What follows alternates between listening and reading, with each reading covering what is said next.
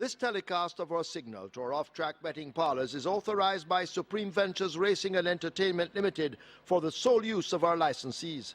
Any reception, interception, retransmission, redistribution, or other use of the signal without the express written consent of Supreme Ventures Racing and Entertainment Limited is strictly prohibited and will be the subject of criminal prosecution and civil action. Any equipment or apparatus involved in such a use is subject to seizure and forfeiture under the law.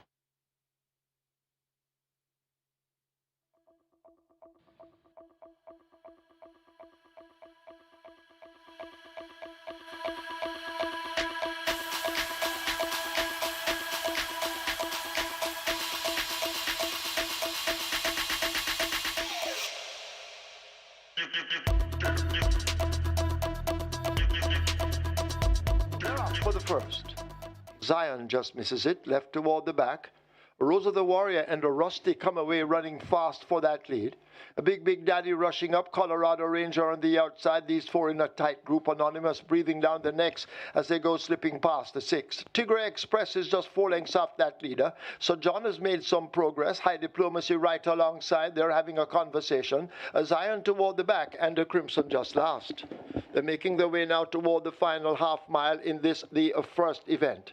Rusty on the rail, Rosa the Warrior right alongside, Big Daddy snapping at the heels. So John is making good progress, eye-catching progress too. Tigre Express, an Anonymous race next, they lead the 7/16th. Colorado Ranger on the outside of the rail running High Diplomacy. Zion second from last, and forget Crimson needing a miracle as they make their way toward the 5/16th.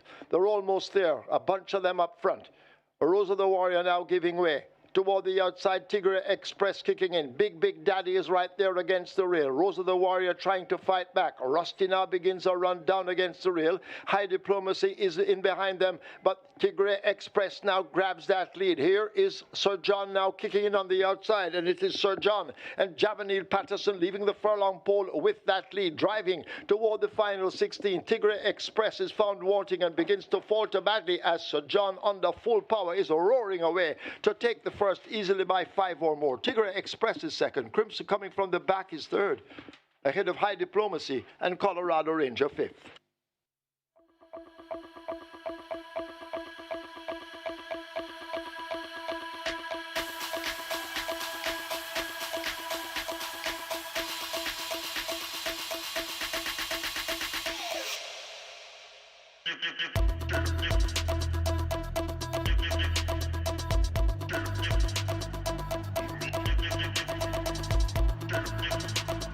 We are ready for race number 2.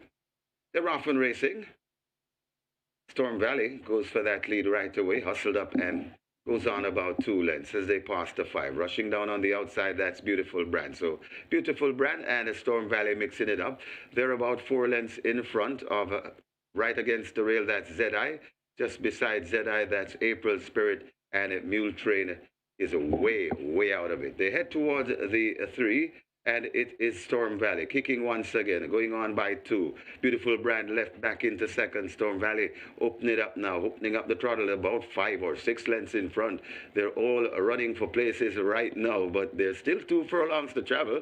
They're at the top of the lane, and Storm Valley is comfortably on that lead. Rushing down in the middle, that's ZI. It's Storm Valley. Living Foster taking a peek in his mirror and maybe liking what he's seeing. It's still Storm Valley comfortably in front, about 7 lengths. ZI cutting into the lead though, but Storm Valley still has a nice cushion coming to the half a furlong pole. Storm Valley and a terrific Tevin Foster, and this win will make him join the leader, the Sneaky Fox. Storm Valley beats ZI. Then comes April Spirit. Beautiful Brand is fourth. And just coming in, that's Mule Train.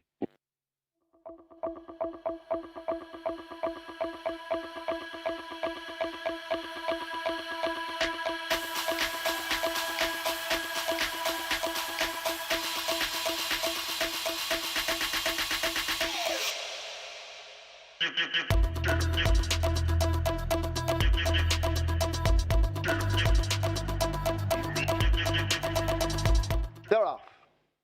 Ponderosa steps out at the back. Toronado Steel gets a good one and grabs that early lead. Ruby's Light is left 2.5 to 3 lengths back in second.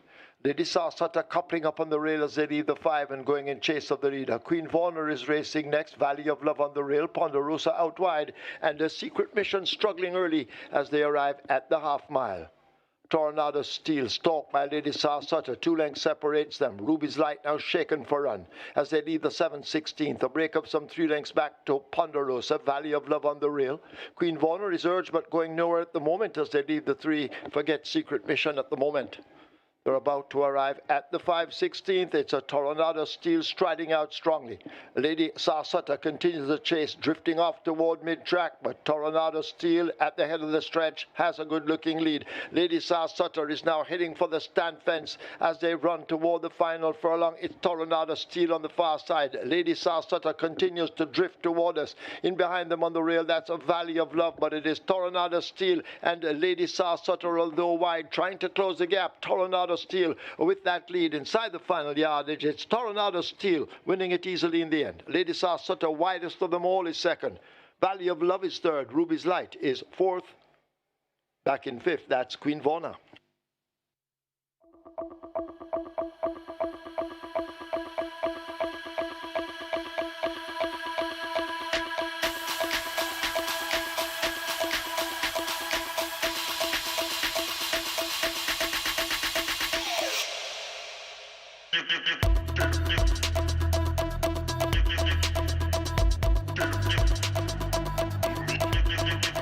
Best of luck with all your wagers. They're off and racing.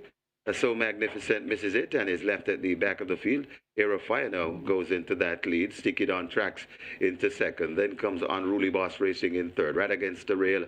That is Just Moving. Just beside Just Moving. That is the Love of God. And racing at the back of the field, that's Duke of Springs. They head towards the 4. And they're passing the 4 now. And it is right against the rail. Air of Fire. Stick It On is right, glued to his outside. These two are about 3 or 4 lengths in front of Unruly Boss racing in third. Then comes a Just Moving in a clump with also there that is the Love of God and the Duke of Spring. They're coming into the lane now, and Stick It On looks to strike the front, but narrowly just on the outside. Unruly Boss gets rolling on the Radish Roman and Unruly Boss, and now the 2 top jocks are fighting for it right against the rail. Tevin Foster and Duke and Air of Fire, but it's Unruly Boss with that lead. Air of Fire trying to come on, also coming out wide. That is the Love of God, but it's Unruly Boss beginning to pull away. Sneaky Fox and Unruly Boss, they will win the 4th. Unruly Boss beats the Love of God. Got tied for third. Maybe Duke of Spring just ahead of Air of Fire.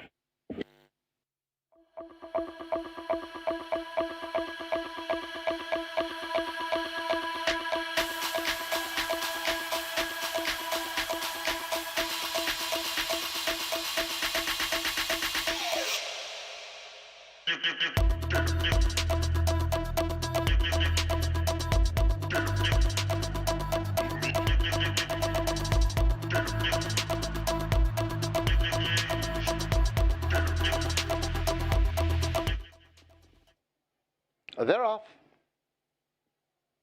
Dream to Reality broke on the far side. Indestructible showing early speed, drifting across to the center. Narissa's Angel is also showing good early dash in the middle of the racetrack. The Miracle Angel racing near to us. But they're sorting themselves out, and Narissa's Angel has that lead over Indestructible. Dream to Reality on the far side.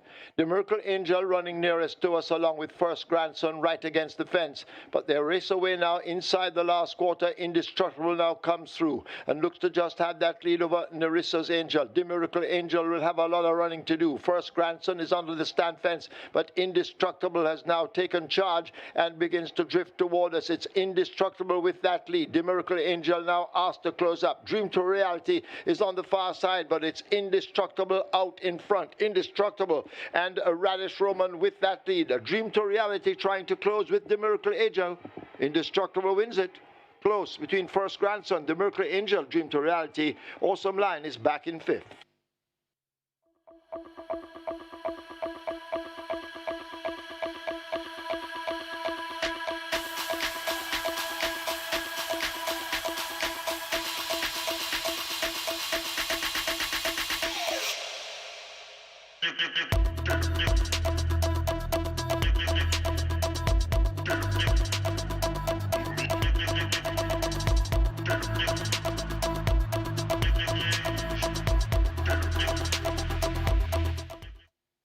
They're off and racing.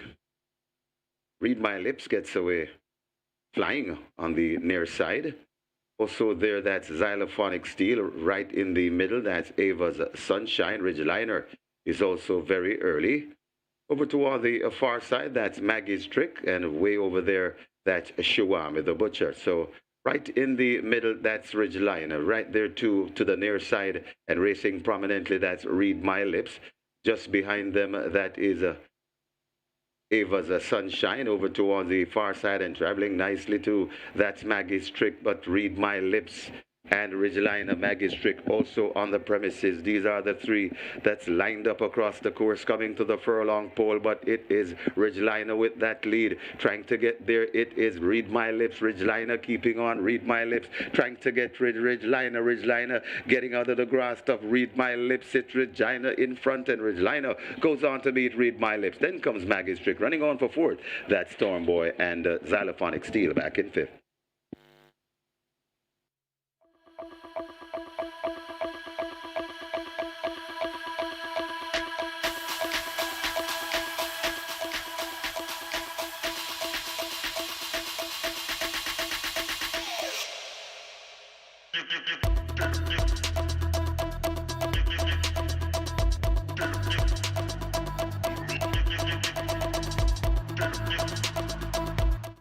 They're off for the Jamaica 2-year-old stakes. Hazelnut comes out at the back of the field. Strong Mind comes away running quickly. Lovisa right alongside. These two stuck together as they go flashing past the 7. Mr. Lee is 3 or 4 lengths back and racing in third. Danka well positioned on the outside as they charge away toward the final 6. Hazelnut races next, and the trailer is Burning Hedge. They've left the 6. Strong Mind on the rail, the leader by 3 parts of a length. Lovisa under a tight wrap racing in second. 2.5 lengths back to Mr. Lee the Grey. Danker on the outside of stablemate as they go flashing past the 5. That's Hazelnut and a Burning Hedge just last of the field. But they're all in with a chance as they go away now toward the final half of a mile. Strong Mind trying to shake loose. Lovisa refusing to quit. Just a length separates them. Mr. Lee is further back with Hazelnut. Danka second from the back and Burning Hedge just last as the field arrive at the final 3/8. Strong Mind out in front. Lovisa continues the chase. Hazelnut left back. There goes Burning Hedge. Danka now asked to go on, and Mr. Lee relegated to the back of the pack as they're coming into the lane. It is Strong Mind near the rail. A Burning Hedge now kicking in on the outside, and Burning Hedge now snatches the lead. Strong Mind the rider. A Busy Man trying the fight back, but Burning Hedge has left the 3/16 with a clear lead and is now under the right-hand stick. It is a Burning Hedge. Danka trying to run on the outside. Lovisa in between horses. Strong Mind back against the rail, but it is Burning Hedge inside the final 16th. This is the Jamaica 2-year-old stakes. Burning Hedge and Dick Cardenas run out convincing winners, maybe 7 or 8 ahead of Lovisa. It's a head bob for the minors. Hazelnut on the rail, Strong Mind on the outside, close between them.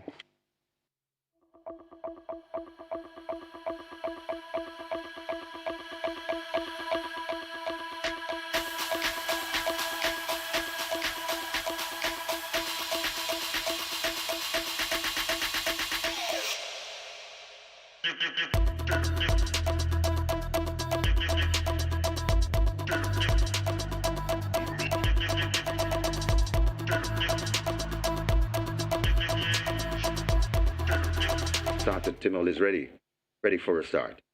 They're off on racing. Playfair marginally misses it, and racing at the back of the field as King's Crown goes for that lead. It's King's Crown, Magnificent Force, and Immeasurable Joy. Rushing up on the inside, that is a bold move. Right there too, that's Fearless Force. Then comes a Tiffany Blue, overtaken by Zulu Warrior. Then comes Hot Bread Scammer. Right against the rail, we find Amazing Force. Then comes a Blue Sensation, and out wide Miss Cherry, and racing at the back of the field, a slow starting and Playfair. They head towards the 3 and making the running still, that is King's Crown. Now attacked by coming down on the outside.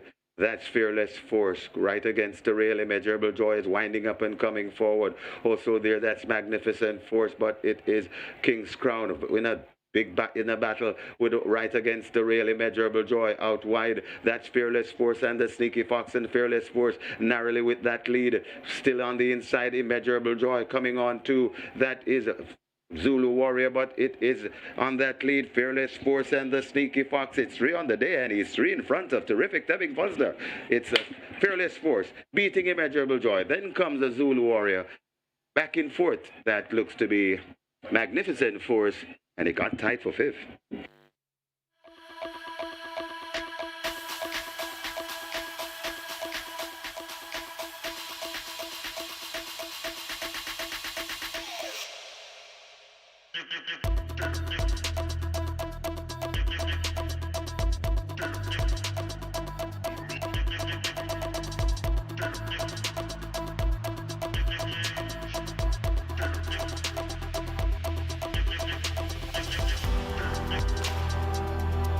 They're off. Kismet breaks nearest to us. Already running near the stands, Uncle Nub is also in a handy spot, racing ahead of Kismet. Toward the center, Bulletproof Coffee Equinox is in the middle and tacking across. Crucial Alexia, the grey on the far side, with Princess Aquila. As they come away now with just about 3 furlongs remaining. Uncle Nub under the stands may just have that overall advantage. Equinox in the center will now be asked to close. Bulletproof Coffee is going to try and run on, but they make their way inside the last quarter. It is Uncle Nub out in front from Equinox and a Bulletproof Coffee. These are the 3 main contenders. Uncle Nub now the rider becoming a busy man, holding on to that lead under the stand fence. Here now is Bulletproof Coffee, and Bulletproof Coffee has now taken charge. Inside the final 16th, it is Bulletproof Coffee running away from them. The favorite wins the way our favorite should. Bulletproof Coffee by double figures. Equinox just second. Uncle Nub maybe third over Golden Loyalty, and Kismet back in 5th.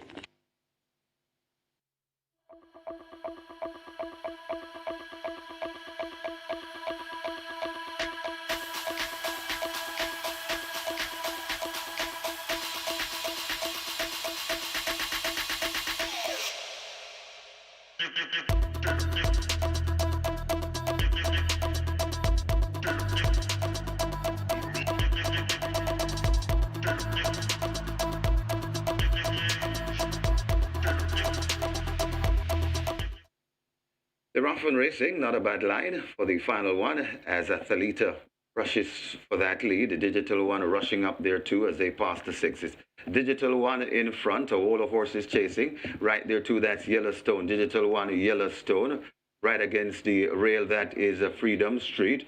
Out wide, Big Argument, and slotted in between horses, that's Talita. Then comes a Noble Attitude, just on the inside. That is All for Love, out wide. That's Divine Force. They head toward the 3 furlong, and it is Digital One on that lead. Digital One about 3, maybe 4 lengths in front of Talita, going down into second. Noble Attitude is on the outside, making progress right against the rail. That's Freedom Street, but Digital One is kicking clear, about 4 or 5 lengths in front. Talita gone down into chase. It's Digital One in front at the top of the lane in the Boxing Day Sprint. It's Digital One and the devastating Dane Dawkins about 5 or 6 lengths in front, and this one could be all over. It's still Digital One pouring it on. On the inside, that's Freedom Street. Digital One coming to the half a furlong pole with a good-looking lead, and Digital One will take home the Boxing Day Sprint in race number 10. Digital One, maybe double digits in the end. Freedom Street is second, then comes All for Love. Running on for 4th, that's Divine Force, Talita back in 5th.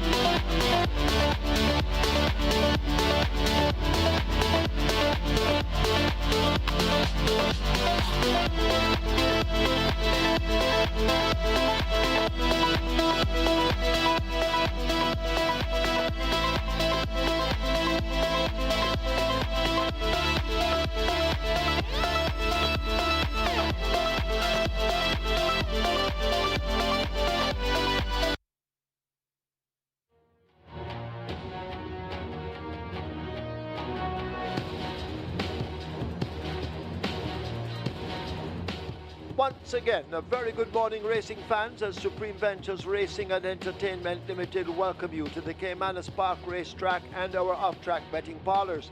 In a short while, as usual, we will be announcing the program changes. Now, we ask you to stand to honor the Jamaica National Anthem.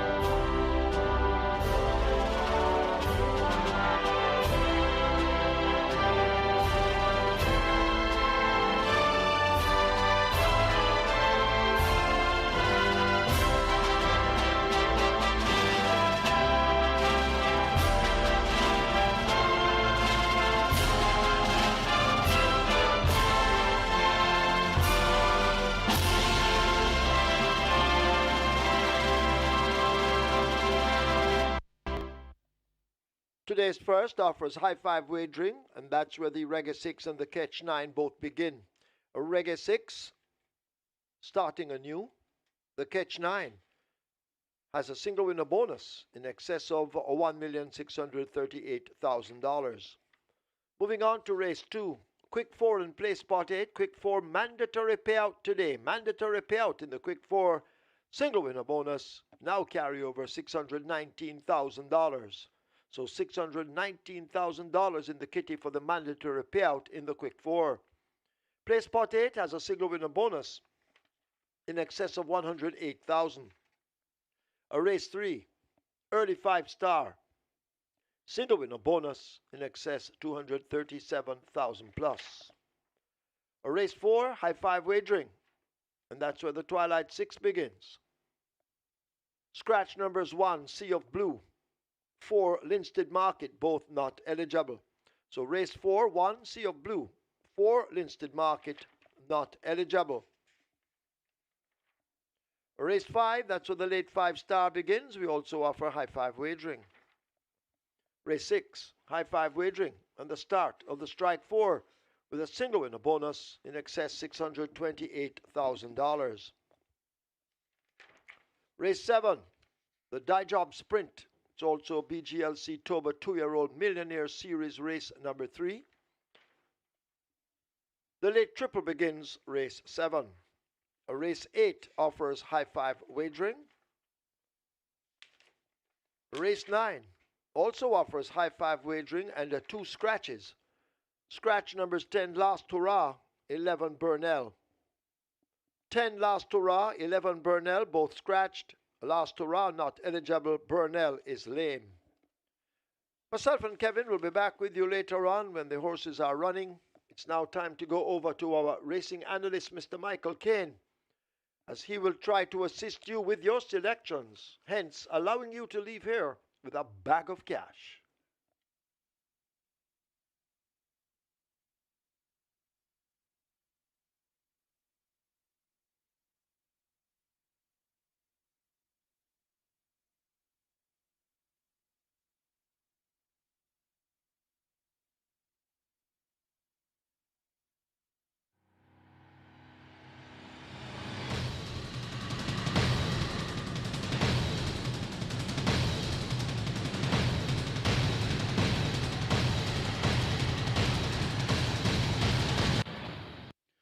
A very good day to you, Thomas and fans, and welcome once again to Caymanas Park, home of the Caribbean's #1 derby. Who the Caymanas fans are here for the final race of 2024.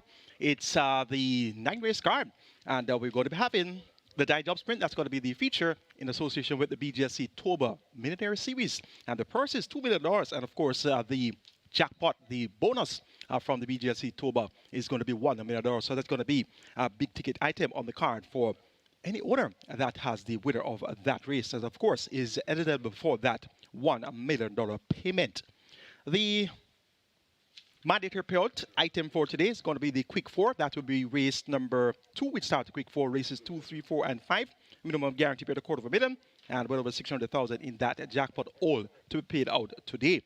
It's decision time for the jockeys, where we have Radish Roman in front by 3 is 132, and Tevin Foster is on 129. So we're going to be looking forward to our top 2 riders to continue to bring on the show, so to speak, here for the last race day of the season. The other categories, fairly a foregone conclusion. Champion Trainer Jace DeCosta retains his title. Champion Owner Carlton Watson also retained his title. And in the breeder section, Ham Sames Limited look to be holding on as well. And in the groom section, we basically have a seal the day there as well. You get some updates, though, a little bit later on about the different categories. We are 42 minutes to go to post for the first event. Bright and sunny conditions here at Caymanas Park in St. Catherine, of course. And we have the Catch 9 and Reggae 6 both beginning in race number 1. It's a 9-race sequence, and the Reggae 6 back down to $1 million in the jackpot. We had mandatory payout on Boxing Day. And of course, I had a winning ticket on the Reggae 6, also on the Twilight 6. As a matter of fact, I give you a winning ticket on Christmas Eve, which paid 21,000 plus. Gave you a winning Reggae 6 ticket as well on Boxing Day, which paid 12,000. And also a Twilight 6 winning ticket, which paid over 14,000. So we're going great guns as far as the pick 6s are concerned. Let's see if we can close here with a bang as well in the Reggae 6 and Twilight 6. First event is for claiming. It's 550 on the 450,000 claimers. They go a distance of 5.5 furlongs or 1,100 meters. The purse here is 820,000. And your favorite in early betting is at 75. That's number 6 on Rudy Dude. It's 3-2 for number 2 Wilson. 3-1 for number 8 Magical Mood. Then you get 6-1 for number 5, Salad. 7-1 for number 3, John P. My best 4, 2, 5, 6, and 8, namely Wilson, Salad on Rudy Dude, and Magical Moon. 2, 5, 6, and 8. That's where I'm going in the opening contest. On Rudy Dude, Radish Roman riding here for trainer Earl Hayden. They had on Rudy Boss to win on Boxing Day, so they're looking to continue the on Rudy form here as far as on Rudy Boss and now on Rudy Dude is concerned. On Rudy Dude steps down from $1 million and $750, where he competed in his last 5 races, $1 million twice and $750 on 3 occasions. Third by Tony Cotel and Sir Regdon. 3 starts back on the 31st of August, and last time out on the 29th of September. Went up at odds of 2-1 and a 6 by 14 ends well beaten to Nakamura Generational and Brinks. Down to 550 now. Most comfortable at this level. I'm giving this one the edge here on Rudy Dude to continue at the good form of Radish Roman. Number 2 is Wilson. Javani Patterson riding for Patrick Taylor, more popular known as Miles. And this one was sent off 75 favorite last time out, coming off a 5-month break, but really didn't run as well. Was a 19 and a quarter winner in May. Subsequent to that, was intended to run at least twice, but was a scratch deemed lame on both occasions. So finally made it back to the races and finally passed the vet on the 30th of November, but wasn't able to pick up his feet as well as expected. Should report fitter. And having that 19 and a quarter victory at this 5-day level in May, he's one to respect, and he's the marginal favorite now at 7-5.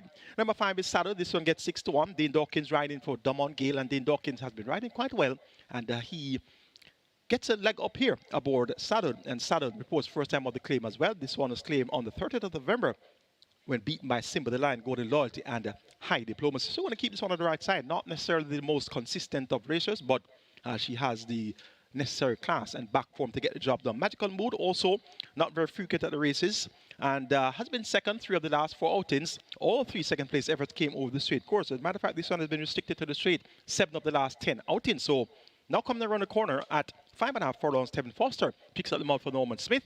This one will keep on the right side coming off the break since the 7th of September. Reports without a tag. This one, the connections have opted for the waiver claim to be engaged here. And that states that, of course, if you claim a horse and are unable to start 60 or more leagues, you can run without a tag. So you get at least 2 chances to win that horse at that same level from which you claim. Magical Mood is at 3-1. Make it 6-2, 5 and 8 in the first event on Rudy Dude to get the better of Wilson, Salud, and Magical Mood. Reggae 6 and Catch 9. The clash of the titans as far as our major exotic wager opportunities are concerned. Let's so take a look at my Reggae 6 and Catch 9 tickets for the final race day of 2024. Starting off in race number 1 with the aforementioned quartet of interest of 2, 5, 6, and 8. Throwing in number 3 in there as well. That's John P. So we're going to go Wilson, John P, Salud on Rudy Dude, and Magical Mood.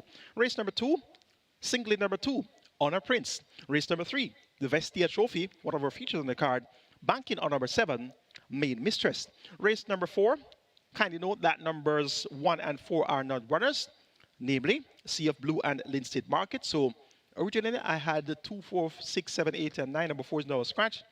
So make it 2, 6, 7, 8, and 9. That should be able to take care of business there. Noble Sovereign, Share du Jour, Town Star, Shell of the Rocket, and Undeclared War. Original cost of that ticket, $4,800. That meant that each horse on that leg would have had a cost of $800. So we're now down to $4,000. It's going to be 800 times 5. So $4,000, the reduced cost of my regular 6 ticket. Race number 5, going to go 3, 5, 7, and 11. Oil Machine, Lucy in the Sky, The General, and Wicked Cassie. Race number 6, make it 1, 2, 11, and 13. Lady Abimala, Fly Blue Jet, Baby Love, and Benson 1, 2, 11, and 13. 4,000. A square price for my regular 6 ticket. Robert Darby's regular 6 starts off with 2, 6, and 7 in the first event. Race number 2, Robert goes 2 and 4. Race 3, the Vestia Trophy, 4 and 7. Race number 4, kindly note once again that numbers 1, Sea of Blue, and 4, Linstead Market are non-runners. Race 4, Robert goes 6 and 7. Race number 5, Robert goes 5 and 11. Race number 6, 1, 6, and 13. 1,440 will get you Robert Darby's regular 6. Catch 9 also kicks off the first event, and as I always tell you, the Catch 9, the challenge is you have 3 additional races, and as such, we have to narrow down our selections a bit more for the increased amount of races, so can't go wide as we like. Race number 1, narrowing it down to 2, 5, and 6. Wilson, Salud, and Unruly Dude.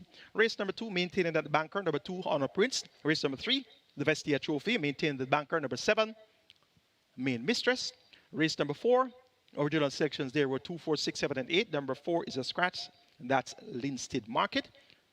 We'll make a substitution here. Make it 2, 6, 7, 8, and 9. So throwing in Undeclared War. That was on the regular 6 ticket, so perfect substitution here will be Undeclared War. So 2, Noble Sovereign, 6, Share du Jour, 7, Town Star, 8, Shell of the Rocket, and 9, Undeclared War. Race number 5, make it 3, 5, 7, and 11. Oil Machine, Lucy in the Sky, The General, and Wicked Cassie. Race number 6, 1 and 2, Lady Abimala and Fly Blue Jet. Race number 7, the Die Job Sprint. Banking number 5, Ride All Day. Race number 8, make it 4, 5, 8, and 10. Stanislaus with the Conqueror, Monaco, and From Sheer to Bend. And race number 9, my original top pair there were 7 and 11. Burnell is a scratch, and so is Last Hurrah. So numbers 10 and 11 are out of race number 9. Make it 7 and 9.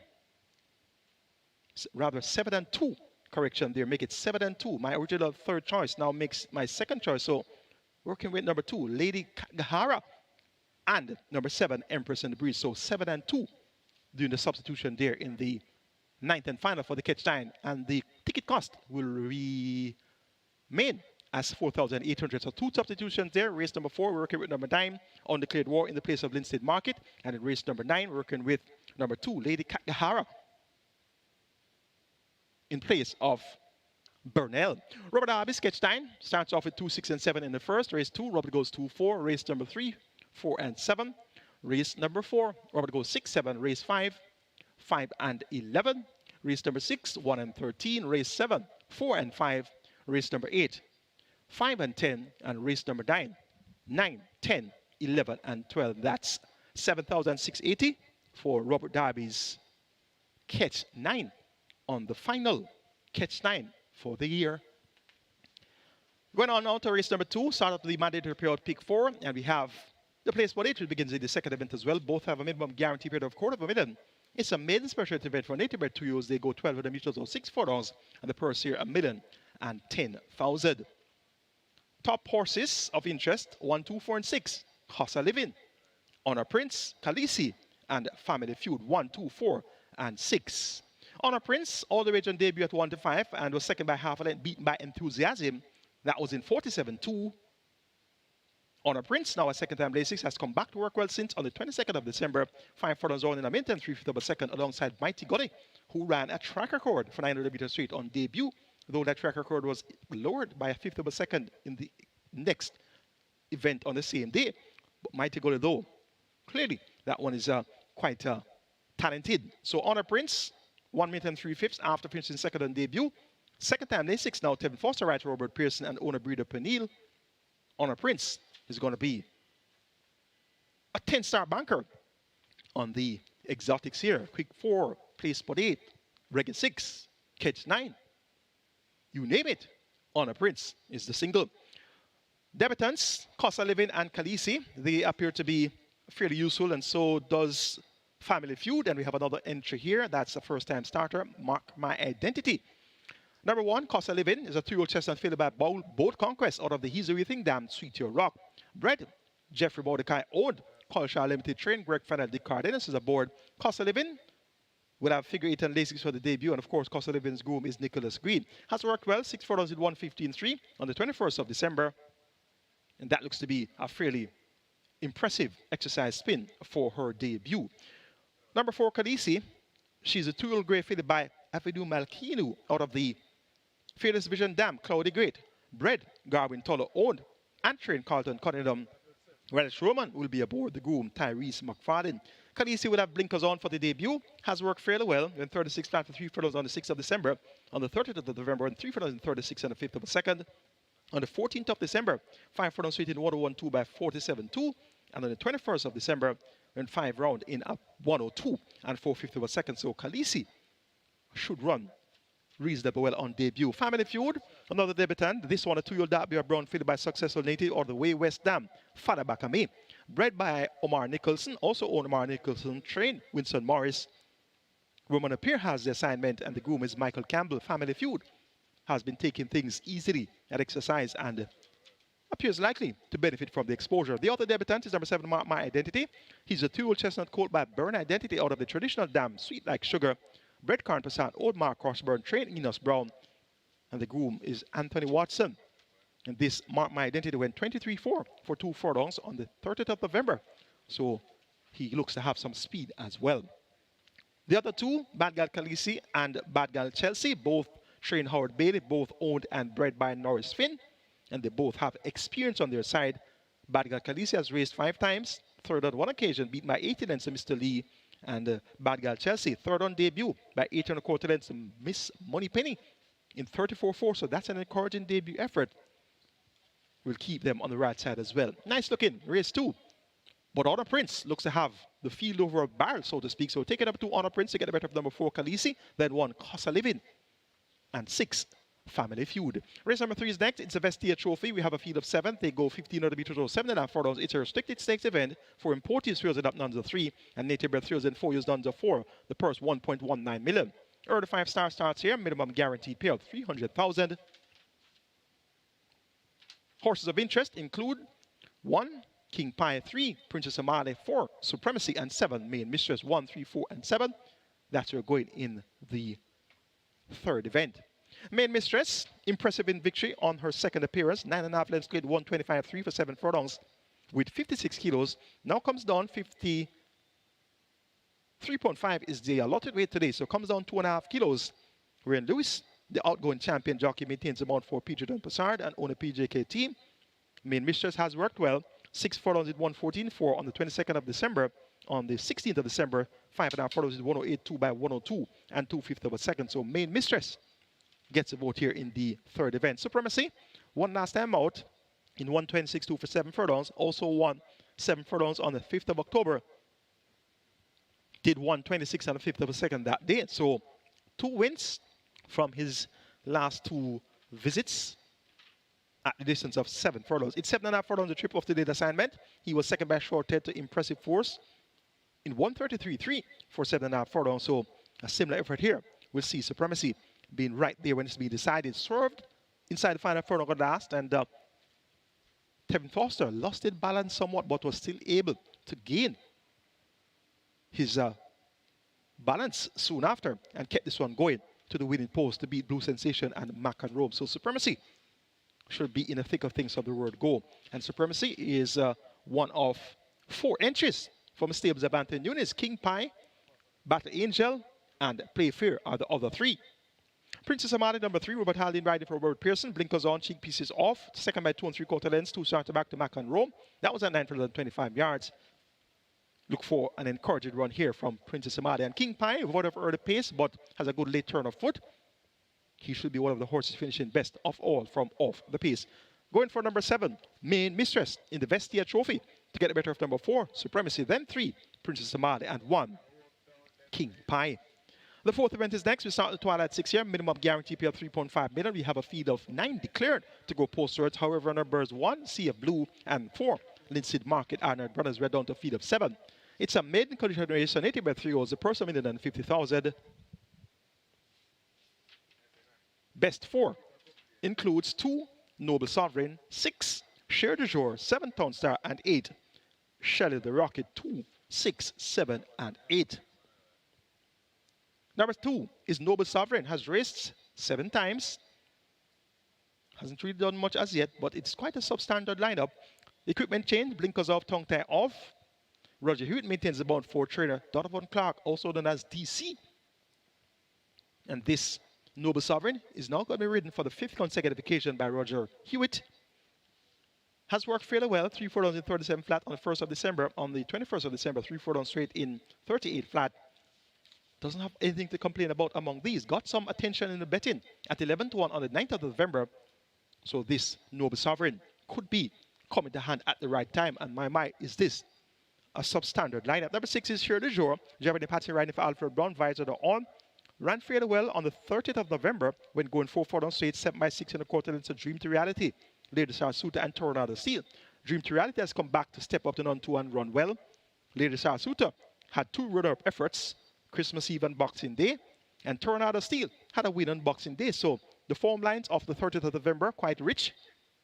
Cher de Jour with the visor now fitted will keep this one on the right side. Number 7 is Town Star. Paul Francis rides with Donovan Plummer, owner trainer. Showed some pace last time out, going 7.5 furlongs, led at the half mile by a half a length. Came to the quarter pole 4 by 3 lengths and weakened 5th by 12 lengths behind Have a Joy, Princess Catalay, and Monster Vigorous. With total top weight of 57 kilos, allowing weight all round, could be on the grade at the right time. So we're going to keep Town Star on the right side. At number 8 is Shelley the Rocket. And I was listening to the sports desk yesterday evening, just before my program, Turf Talk, on Omega Radio. And the host of that evening program highlighted that it was Shelley Ann Fraser Price's birthday yesterday. So we wish our very own Shelley Ann Fraser Price a happy belated birthday. She celebrated her birthday yesterday. Our queen, or one of our queens of track and field, of course. Yes, we can crown her the queen of sprinting. And indeed, a very happy belated birthday to Shelley Ann Fraser Price. So the rake of the day, the rake of the last race day of the year is going to be Shelley the Rocket. And no doubt, the Pocket Rocket, as we know her here, more affectionately known as a Pocket Rocket, Shelley Ann Fraser Price. So this is going to be your rake play of the day. Shelley the Rocket in race number 4 could very well come to hand in a big way here. Ran well, over 5 for the straight on the 19th of October, 5th by 3 lengths after chasing from 3rd at the quarter pole and 3rd on pole. That 5th came behind La Vida, Princess Catalay, and Lady Sarasuta. Next to outings below par, the choice of rider, Tevin Foster, indicates what is expected of Shelley the Rocket today. An interesting looking 4th event. I'm going for number 2, Noble Sovereign. Over number 8, Shelley the Rocket. Then 7, Town Star. And 6, Cher de Jour. Twilight 6 begins in the 4th. Minimum guaranteed pay of 3.5 million. Let's now take a look at my Twilight 6 ticket for the final live race card for 2024. Starting off at race number 4, original sections there were 2, 4, 6, 7, 8, and 9. Number 4 is a scratch, Linseed Market. We let it remain as 2, 6, 7, 8, and 9. Noble Sovereign, Cher de Jour, Town Star, Shelley the Rocket, and Undeclared War. Original cost of that ticket, 7,680. And that meant that each horse on that leg would have had a cost of 1,440. So it's now down to 5,760 according to my calculations. So 6,400 correction there. So the original cost of that ticket, 7,680. That meant that each horse on that leg had a cost of 1,280. And we're now down to 6,400 reduced cost of the Twilight 6 ticket with the scratch of Linstead Market. Race number 5, make it 357 at 11. Oil Machine, Lucy in the Sky, The General, and Wicked Cassie. And race number 6, make it 1, 2, 11, and 13. Lady Ababala, Fly Blue Jet, Baby Love, Benson. Race number 7, the Die Job Sprint, in culmination with the BGLC Toba 2-year Millionaire Series. Race number 3 in the series. I'm banking on the impressive looking Ride All Day. Race number 8, the penultimate, make it 4, 5, 8, and 10. Stanislaus with the Conqueror, Monaco, and From Share to Bend. And race number 9, my original top 2, 7 and 11. Number 11, Burnell is a scratch. Go to make a substitution here. Number 2, Lady Katgahara. 2 and 7. Revised cost, 6,400. That's my idea of a live Twilight 6 ticket. Robert Davis, Twilight 6, starts off with 6 and 7 in the 4th. Race number 5, 5 and 11. Race 6, 1, 6 and 13. Race number 7, 4 and 5. Race 8, 4, 5 and 10. Race number 9, 7, 9, 10, 11 and 12. Original cost of that ticket, 3,600. Numbers 10 and 11 are out. That meant that each horse on that leg would have had a cost of $720. So we're down from $720 to $720 times 3. That's going to be $2,160, given the scratch of 10 and 11. Lasera and Burnell out of the 9th and final. Best of luck wagering or Twilight 6 on the final race day of the season. 22 minutes ago to post for the first event. Regular 6 pool 4.8 million and climbing. Catch that pool 550,000 and climbing. Remember, the minimum guarantee payout for your regular 6 is 3.5 million. The jackpot starts afresh at $1 million. So any single winner of the regular 6 is likely to receive 3.5 million plus 1 million, 4.5 million. Race 5 is next. We start the late 5-star here. Minimum guarantee payout 300,000. A field of 11 go 1 mile, 1,600 meters or 8 furlongs. The purse here is 1.1 million. It's a restricted allowance 2 for native bred, 3 O's nuns of 2 and imported swears and not maidens. 3, 5, 7, and 11 represent my quartet of interest, namely All Machine, Lucy in the Sky, The General, and Wicked Cassie. 3, 5, 7, and 11. That's 3, 5, 7, and 11. And a non-runner coming in, race number 3. Number 2, Battle Angel, is out. Race 3, scratch number 2, Battle Angel. So a non-runner out of the 3rd, take out Battle Angel out of the Vestia trophy. So one of the 4 Anthony Babanuni's entries stays home. Battle Angel won't go. Race number 5. 3, 5, 7, 11 represent my quartet of interest. All Machine. Race last week Saturday at 9-1. Did do much, 9 by 16.5 lengths. Behind Train of Thought, Titan Temple, and Midnight Galaxy. Draw a line through that last run of the 21st of December. We're going to pay attention to the run of the 30th of November, 4 by 5 lengths behind Tiffany Blue, Smart Trick, and Titan Temple. That was at 6 furlongs, a trip which can be considered to be on the snappy side for Oil Machine. Prior to that, at a mile, he was third by 4 lengths, showed good form. At 13-1, ridden by Radish Roman that day, came to the furlong pole second by 3 lengths, finished up third by 4 lengths to King Pie and Jay Speed.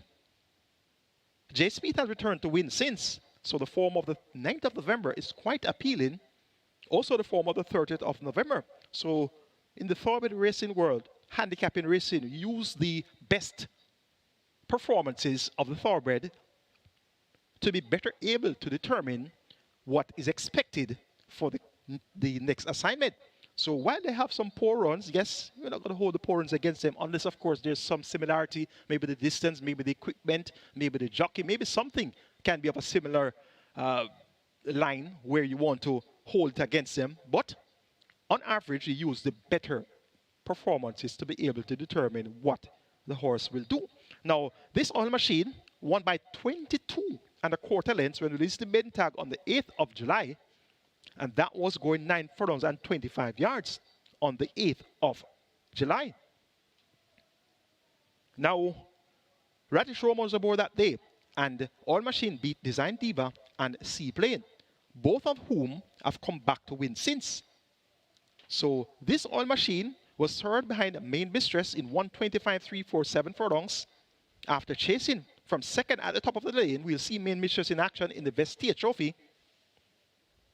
All Machine now reunited with Radish Roman, who was aboard to victory, also aboard to that third place effort on the 9th of November. And also important to note, the combination of Radish Roman, Philip Elliott, and son and father, the owner, were victorious on Boxing Day with Indestructible. So that form looks likely to continue onto the final race day of the season. So Indestructible won on a peach of a ride from Radish Roman. Radish Roman on board. All Machine here. All Machine gets a vote in the 5th event. Lucy in the Sky, 15 that same train of thought. Titan Tempo Midnight Galaxy event. 9.5 lengths in arrears, outpaced. Went up at odds of 5-2. Prior to that, had a big run, second by nose, going 9.5 furlongs on the 7th of December behind Kaylee Melody. And the turn was 9 lengths clear of the second runner-up, the General. An effort similar to that. We'll see Lucy in the Sky getting the job done here. Now, if she doesn't get the job done, she is going to go extremely close. She has one win in her career, which came as a 2-year-old at 3 furlongs straight. So this Lucy in the Sky has improved leaps and bounds to be second by a nose going 9.5 furlongs. She's yet to get her second win, and of course it's a nuns of 2 event. We expect that she'll put together a better run than she did last week Saturday, the 21st of December. I also expect All Machine to do the same. Tevin Foster and Radish Roman, they could bring the house down with a thrilling finish in race number 5. The General, also racing that train of thought event, 7 by 12 and 3/4 lengths, ran even. Very important to note though, racing fans, the race was won by who? The General stablemate, train of thought, trained by Gear Sobrati. So that's another tool, that's another angle that you can use when handicapping races. Who won the race? Who's the trainer of the horse that won the race? Who's the owner of the horse that won the race?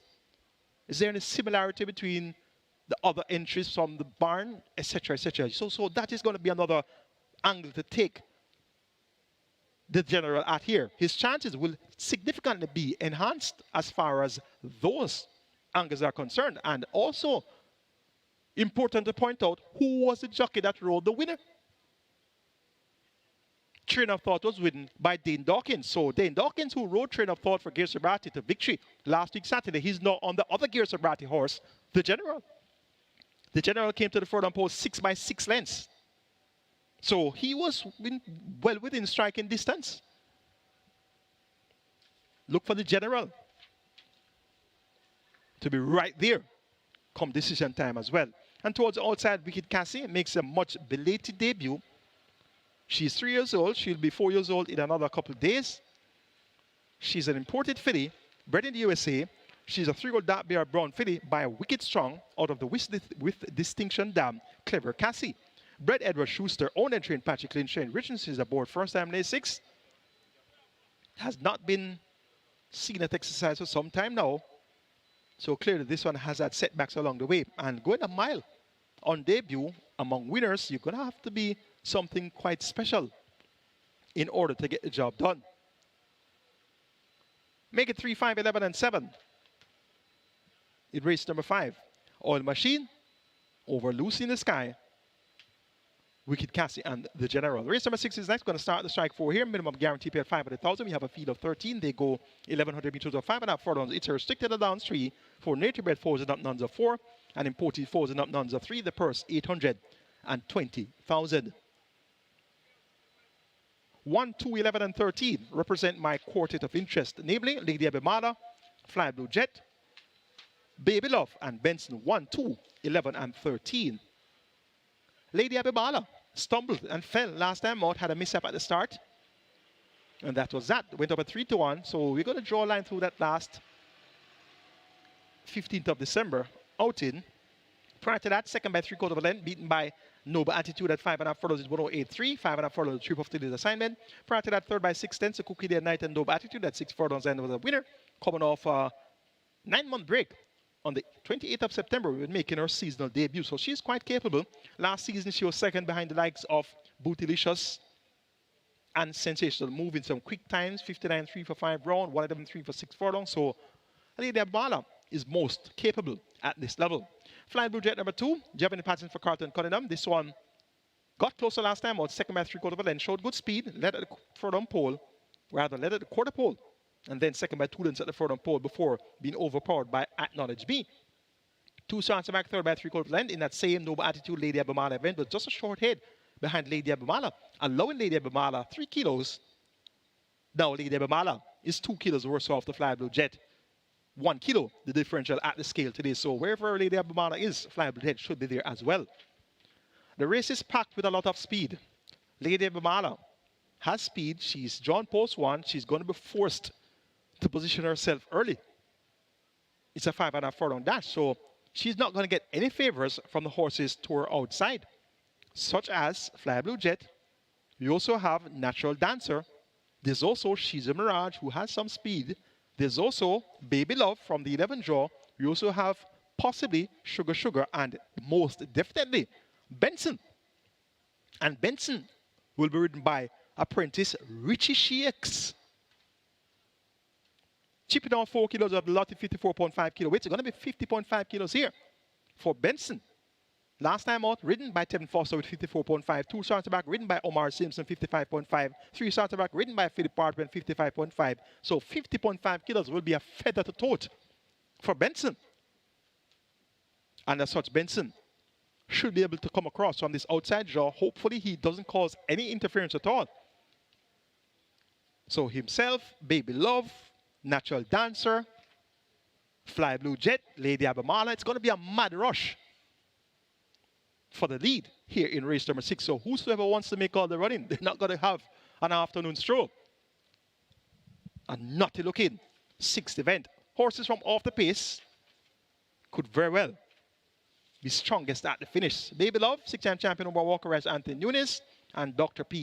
Henry Bloodstock, owner breeder, has been well beaten since stepping up to Nonza 4, but she has pace, and pace makes the race. Going to go 1, 2, 13, 11. In a nutty looking 6th event. Lady Abamala just over Fly Blue Jet, and in turn just over Benson. And Baby Love. Race 7 is next. It's the Die Job Sprint alongside the BJLC Toba 2-year-old Millionaire Series. Race number 3 in the series. $2 million the purse money to be divided first through 6th, plus that $1 million will go to the eligible owner of the winner.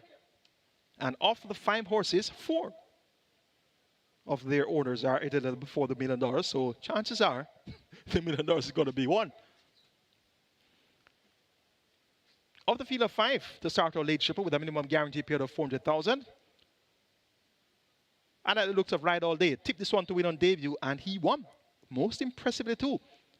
Second by head at the half mile, going 5.5 furlongs, turned for home 3/4 of a length in front, and then kicked away by 5.5 lengths at the furlong pole and won by 6.5 lengths. Now, looking at the early splits, 24 flat, that's not fast. You don't consider 24 flat fast. Basically an average first quarter splits, right? They did 35-1 for the 3 furlongs, so they picked it up from the quarter to the 3, 11.5 of a second for that furlong. Then they passed the half mile in 47.3, so they did 12.5 of a second, make that 12.25 of a second between the 3 and the 4. So when you pass a half mile, going 5.5 furlongs in 47.3, that's nothing to write home about. Yeah, it's a good half mile, 47.3. Yeah, nothing exciting about that. But what's exciting is the final time, 106.5 of a second. So if you pass a half mile in 47.3, I end up in 106.1. That means you really did well for the last furlong and a half. They passed the 5 furlong point in 59.3. So this Ride All Day really picked up his legs inside the final furlong there and really had an eye-catching galloping action. So this could be what you call a galloping disaster. So would have stripped fitter, would have learned a lot from his exposure on debut. No Lasix yet, no equipment yet. So it's all raw talent that was on display on debut, and with all raw talent on display again, second time out. So if Ride All Day could have did 161 for 5.5 furlongs so easily, what will he do now? It's now 6 furlongs the trip. Ride All Day gets a vote in the Die Job Sprint. Unspun, must be respected, has improved leaps and bounds since his first two efforts where he was second on debut behind Lobisa, second time out to Miss Moneypenny. He came back and he blew away Miss Moneypenny going 6 furlongs. He'd won 13-4, winning by 8 3/4 lengths. And then he came back over 7 furlongs in a restricted stakes event, winning by 2 lengths in 127 flat, beating Burning Hedge. And we saw Burning Hedge win the Jamaica 2 Stakes on Boxing Day by 8.5 lengths with utmost ease. So this Unspun is a classy one in the making as well. Christopher Mamdine, 2019 champion, maintains the mount for Donovan Hutchinson, more popular known as Dude, and the owner, Colin Elcock. Unspun will ensure that Ride All Day knows that he's in the race. The thing, though, is that Unspun doesn't appear to have the early top-end speed that Ride All Day has. So that's going to be the difference here between the two. Though Unspun is more experienced with 4 outings, back-to-back wins, the cutback in distance from 7 furlongs to 6 furlongs, though he also won at 6 furlongs with 113.4, I suspect that he's going to be burnt mid-race. He's a tall, far-striding colt, this Unspun, and is one for the future, one to look out for in the middle to longer distance races. But I suspect he's going to be a stride or two behind Unspun for most, if not all the way. Unruly Moore, number 4, still a maiden after 2 attempts, beaten by Unspun, beat by Ride All Day, so he has his work cut out for him. And number 2, Miss Content, makes her debut. She's one of the Canadian youngsters that were imported and have made an observation. We haven't seen much out of the Canadian importees yet. A few of them have run, but none of them have raised a serious gallop as yet. And when you make the comparison between the USA bred, well, clearly the sample size for the US bred is much greater.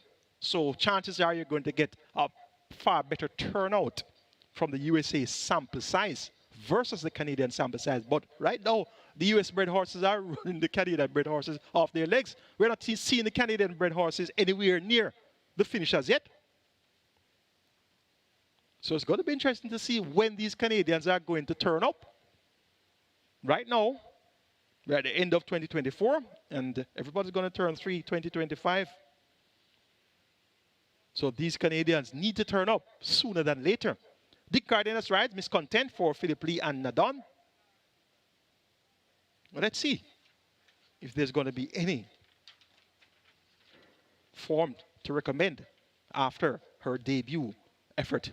Make it 5-3-4-2 in the Die Job Sprint for the BGSC Toba 2-year-old Millionaire Series race number 3. Ride All Day over Unspun, Unruly Mo, and Miss Content. Late and penultimate is next. Going to start late double here. We have 250 clearance. They go 1,000 meters straight or 5 furlongs straight. The purse 700,000.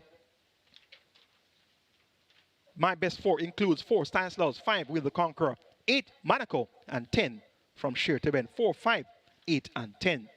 Will the Conqueror, former top-class campaigner, former high-level claimer, $1 million winner May last year, runner-up at $1 million October last year, but he has declined in ability, has found himself down to 250 for the 3rd occasion. His first attempt, he was second by a length to Stanislaus, allowing Stanislaus 4.5 kilos. On the 17th of August, Stanislaus won, making most of the running. Today, they'll be level at 54.5, so whatever swing at the scale there was in favor of Stanislaus, it has been totally evaporated, so to speak. So they're level at 54.5. Hopefully, Ray Lewis can catch that weight. Last time out with the Conqueror on the 16th of November was 3rd behind Sensational starting from Sheer to Bend and Stanislaus. So beaten again by Stanislaus. That day, Stanislaus actually allowed him 1 kilo. So the swing at the scale was in his favor. And last time he did not capitalize. So let's see. That was his first run since August. So first run in 3 months. Now he comes back a month and a half later with the Conqueror on his back class. Could very well brush these aside. Stanislaus, the winningest horse in the lineup, 17 career wins from 85 career starts. He's 10 years old. He's going to be 11 years old in another few days. So he needs absolutely no introduction. Tevin Foster writer Deborah Wisdom and owner Winston Davis. Stanislaus is expected to run a brave race. And Monaco, Dean Dawkins rides for Stephen Todd. This one steps down from 400,000 down to 250. It's going to be the first time that we'll be seeing Monaco at 250. Effective over the straight, also effective riding the bends. 57 kilos, joint top weight. With traditional boy, dare to speak, Kuana, and nothing but trouble. So quite a few horses here have the top weight of 57 kilos. We'll keep Monaco on the right side. And from sheer to bend number 10, second on his last two outings, second by 3.5 lengths last time out, with 57 kilos behind Sensational Satin. Now, down from 57 kilos to 52.5. The allotted weight is 54.5. Shane Richardson chips off 2 kilos of the allotted 54.5, going to be 52.5. That makes from sheer to bend 4.5 kilos lighter than last out. And the way he ran on strongly, coming from 7th at the quarter pole by 7.5 lengths, 7th at the furlong pole by 8 lengths, the way he ran on strongly in that 5-straight contest on the 16th of November, when getting the better of Stanislaus for the runner-up spot, makes him a danger to all and sundry here in the 8th and penultimate. Make it 5-4-8-10. Will the Conqueror to get the better of Stanislaus, Monaco, and from sheer to bend. The 9-10 final is next. The final event for 2024. A field of 13 declared to go postwards. However, numbers 10 Last Hurrah and 11 Burndale are scratches. 10 and 11 out. We're down to a field of 11. Number 7, Empress in the Breeze. I like the looks of this one. Draw a line through the last run, the 15th of December. And I know you have heard me with that term, that phrase, draw a line through that last run. That's what you do in handicapping horse racing. You don't hold the last run against a horse that had some very good runs prior. Something must have went amiss. They're beings that can feel bad. Yes. A horse can get up one day and can feel stomach hurt him, head hurt him, you know, back hurt him, somewhere not feeling so right. And just don't run any at all. So you have to give them that leverage. Now, the last time at 5-2 with Samantha Fetcher, no bid at all. Look at the 3 previous outings. On the 26th of October, second by 1.5 behind Jack Daniel over 6 furlongs in 119.3. Second by 3/4 length on the 16th of November behind Jet Ski Girl over 4 furlongs straight. And on the 30th of November, second by 1.25 behind Beautiful Moon, going 5.5 furlongs. On all 3 occasions, Empress in the Breeze had medal award behind when she finished second. So I've been hearing about this medal award from yesterday to today. And when I look at the form lines, I'm wondering where medal award is going to finish in front of Empress in the Breeze. Must be, it seems as if the Foster fans, they don't read the book. They're not paying attention any at all to the fact that Empress in the Breeze beat medal award on 3 consecutive occasions. Beat him by 6.5 lengths here, beat him by 3 lengths there, and beat him by 11 3/4 there. So that apparently doesn't mean anything. 57 kilos of weight for medal award, 55 kilos of weight for Empress in the Breeze. She has second-time Lasix now, so that first-time Lasix, maybe she was a bit uncomfortable. First-time Lasix, she could have been stunned a bit, feeling different in herself, you know. They can be given that excuse. So fillies are usually very potent with second-time Lasix. So I'm expecting Empress in the Breeze to return to good form here. Lady Katgahara, she came much closer on her last 2 outings compared to her first 2 appearances. 7 by 2 3/4 lengths, ran even over 4 furlongs straight in that same Jet Ski Girl, Empress in the Breeze, Beautiful Moon event, and then came back, broke slow on the 30th of November, 8 by 6.5 lengths in the end, going 5.5 furlongs behind Beautiful Moon, Empress in the Breeze, and Medal Award. So Paul Francis, who had replaced Rudolph Page and Tyrese Anderson, who were aboard Lady Katgahara on her first 3 appearances. He sticks with this one, and I'm expecting an improved performance here. 50.5 kilos weight, getting weight from Empress of the Breeze, getting weight from Medal Award. Look for Lady Katgahara to be thereabouts when it's being decided. And number 12 is clowning around. Emilio McLean riding for Stephen Todd. This clown around has been thereabouts second, third, fourth. Usually makes your high fives, superfectas, etc., but just hasn't gotten over the hump as far as winning is concerned. Maybe this is going to be a spot where we'll see one of the better efforts from clowning around. Make it 7, 2, 9, and 12 in the 9th and final, the final race for 2024 here at Caymanas Park. Empress in the Breeze over Lady Katgahara, Medal Award, and clowning around. That's the handicapping seminar for you today, the final handicapping seminar for 2024, and I sincerely hope that that analysis would have better guided you when comprising your permutations. You saw the tickets earlier. Those are guides for you to structure your bets, and hopefully at the end of structuring your bets and wagering right here at Caymanas Park, and all the OTBs added, but also on the Embed platform, NarBets, Express Bet, the Woodbine mobile betting platform, also on FanDuel, and also through the SV Games app. Wagering Embed, you'll be a winner. Wagering Caymanas Racing. Have a great day.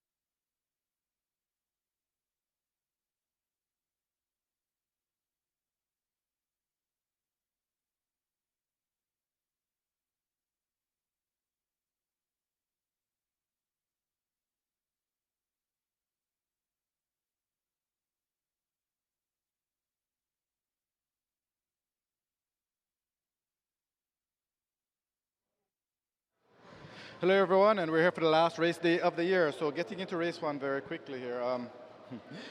Total favorite at 65, Wilson, that's number 2. Wilson at 250, very well back, but quite a few horses are actually getting good support here. Number 3, John P, he opened at $21, down to 9 now, good support for John P. But the best back runner in the race at the fixed odds windows is actually number 6, Unruly Dude. He is the second favorite in the total, but Unruly Dude, currently at $3, is actually the best backed runner at the fixed odds winners for race number 1. Good support also for number 5, Salud, at $6, and but he opened at $7.50 down to $6, and the other one getting good support is number 8, Magical Mood, currently at $5. But without a doubt, best back runner in the race, and actually best back runner of the day thus far, is number 6, Unruly Dude. Looking a bit later down on the program quickly, number 2, race 2, Honor Prince is the one getting all the support at the fixed odds windows. Quite widely spread in race 4. Bossy Girl, $31 into $3.90, so a big mover right there. Town Star, $9.50 into $3.50, and Shelly the Rocket, $9.50 into $4. So three horses getting some good support there in race 4. In race 5, so far it's all Oil Machine, and in race 8, Stanislaus and From Share to Ben are the ones getting the support. And in race 9, Lady Katgahara, $9.50 into $4.20. That's a big mover in the last race at the fixed odds window. So good luck for a last race day of the year, and as I mentioned, in race 1, it's all Unruly Dude at the fixed odds windows. Good luck.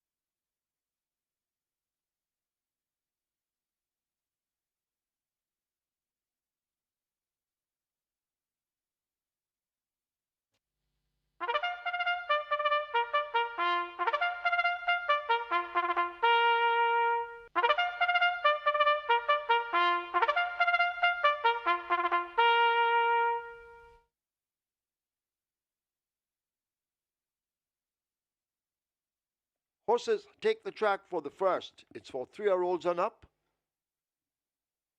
It's an optional claiming event, 550,000 to 400,000 the tag. Also native bred 5-year-olds and up, and imported 6-year-olds and up, non-winners of 4, and imported 5-year-olds, non-winners of 3.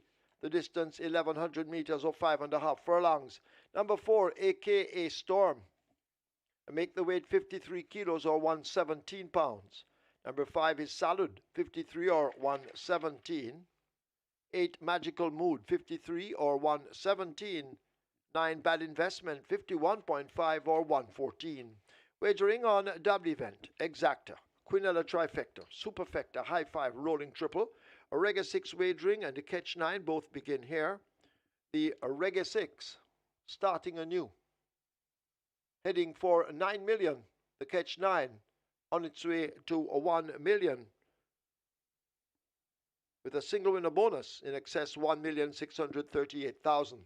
Get your wagers on. Runners make their way to post.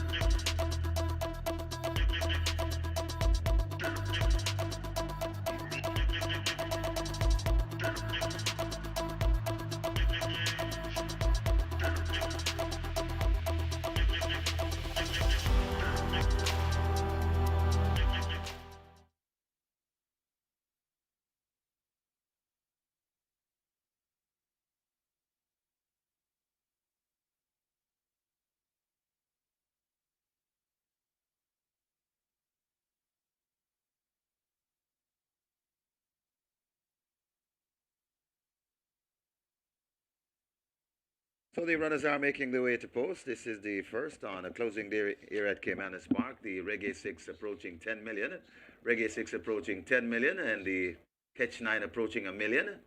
High 5 wagering offered. High 5 pool approaching 300,000. And the Catch 9 has a jackpot bonus in excess 1.6 million. Get your bets on as the runners make their way to post.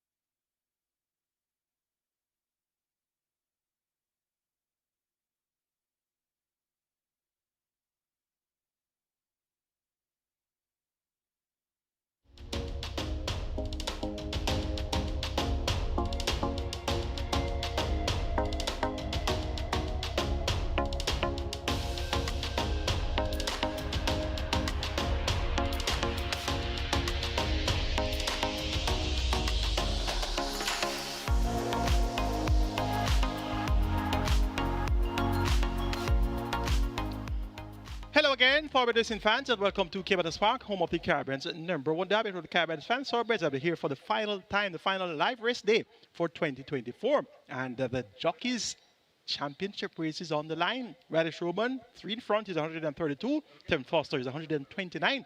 And earlier, we had caught up with Radish Roman and Tim Foster in the Jockeys room. And there's the man of the moment in the yellow shirt coming in. That's Radish Sneaky Fox Roman gearing up for his first race mount. And he's going to be aboard on Rudy 2. That horse number 6 currently at odds of 8-5. So he's getting his boots on. And that's the looks of a future champion, serious, and getting his equipment on for his assignment in race number 1. And also, Tevin Foster, of course. Terrific Tevin going up into the jockey's room there earlier this morning. And he's also going to be quite focused, has 3 to make up on Radish Roman. And I've seen a lot of statisticians, I heard from a lot of statisticians earlier this week. I thought I was the only statistician around, but a lot of statisticians are there apparently. And Tevin Foster, 3 behind. That means that he has to win 4 races. And Radish doesn't win any. And I have Radish on maybe 3 winners today. So any amount of race that Radish wins is going to put Foster 4 or more behind. And there's the stats, the showdown, 2024 Jockey Championship Showdown for the last day. Tevin Foster, 129 winners from 554 mounts, win percentage 23, top 3, 60%.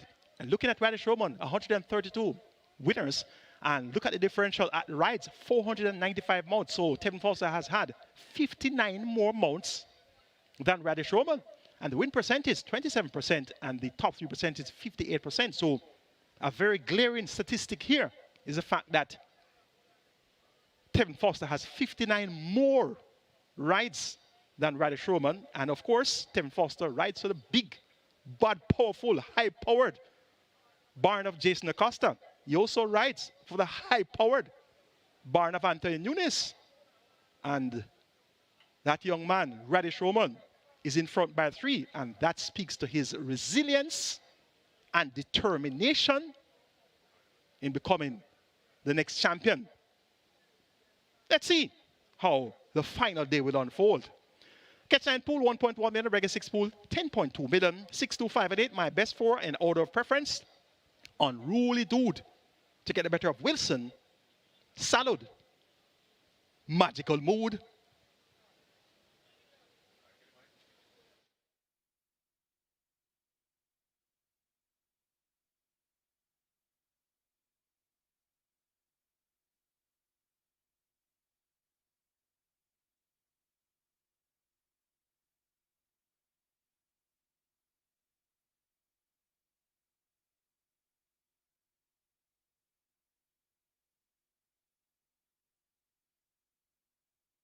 So the runners have arrived at the post, and we're looking at some lovely pools.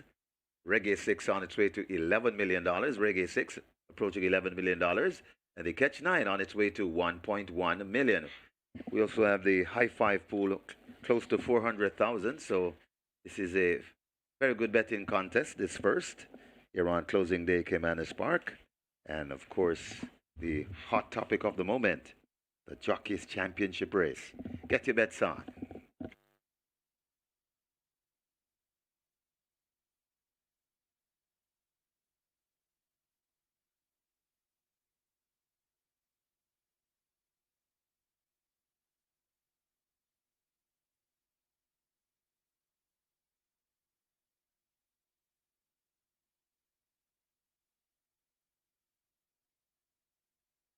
They're closing up the front of the gates and just repeating the betting. Catch 9 heading for 1.2. A Reggae 6 already at 10.5 million and climbing. You need to get your bets on. The High Five is approaching $400,000. But loading up is about to begin. So get your wagers on.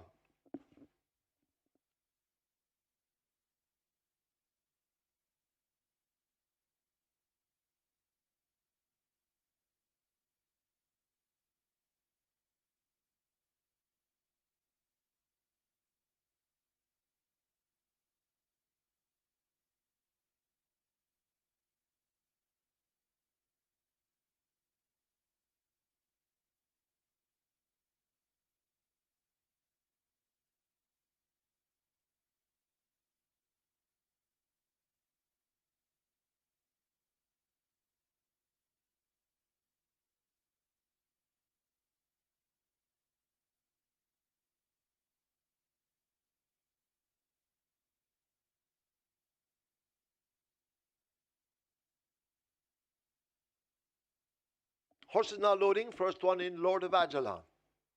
Wilson goes in at 2.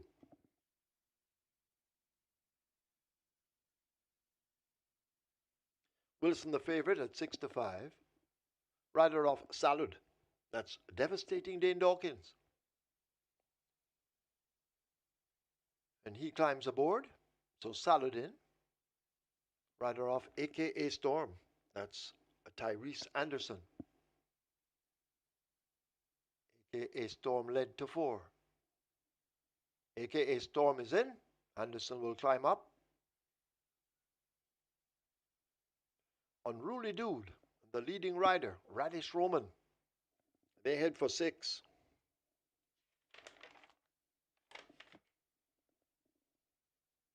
Tevin Foster in Magical Mood, load at 8. He has ground to make up. John P. going into 3.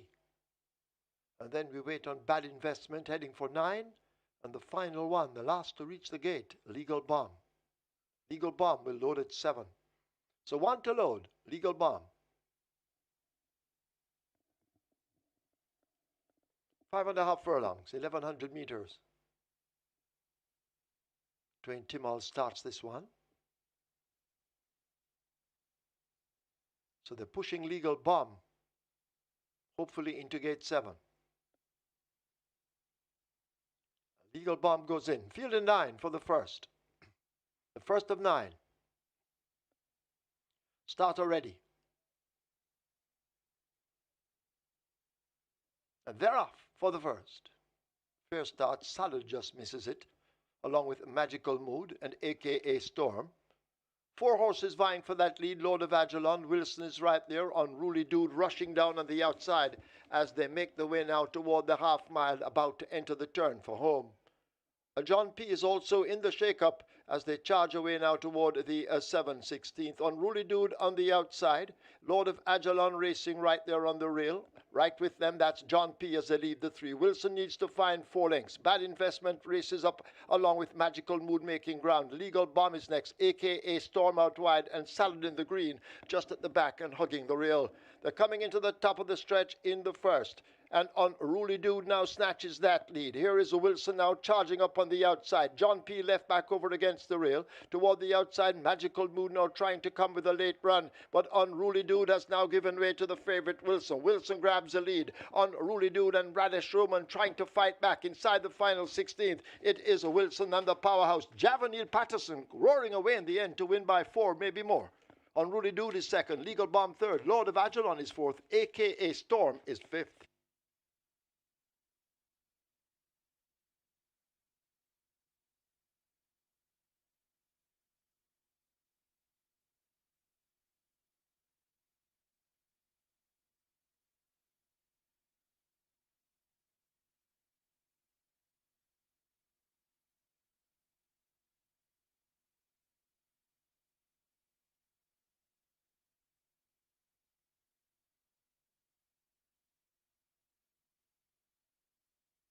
We have claims. We have claims in the first event. 2 claims submitted for number 1, Lord of Ajalon. Anthony Dixon for Lancelot Ellis. Anthony Dixon claims Lord of Ajalon for Lancelot Ellis. 2 claims submitted for number 2, Wilson. Roy Matthews for himself. Roy Matthews for himself. 1 submitted for number 3, John P. Paul Hilton for Sylvester Subaran. Paul Hilton claims John P. for Sylvester Subaran. 4 claims submitted for number 5, Salud. Philip Lee for Nadon. Philip Lee claims Salud for Nadon. 1 submitted for number 6, Unruly Dude. Marvin Campbell for True Friends. Marvin Campbell claims Unruly Dude for True Friends. 1 submitted for number 9, Bad Investment. Donovan Russell for Clive Robinson. Donovan Russell claims Bad Investment for Clive Robinson.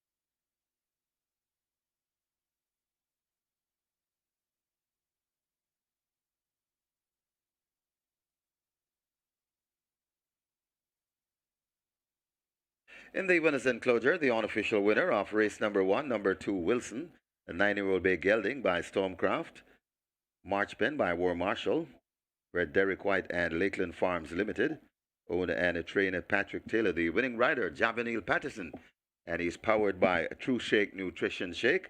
And the True Shake people are in the house today. We hope you have a wonderful day at the races. The groom, Jermaine Mighty, second. Number 6, Unruly Dude. The third, number 7, Legal Bomb. Fourth, number 1, Lord of Agilon. And the fifth, number 4, Stormcraft. Final time for 5.5 furlongs, 1:08 and 4.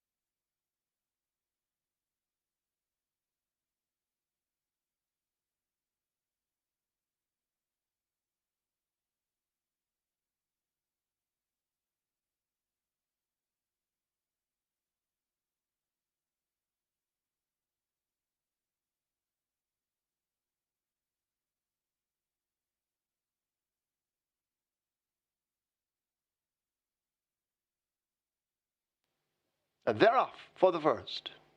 Fair start, Salad just misses it, along with Magical Mood and AKA Storm.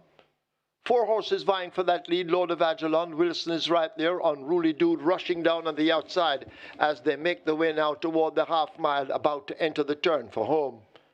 John P. is also in the shake-up as they charge away now toward the 7/16th. Unruly Dude on the outside. Lord of Agilon racing right there on the rail. Right with them, that's John P. as they lead the 3. Wilson needs to find 4 lengths. Bad Investment races up along with Magical Mood making ground. Legal Bomb is next, a.k.a. Storm out wide, and Salad in the green just at the back and hugging the rail. They're coming into the top of the stretch in the first. And Unruly Dude now snatches that lead. Here is Wilson now charging up on the outside. John P. left back over against the rail. Toward the outside, Magical Mood now trying to come with a late run. But Unruly Dude has now given way to the favorite Wilson. Wilson grabs the lead. Unruly Dude and Radish Roman trying to fight back inside the final 16th. It is Wilson and the powerhouse Javanil Patterson roaring away in the end to win by 4, maybe more.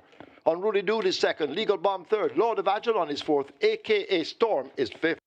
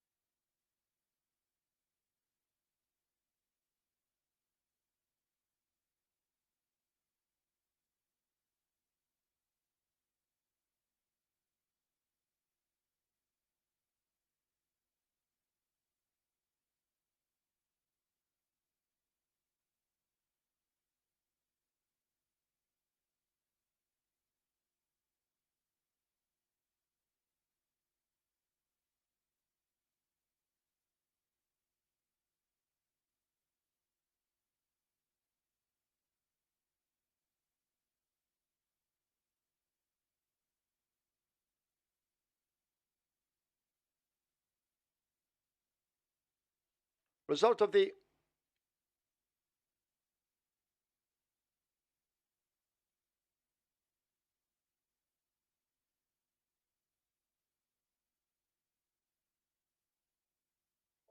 of the first now official. Horses to the testing barn. 2 Wilson, 7 Illegal Bomb. 2 and 7 both go to the testing barn. Wilson, 214 to win, 140 to place. Second, 6 Unruly Dude, 144.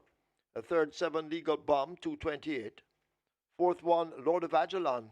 Fifth, 4 AKA Storm. The Exacta, 492. Quinella, 464. Trifecta, 1,956. Superfecta, 4,443. 23 high fives, 12,603. Splits, 24, 48.3. Final time, 1,100 meters or 5.5 furlongs, 1:08.4. The margins 4.5 by 3 3/4.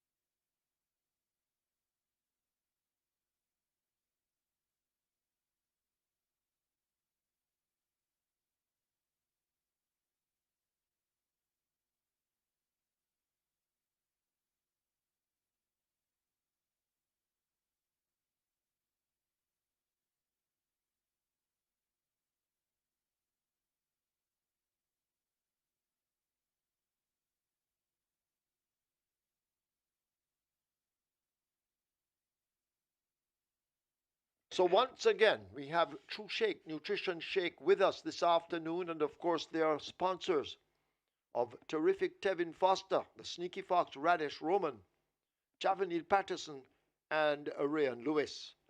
So True Shake, Nutrition Shake in the house, and they sponsor Tevin Foster, Radish Roman, Javanil Patterson, who has already taken the first race, and Rayan Lewis.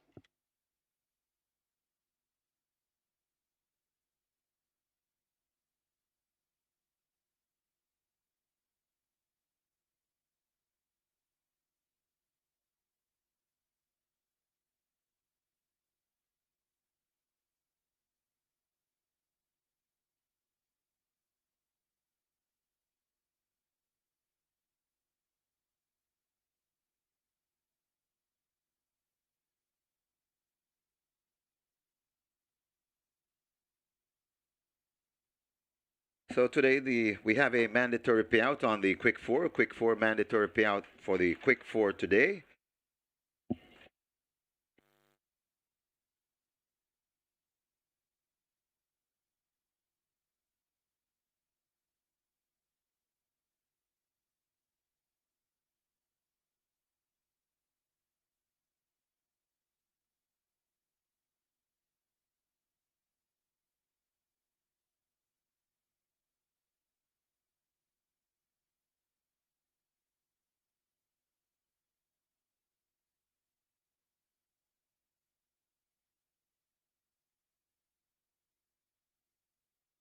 So the quick four mandatory payout, it's coming up next, race number 2. We have a jackpot bonus carryover. Jackpot bonus carryover of 619,000. That's the quick four mandatory payout today. And for opening day, January 1st. Exciting racing coming your way on January 1st. It's opening day. And we have featured races including the 5th running of the Ian Levy Cup, the Mackay Security Sprint Trophy,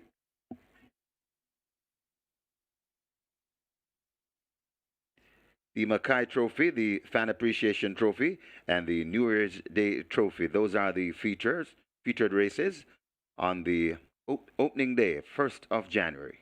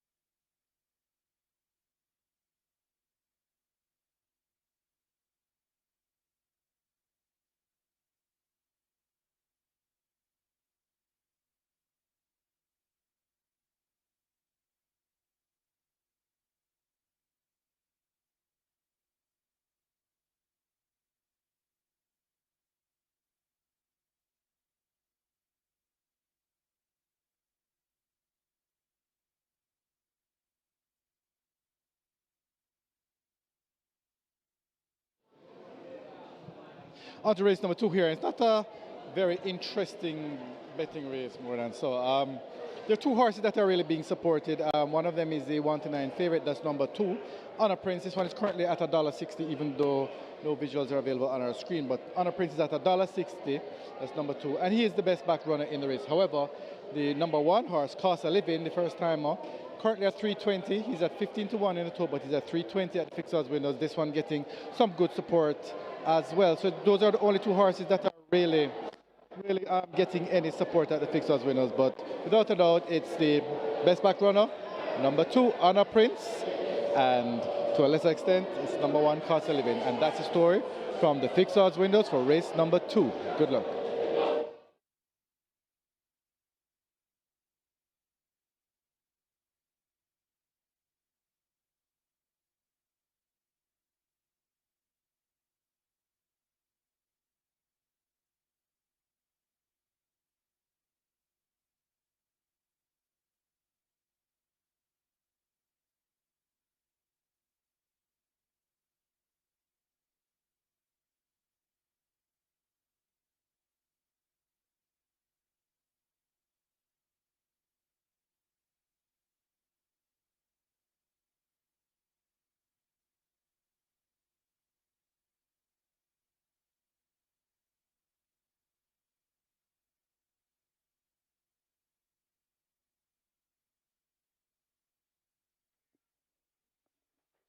So we have the races coming up on the 1st of January 2025. We have the Mackay Security Trophy over 7 furlongs. The Miracle Man, a Grade 2 event over 7 furlongs. The 2025 Fan Appreciation Day Trophy, it's an overnight allowance. The distance 9 furlongs and 25 yards. The 2025 New Year's Day Trophy over 6.5 furlongs. And the Mackay Security Sprint over 3.5 furlongs. The Ian Levy was an error. So just repeating them, the Mackay Security Trophy, 7 furlongs. The Miracle Man, a Grade 2 event over 7 furlongs. The 2025 Fan Appreciation Day Trophy, it's an overnight allowance over 9 furlongs, 25 yards. The 2025 New Year's Day Trophy over 6.5 furlongs. And the Mackay Security Sprint, 3.5 furlongs. Those are the races scheduled for the 1st of January and New Year's Day.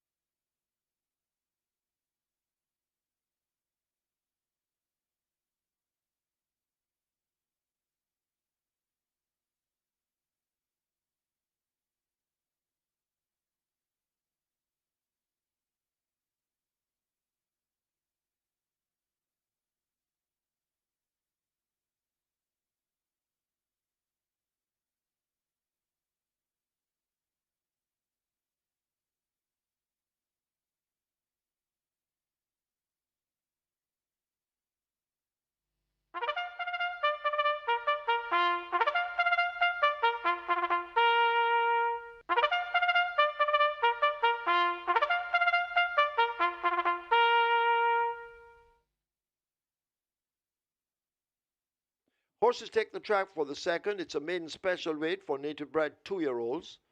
The distance 1,200 meters or 6 furlongs. Number 5, Bad Gal Chelsea.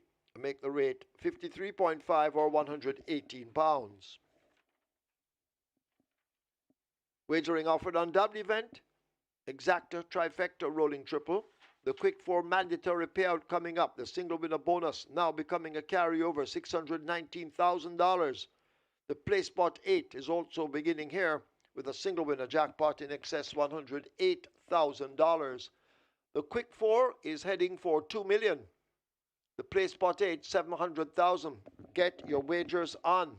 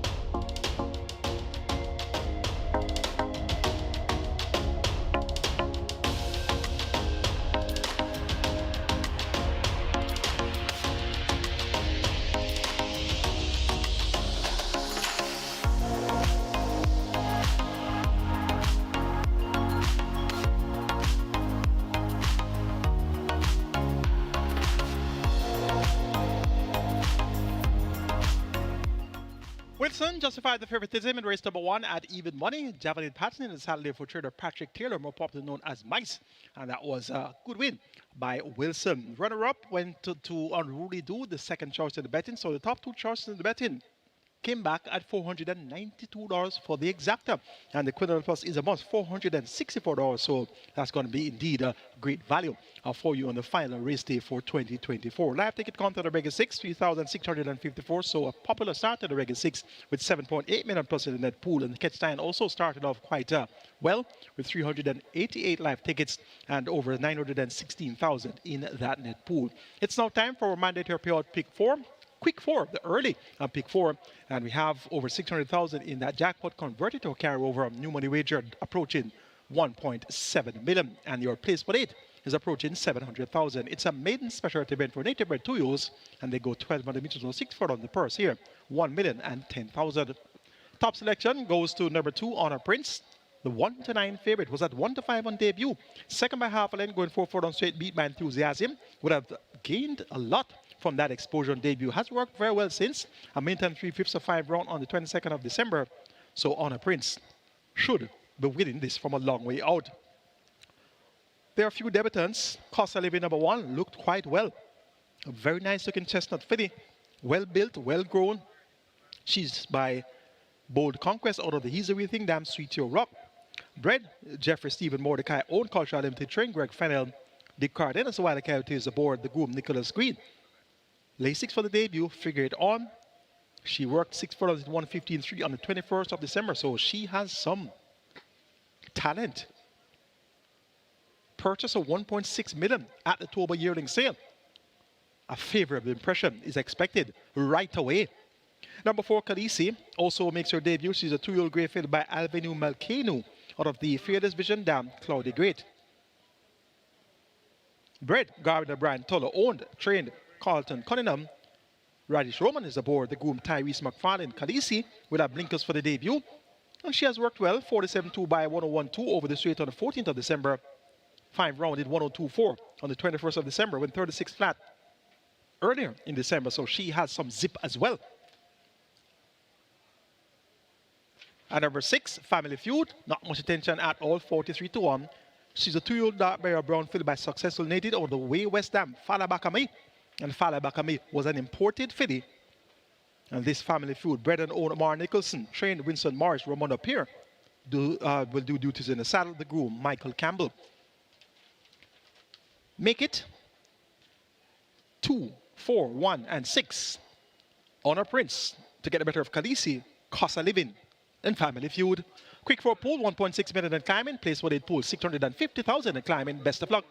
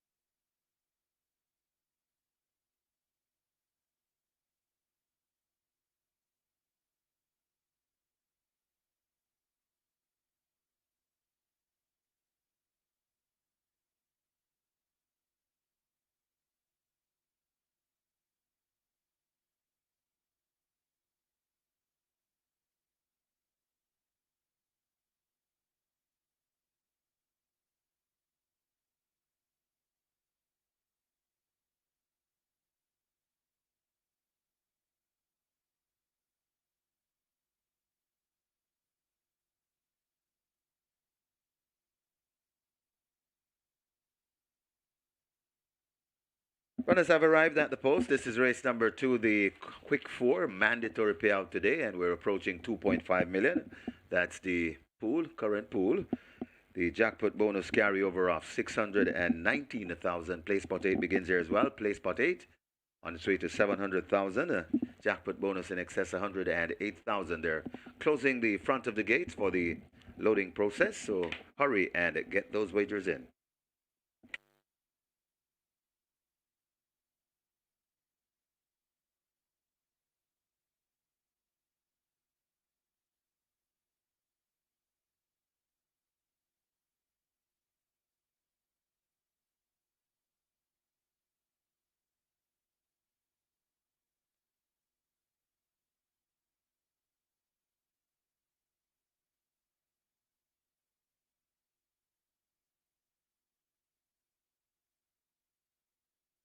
Horses loading. Last chance to make your wagers. The first one in, Cost a Living, in gate 1.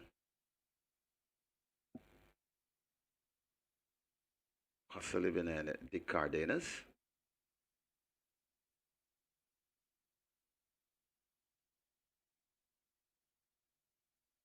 Bad Gal Khaleesi to gate 3. Khaleesi led to gate 4. Radish Roman standing.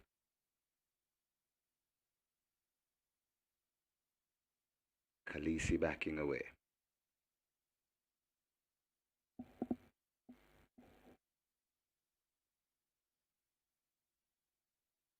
Still working on Khaleesi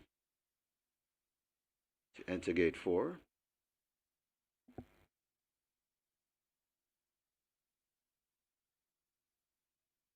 Final chance to get a wager in on the quick 4.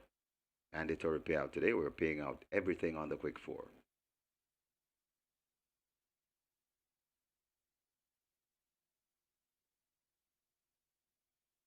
Close to 2.5 million. Sits at 2.4 and climbing fast. You're going to try with Bad Gal at Chelsea to gate 5. Bad Gal Chelsea turning sideways.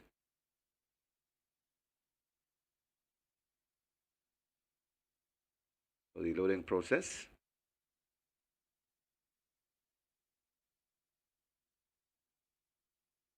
A bit tardy, as these runners are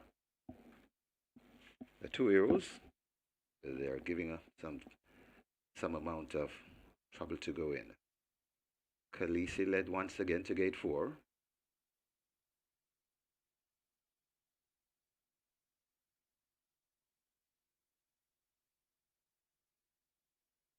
Part of the way in, and a Khaleesi up and in. Radish Roman, the Sneaky Fox, climbs on the gate to have a seat.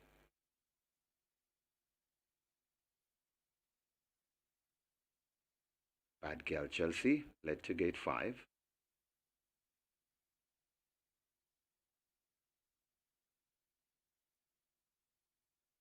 Giving some amount of problem to go in, this Bad Gal Chelsea.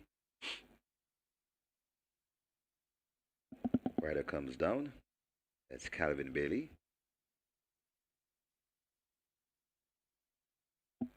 Working on a Bad Gal Chelsea, who now goes in.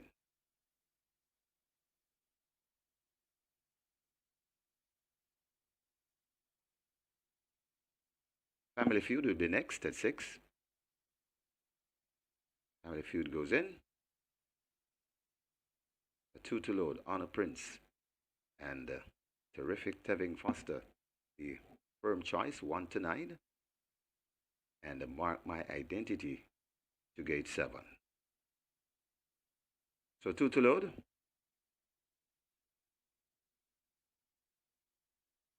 Honor Prince heads to gate 2 and goes in. Rider comes down for Mark My Identity, Richard Henry.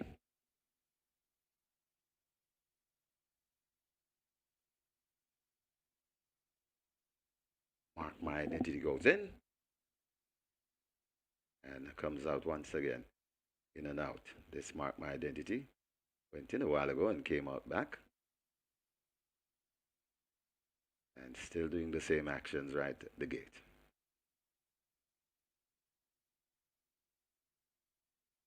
Trying to get this one to stay in, the starter and the starter's assistant.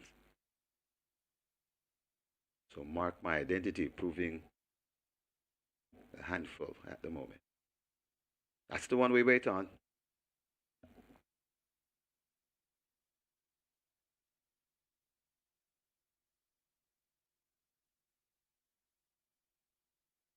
Still working on this one. Mark My Identity. And still being stubborn.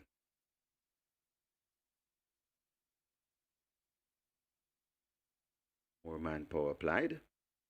And looks as if this has done the trick. Rider sprints across to have a seat. And start the Timmel waiting patiently to let them go. 6 furlong the trip. Best of luck with all your wagers.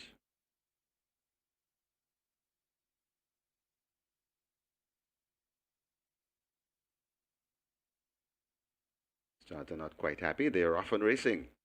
Mark My Identity misses it and is racing at the back of the field. Honor Prince goes for that lead. Rushing down on the right there too, that is Khaleesi.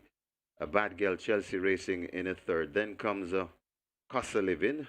Just behind a Costa Living, that is Family Feud racing, rushing down on the outside. That is the slow starting Mark My Identity and Bad Girl Khaleesi trails. They head towards the 3, and it is Honor Prince on that lead. Just about a length from Khaleesi chasing in second. They're about 6 lengths before we come to Costa Living. Then comes a Bad Girl Chelsea overtaken by Mark My Identity.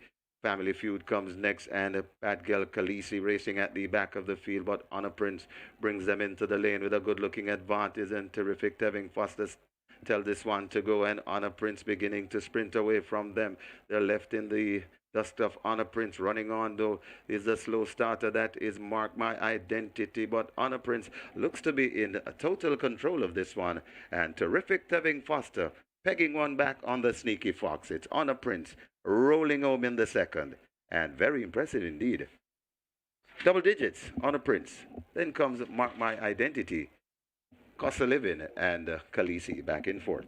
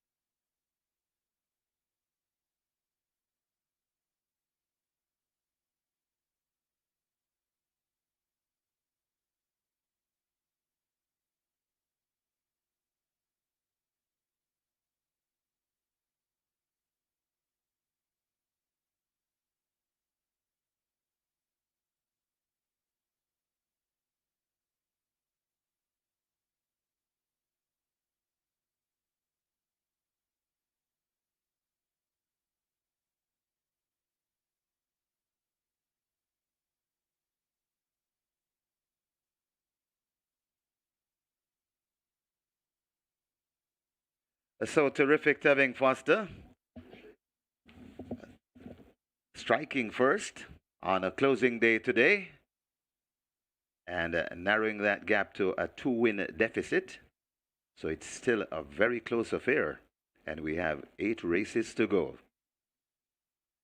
And of course, terrific having Foster is a True Shake ambassador, and he's powered by True Shake Nutrition Shake, and they're in the house with us today. In the winners enclosure, the unofficial winner of race number 2, number 2 Honor Prince, a 2-year-old bay colt by Burn Identity, Awesome Lucy by Fort Larned, bred and owned Peniel, trained Robert Pearson, the winning rider, terrific Tevin Foster, the groom Akeem Johnson second, number 7 Mark My Identity, a third number 1 Costa Living, and a fourth number 4 Khaleesi. Final time for 6 furlongs, 1:15 flat.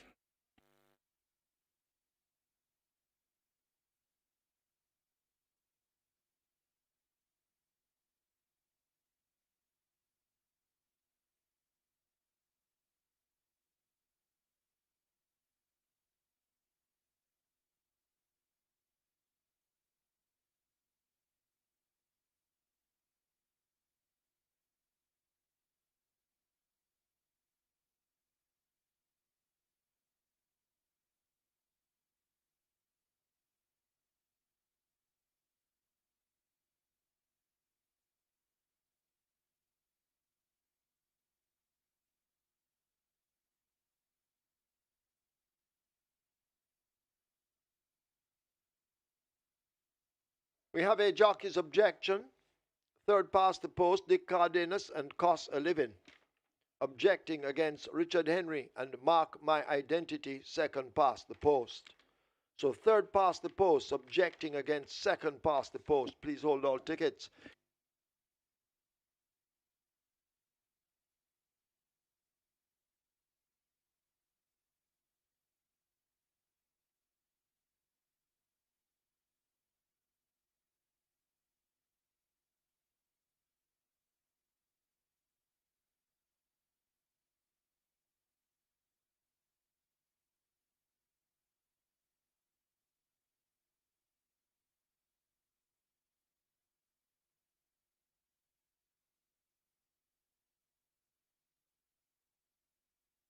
So, just repeating, Stewart's inquiry and jockey's objection. Third past the post, Dick Cardenas and Costa Living.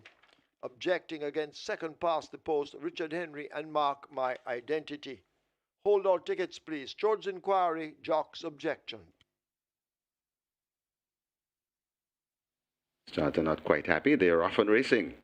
Mark My Identity misses it and is racing at the back of the field. Honor Prince goes for that lead.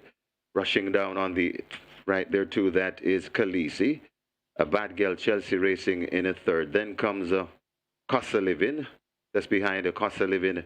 That is Family Feud racing, rushing down on the outside. That is the slow starting Mark My Identity and Bad Girl Khaleesi trails. They head towards the 3, and it is Honor Prince on that lead. Just about a length from Khaleesi chasing in second. They're about 6 lengths before we come to Costa Living. Then comes Bad Girl Chelsea, overtaken by Mark My Identity. Family Feud comes next, and Bad Girl Khaleesi racing at the back of the field, but Honor Prince brings them into the lane with a good-looking advantage, and terrific Tevin Foster tell this one to go, and Honor Prince beginning to sprint away from them. They're left in the dust of Honor Prince. Running on, though, is the slow starter. That is Mark My Identity, but Honor Prince looks to be in total control of this one, and terrific Tevin Foster pegging one back on the sneaky fox. It's Honor Prince rolling home in the second, and very impressive indeed. Double digits, Honor Prince. Then comes Mark My Identity, Costa Living, and Khaleesi back in fourth.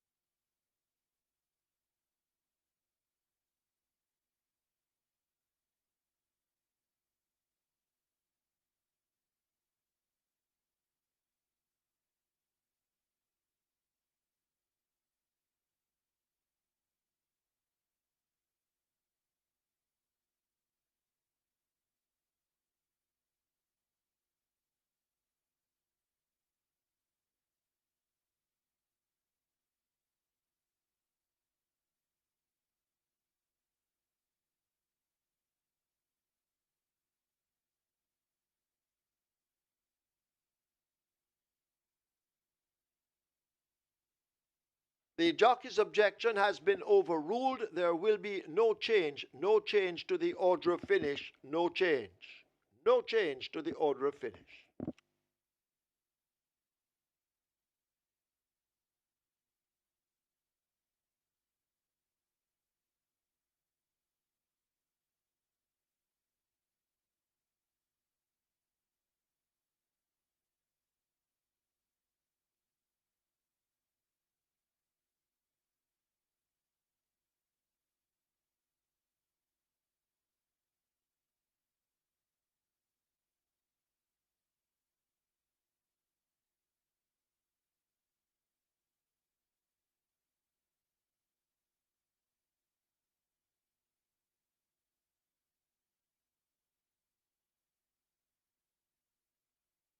Result of the second now official. Horses to the testing barn. 2. Honor Prince. 7. Mark My Identity. 2 and 7 both go to the testing barn. Honor Prince 118 to win, 105 to place. The second 7 Mark My Identity 182. Third 1 Casa Livin 132. Fourth 4 Khaleesi. The double 276. Exacta 775. Trifecta 782. Splits 24, 48, 3. Final time, 6 furlongs, 115 flat. The margins 11 by 5 3/4.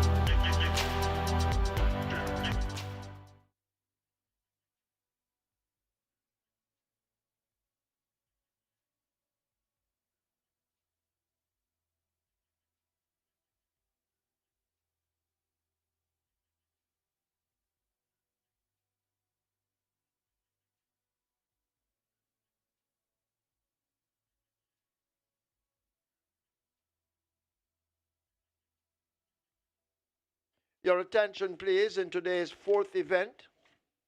Number 5, Bosi, now the mount of T. Soku. T. Soku rides number 5, Bosi Girl. Race number 4.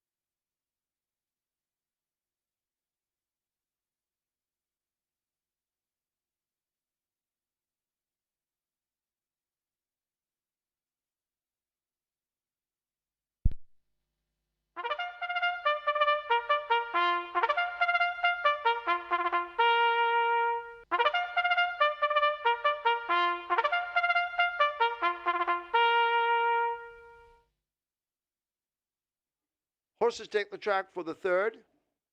This is the VESTIA trophy. It's a restricted stakes for imported 3-year-olds and up, non-winners of 3, and native-bred 3-year-olds and 4-year-olds, non-winners of 4. The distance 1,500 meters or 7.5 furlongs. Number 2, Battle Angel, sick, scratched. Number 3, Princess Amali, make the weight 55 kilos or 121 pounds. Number 5, Amma, 50.5 or 111.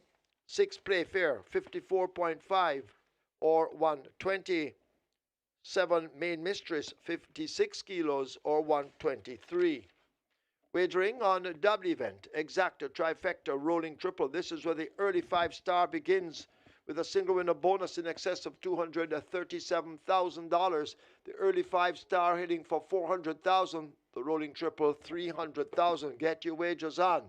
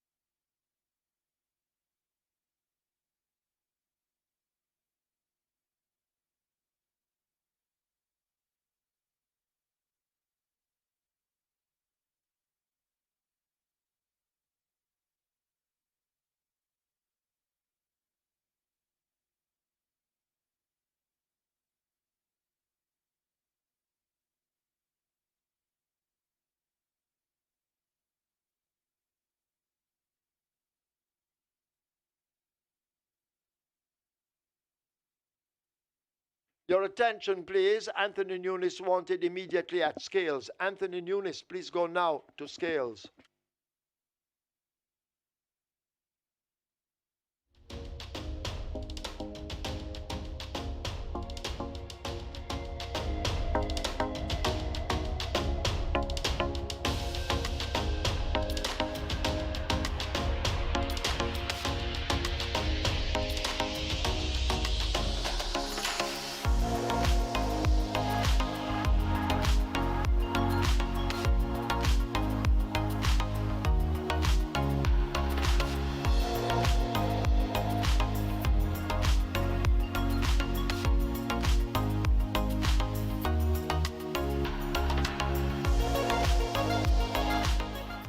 No problems there for the big favorite Honor Prince at 1-9. Wins like a 1-9 favorite should.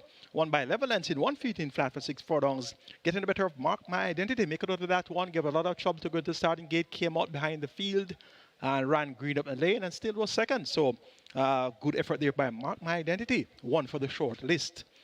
Cost of living third, and Khaleesi checked in fourth. Live ticket count on the Vegas 6, 3,564 with 7.8 million plus in the net pool. Catch 9 live ticket count 370 with now 916,000 plus in that net pool. And the quick 4 on mandatory payout day starts off with 1,977 live tickets with over 3. Make that 2.3 billion in that net pool.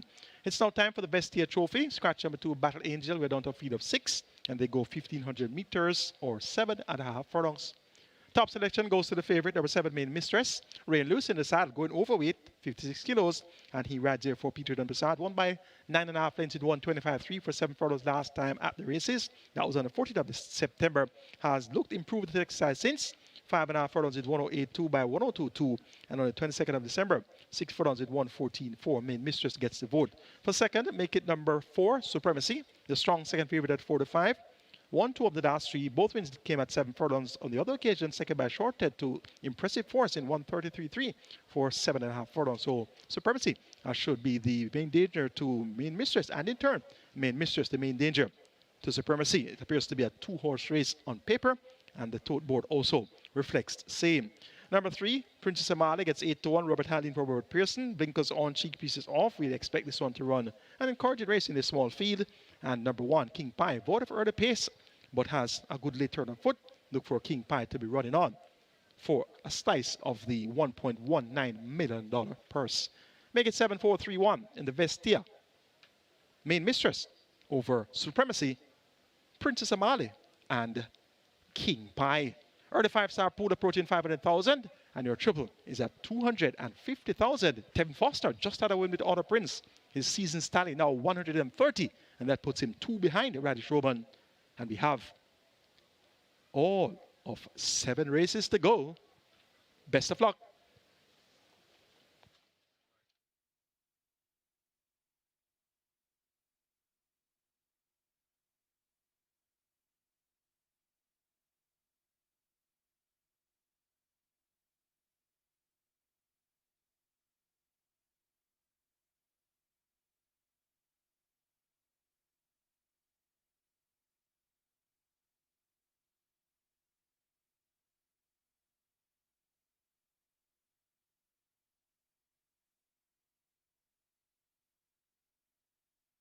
Please note, number 1, King Pie, goes with 54 kilos. It's the correct allotted weight. So the allotted weight for King Pie, 54 kilos or 119 pounds. In the 5th event, number 9, Blood Moon, the correct allotted weight, 54 kilos or 119 pounds. So race 5, number 9, Blood Moon, the correct allotted weight, 54 kilos or 119 pounds.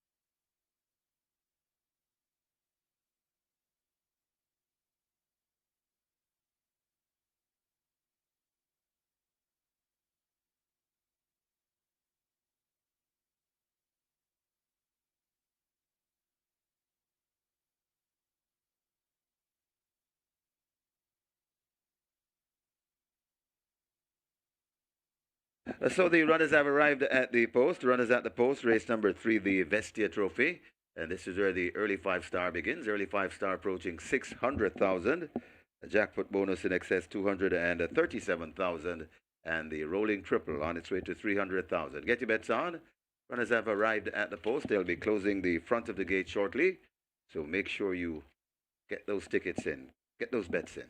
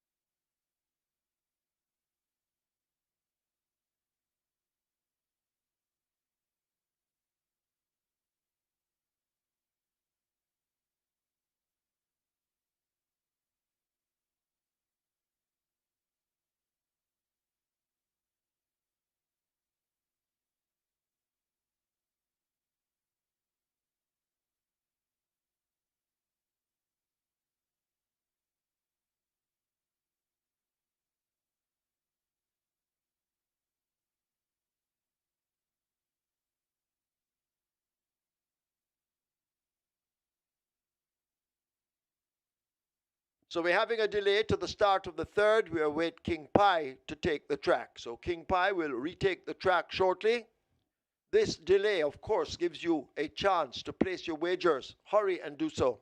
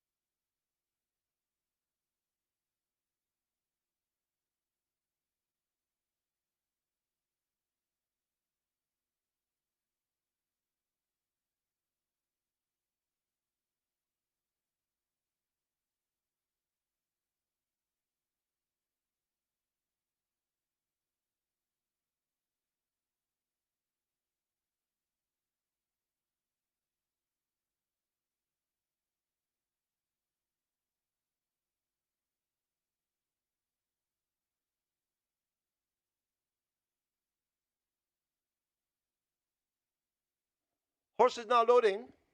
This is the Vestia Trophy. King Pi is in at 1. They try next with Princess Amali and Robert Halladine.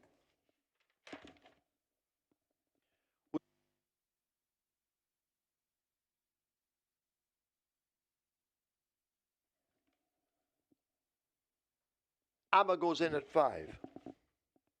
Emilio McLean riding. Playfair comes next at 6.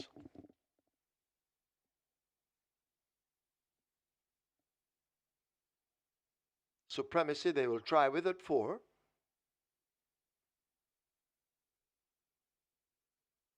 Supremacy looks to be in. And the 1-2 favorite from the US of A, Main Mistress, loads at a 7. Field in 9 for the VESTIA trophy. 7.5 furlongs thereof, Supremacy misses the start, being urged to get closer already. Main Mistress, a Playfair, Princess Somali going for that lead. These three in a tight grouping, Amma racing in behind them as they charge away toward the final 6. A Playfair has a narrow lead. It's just about a long neck in front of Princess Somali as they leave the 6. Supremacy has made good progress after the slow start. Main Mistress settled just in behind them in 4th. Amma races next, possibly 6 lengths off that lead, and King Pie trails them as they go flashing past the 5 on their way toward the half mile and the turn for home, and Supremacy has now hit the front. Supremacy out in front. Princess Somali chasing a half a length down. They've left the half mile. A Main Mistress is going in chase but needs to find 4.5 lengths. A break of some 4 back to Playfair. King Pie making mild progress, and Amma left at the back under the pump as they go slipping past the 3 and make their way to the 5/16th. Princess Amali coming up now to challenge Supremacy for that lead. Main Mistress right in behind them. Supremacy down on the rail, turns for home. Princess Amali left back. Here now is a Main Mistress, the foreign bred, asked to close up, but Supremacy is traveling sweetly and runs toward the furlong pole with a 3.5 to 4 length lead. It is Supremacy and Terrific Tevin Foster. They hold the advantage. They drive inside the final 16th. It is Supremacy lengthening strides and going right away from them. This is the VESTIA trophy. Supremacy will win it. Main Mistress possibly just gets second over King Pie. Princess Somali is 4th.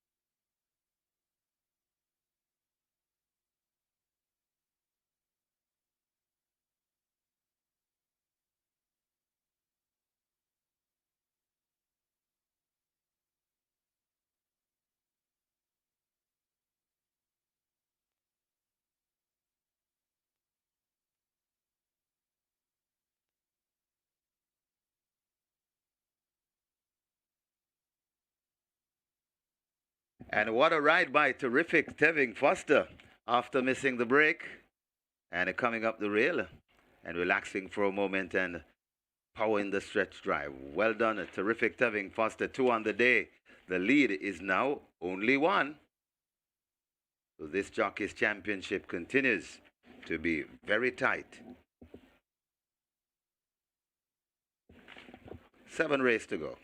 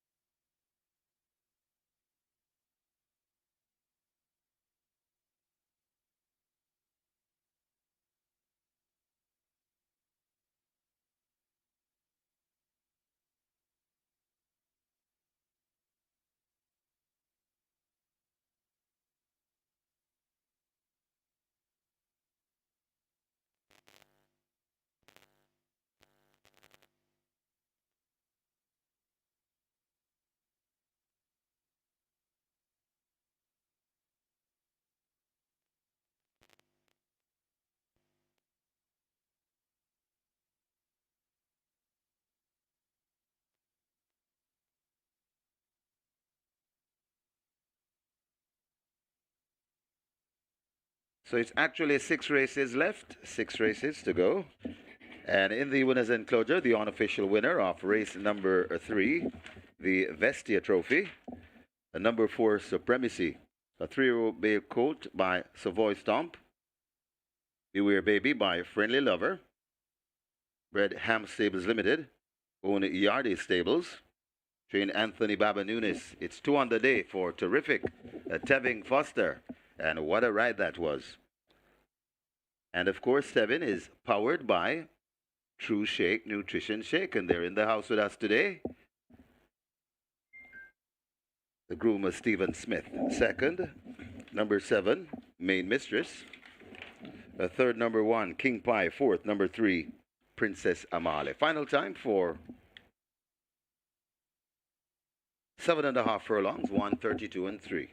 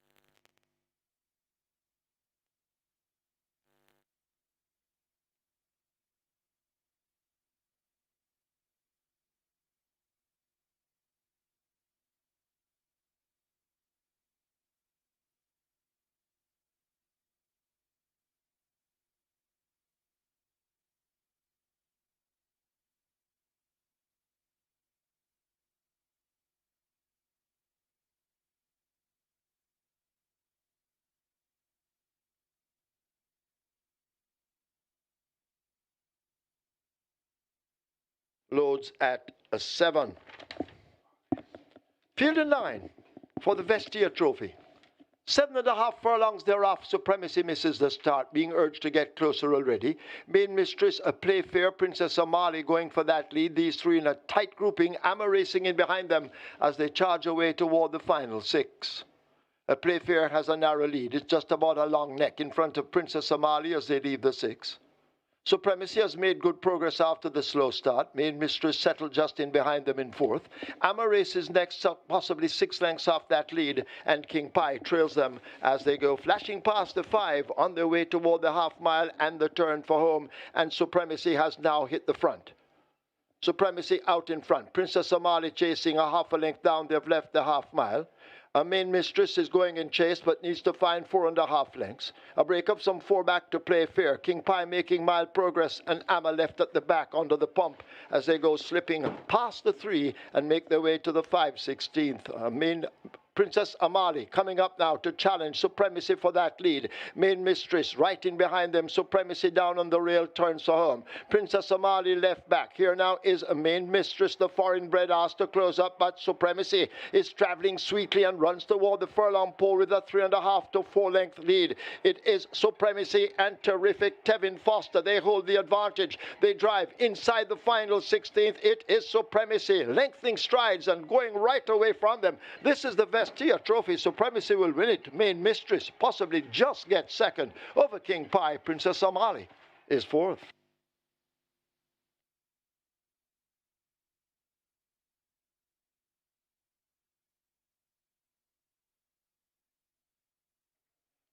Result of the 3rd now official.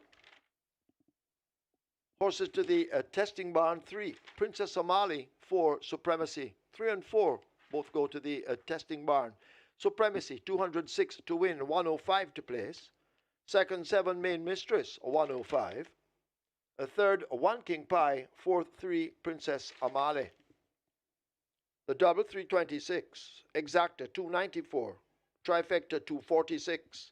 1,109 triples, 587.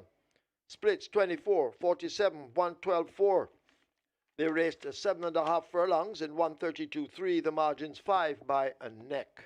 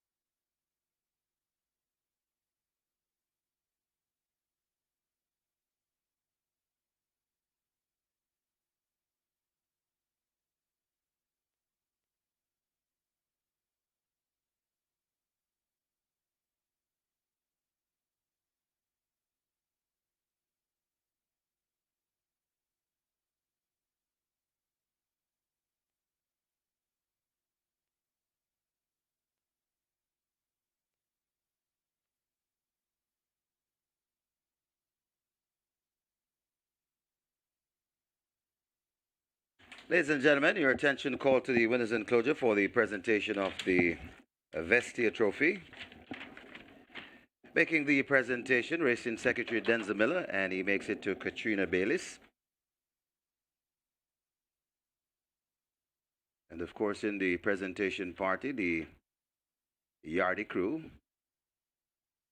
and the winning trainer, Anthony Baba Nunes. Congratulations to the winning connection, race number 3, the VESTIA trophy.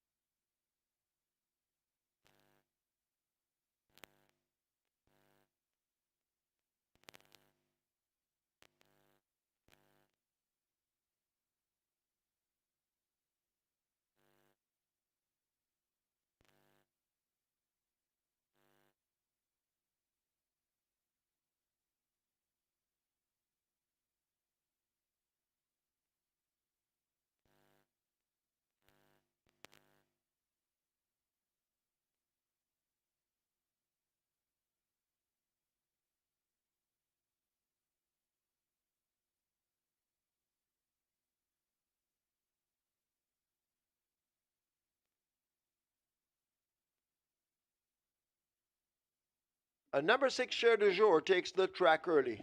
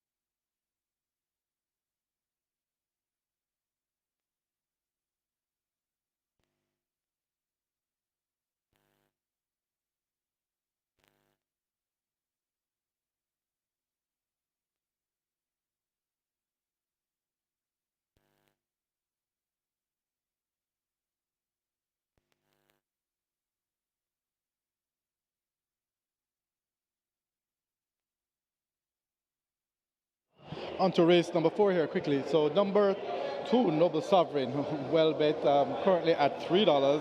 Quite a few runners getting some good support because Bossy Girl, well, this one opened at 31. He dropped to $7.50, but he's back to about $8 now. He took a lot of the early money. That's number 5, Bossy Girl. Number 6, Cher du Jour, currently at $10. Good support as well. But the best support has been between number 7, Town Star.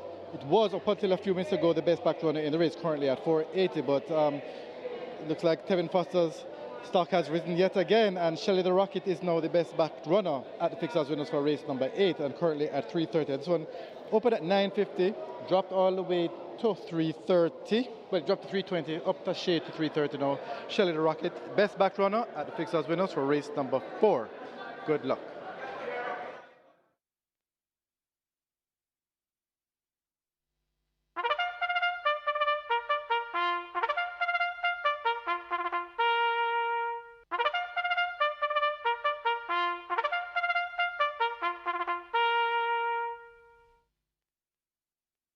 Horses take the track for the 4th. It's a maiden condition race for native bred 3-year-olds. The distance 1,000 meters or 5 furlongs straight. Scratch numbers 1, Sea of Blue, not eligible. 4, Linstead Market, not eligible. 5, Bossy Girl, make the weight 49.5 or 109. The rider Tajay Sokou. Wagering on double event, Exacta, Quinella, Trifecta, Superfecta, High 5, Rolling Triple. A Twilight 6 wagering also begins here. The Rolling Triple on its way to 400,000. The Twilight 6 knocking on the door of $5 million. Get your wagers on. You have 4 minutes to post.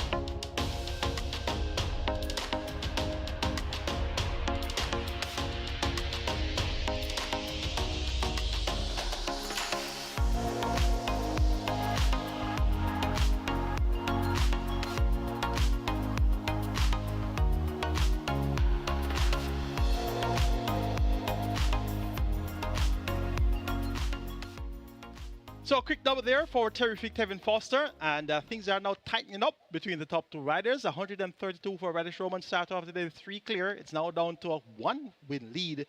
Kevin Foster on 131. So we're indeed at the edge of our seats. It's coming down to the final race day, and indeed, this is what Thoroughbred Racing is all about. Our jockeys have starred the show all season long, and the last day of the racing season is no different. Supremacy, a bit slow out of the gate, but coupled up nicely, went through, disputed the lead, and then went about his business and got the better of the favorite main mistress. 1,999 live tickets are going on the Reggae 6, and we have 162 live tickets on the catch sign, and the quick 4 on mandatory period day, now 1,161 live tickets. It's now time for the Twilight 6 minimum guaranteed payout, 3.5 billion. Scratch numbers 1, Sea of Blue, and 4, Linstead Market 1 and 4, out of race number 9. Let's take a look at the fourth. Top selection goes to number 2, Noble Sovereign, and wow, the stable confidence is quite high. Even money for Noble Sovereign. Never expected this. Looks to be in a spot where he should be able to give a good account of himself. Has been sent off double-digit odds on most, not all, actually all of his career starts, all 7 career starts, 99-1, on 3 occasions, 89-1. Then we have 57-1, 31-1. The lowest odds Noble Sovereign have been sent off is 11-1, and that came on the 9th of November. So even money for Noble Sovereign really catches the eye. So let's see if he'll be able to justify the support. That's my top selection. Number 8, Shelly the Rocket, as we wish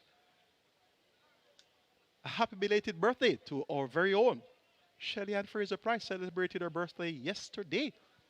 So this could be the rake horse you're looking for. Shelly the Rocket has Kevin Foster aboard, looking for a natural hat trick. And this would be a tie once again on the jockeys' standings if Shelly the Rocket were to win. And that could be a distinct possibility here, given that there's no great shakes here. So any number can play. Number 7, Town Star also gets 2-1. Showed marked improvement last time out. Led at a half mile in a 7.5 furlong contest. 3 starts back, also at 7.5 furlongs, was disputing the lead at the half mile when second by a neck. Port Francis maintains the ball for Donovan Plummer. Town Star, one to have on the right side as well. And Share de Jour, number 6, gets 6-1. Jeopardy passes riding for Alfred Brown. Visor now fitted. Ran fairly well when 7 by 6 and a quarter lengths over the 4 furlong straight distance on the 30th of November behind Dream to Reality, Lady Sarasuta and Tornado Steel. Make it 2-8-7-6 in race number 4. Noble Sovereign over Shelly the Rocket, Town Star, and Share de Jour. Twilight 6 pool, 6.3 million and climbing. Their triple is approaching 500,000. Best of luck.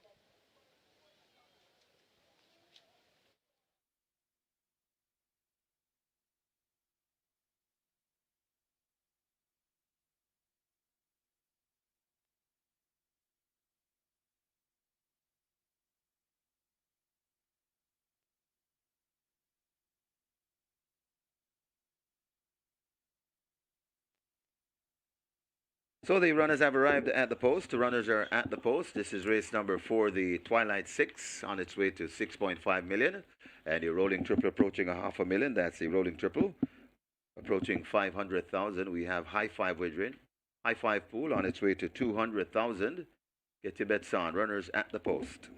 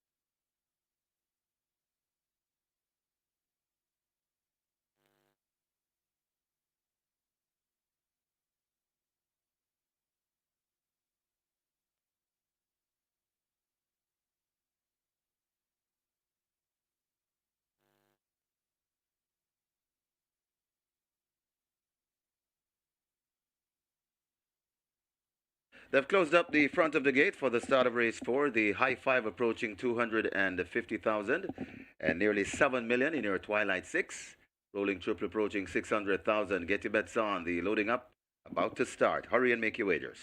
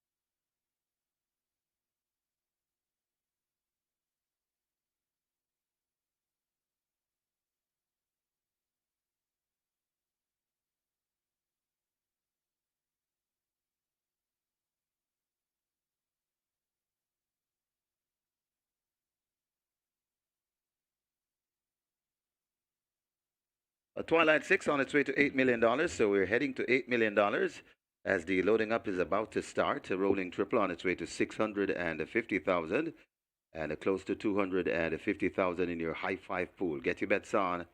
Loading up about to start. Running out of wagering time for sure. And terrific Tevin Foster. He rides the 8-5 favorite. And he's looking to even the score with the Sneaky Fox. Here in race number 4.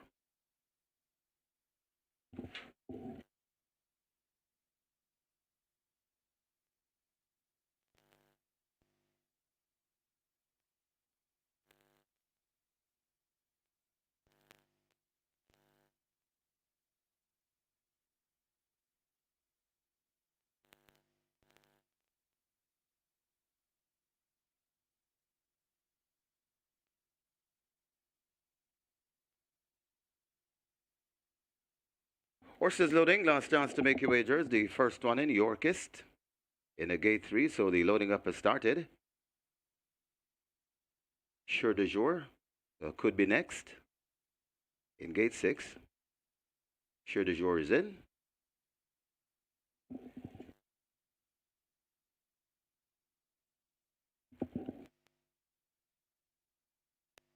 Town Star heading to gate 7. Bossy Girl. Well, Noble Sovereign is in at 2. Town Star in at 7.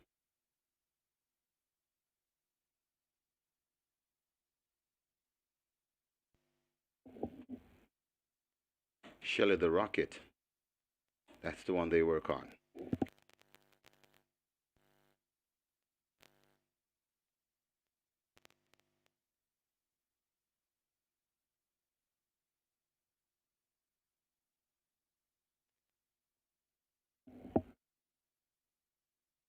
So Shelley the Rocket,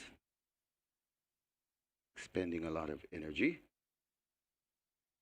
And the hard-working starters assistants trying to get this one in the gate. They've opened the gate to encourage this one to load. That's the one they work on. So get your bets on as Shelley the Rocket. Give you added wagering time. And she's really lashing out at the starters assistant up there at the 5 furlong straight.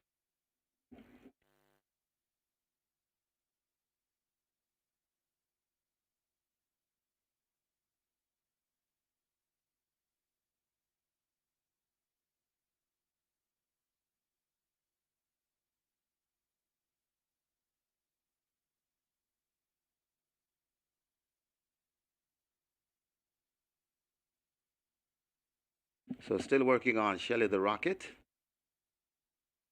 Undeclared war, waiting patiently. As Bossy Girl also waiting patiently.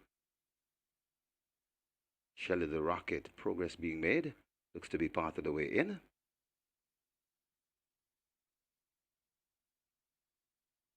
So Shelley the Rocket goes in.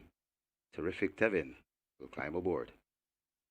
So 2 to load of Bossy Girl and Undeclared War. Undeclared War to 9. 1 to load. Bossy Girl. 5 furlong straight the trip. This is race number 4. Best of luck with all your wagers. Bossy Girl goes in. We have a line.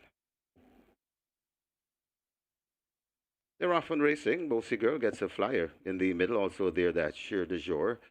Undeclared War is right on the premises along with Town Star. Left out of it a bit. And closest to us, that is Shelley the Rocket. Over on the far side, that's Yorkist. And close to the far rail, that is a Noble Sovereign there. Looks to be in a line. Everybody has a chance here. Yorkist is prominent. Sure de jour is right there too. Town Star coming into it now. That's Shelley the Rocket. Left back a bit. That is Undeclared War. They're coming to the 2 furlong point, and it is wide open. Whoa, it's wide open. Shelly the Rocket, though, closest to it, might just have the overall lead. Shelly the Rocket, Share de Jour is there too. Also on the far side, that's your kids. It's Shelly the Rocket and Terrific Tevin Foster trying to get this one home for 3. It's Shelly the Rocket still in front. Here comes on the inside and coming on. That is Town Star. Shelly the Rocket, driven for all she's worth by Terrific Tevin Foster, and he has now tied the Jockeys Championship. Shelly the Rocket goes on to win. Town Star is second. Then comes Noble Sovereign and Undeclared War in fourth.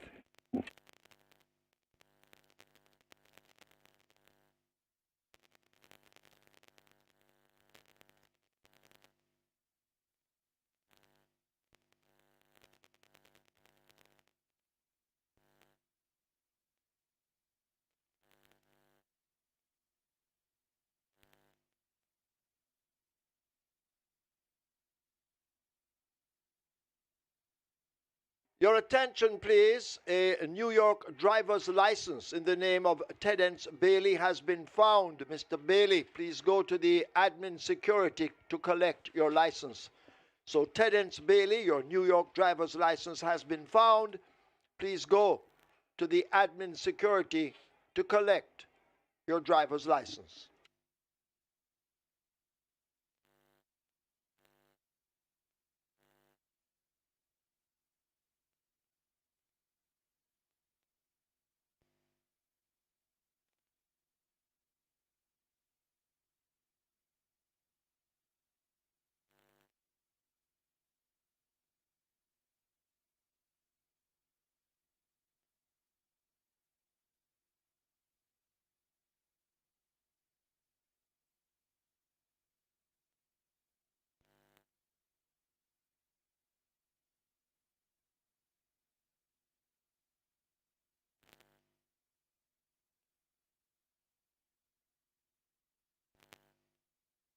Your attention, please, right away. We have a stewards inquiry. Stewards inquiry, please hold all tickets. Stewards inquiry.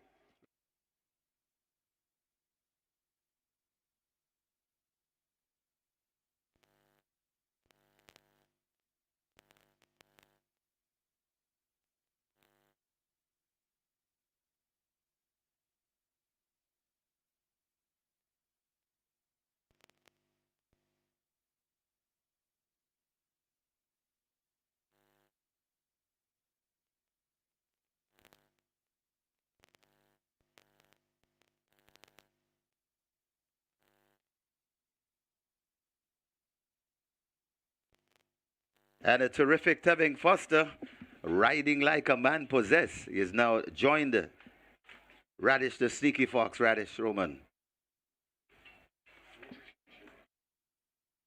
And of course, these two jocks, the leading jocks, are sponsored by True Shake, Nutrition Shake. And the way Tevin drove that one home a while ago, you can see that he had some True Shake, Nutrition Shake. In the winners' enclosure, the unofficial winner of race number 4, number 8, Shelly the Rocket. A 3-year-old chestnut filly by Tapaloo. My Queen by Zaha Z. Bred Donovan Plummer. Owned and trained. Renex Burrell, the winning rider. A 3 on the day for Terrific Tevin Foster. And joining Radish the Sneaky Fox Roman for the Jockeys Championship. And we still have 5 races to go. And once again, we'd like to thank True Shake for their sponsorship.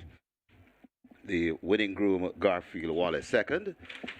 Number 7, Town Star. The third, number 2 rather, Noble Sovereign. And the fourth, number 9, Undeclared War. Final time for 5 furlongs straight, 103 and 2.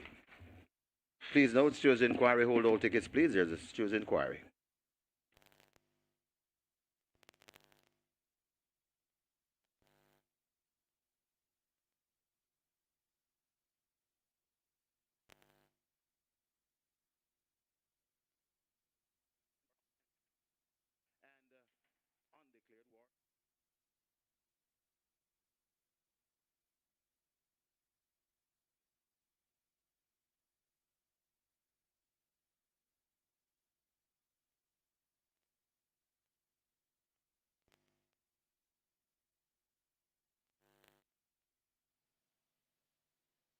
They're off and racing. Bossy Girl gets a flyer in the middle. Also there, that Sheer de Jour.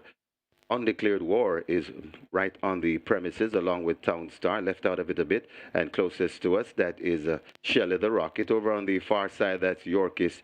And close to the far rail, that is a Noble Sovereign there. Looks to be in a line. Everybody has a chance here. Yorkist is prominent. Sheer de Jour is right there too. Town Star coming into it now. That's Shelley the Rocket. Left back a bit. That is Undeclared War. They're coming to the 2 furlong point, and it is wide open. Whoa, it's wide open. Shelley the Rocket, though, closest to it, might just have the overall lead. Shelley the Rocket, Sheer de Jour is there too.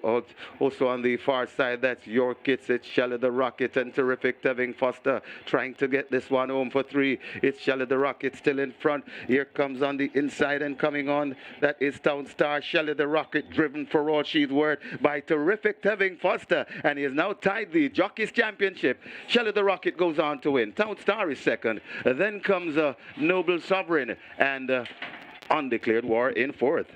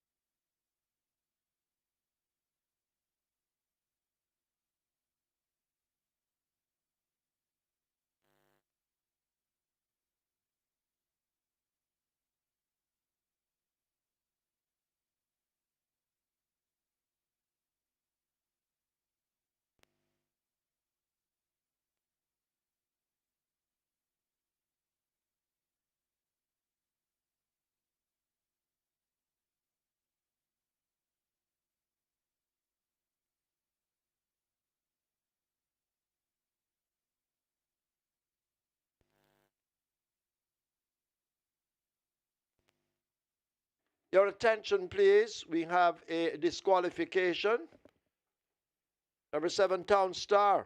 Second past the post, disqualified and placed out of the race. Not returning with the declared equipment. So Town Star, disqualified and placed out of the race for not returning with the declared equipment. The placings now read: first 8, Shelley the Rocket. Second 2, Noble Sovereign. The third 9, Undeclared War. Fourth 6, Sheer de Jour. Fifth 3, Yorkist.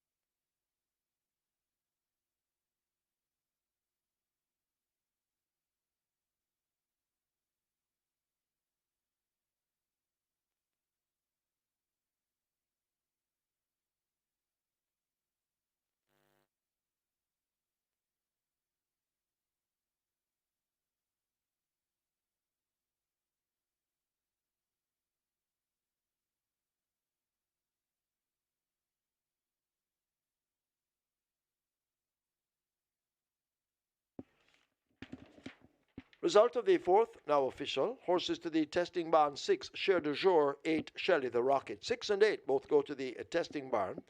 Shelley the Rocket, 282 to win, 130 to place. A second 2, Noble Sovereign, 128. Third 9, Undeclared War, 224. Fourth 6, Cher de Jour. Fifth 3, Yorkist. Double event 566. Exacta 512. Quinella 422. Trifecta 1750. Superfecta 3461. 33 high fives 4182. 818 triples 302. Splits 25-1, 49-4. They raced 5 furlongs straight in 1032.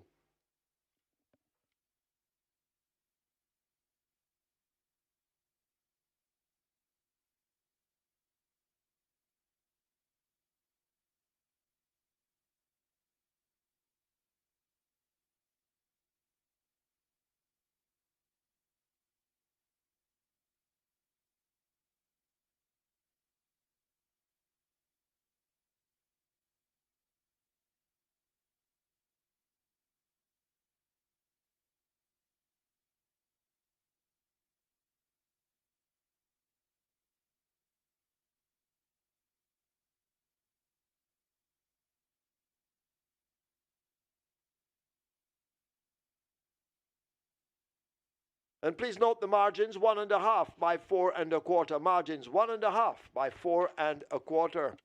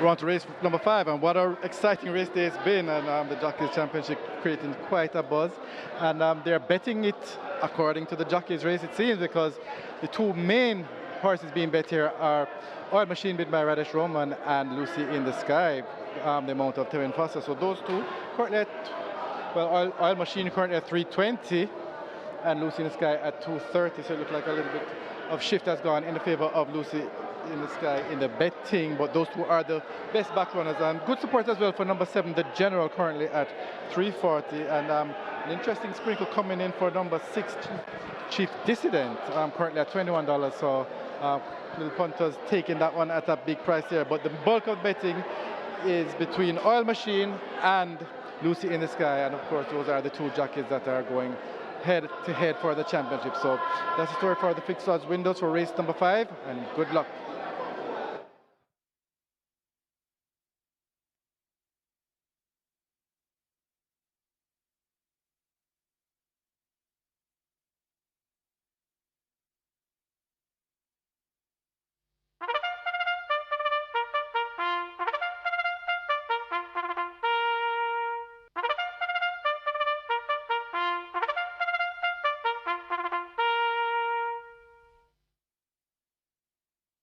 Horses take the track for the 5th. It's a restricted allowance 2 for native bred 3-year-olds, non-winners of 2, and imported 3-year-olds and up, maidens the distance 1600 meters or a mile. 1. Princess Fiani, 51 or 112 pounds. 2. Design Diva, 55.5 or 122. 6. Chief Dissident, 55.5 or 122. 8. Don't Tell Lulu, 52.5 or 116. 9. Blood Moon, 54 or 119. 10. Captain Fantastic, 52 or 115. 11. Wicked Cassie, 54 or 114. Wagering on double event, Exacta, Quinella, Trifecta, Superfecta, High 5, Rolling Triple. The late 5 star begins here. The late 5 star heading to 600,000. You have 4 minutes. Get your bets on.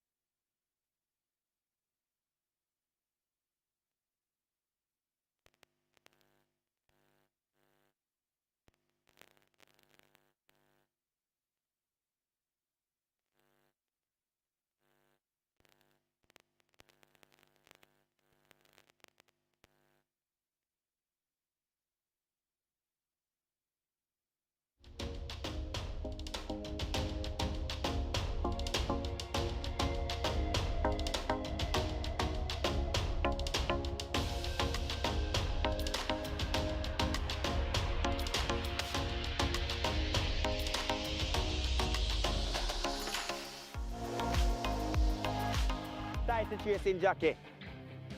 Me matter? Me matter? No man, me matter. No man, me matter, man. Scores level. Wonder who will go win.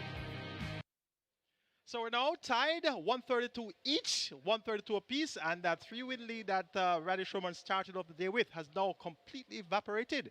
And we're tied once again. Ed Barnes, so what a day, the final day of racing here, and our top two jocks are continuing to shine.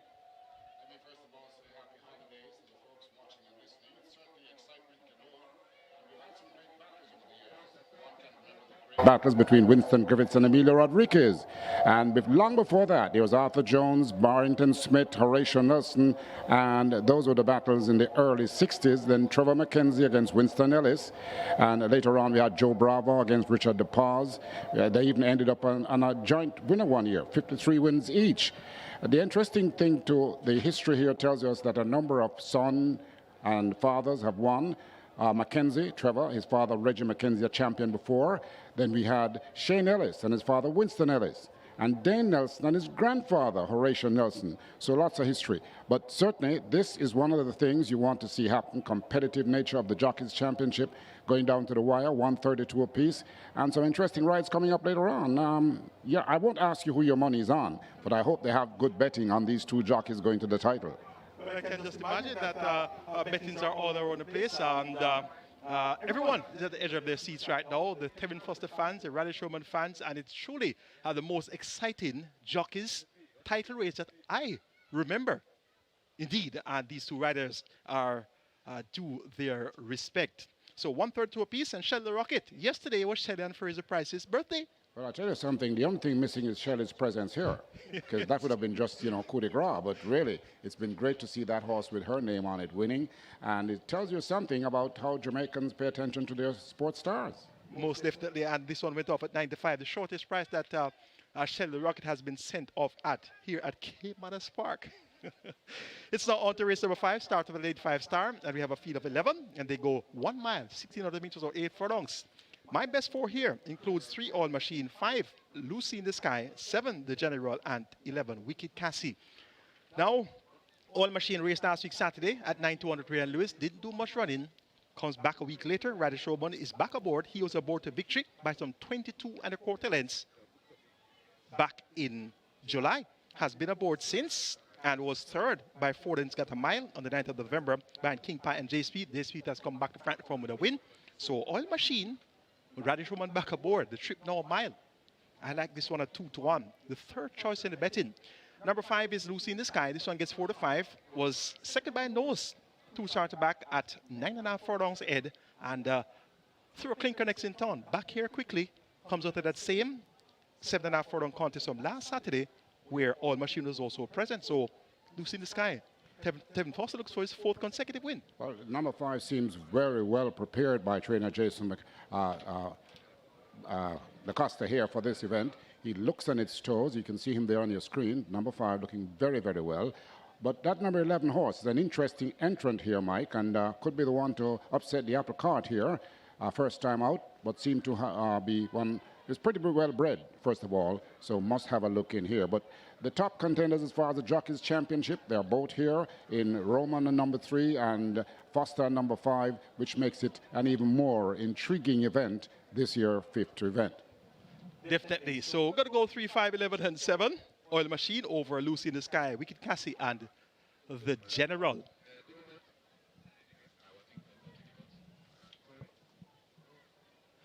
Live ticket count at the regular 6, 1,611.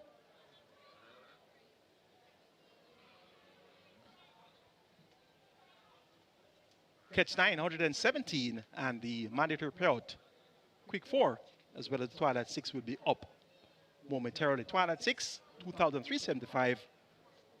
It's now on to post for race 5, and your quick 4, 912 live tickets. Best of luck.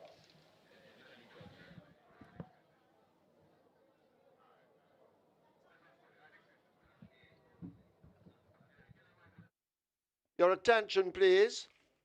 Anthony Dixon, trainer Anthony Dixon wanted urgently in the storage room. That's Anthony Dixon. Please go now to the storage room.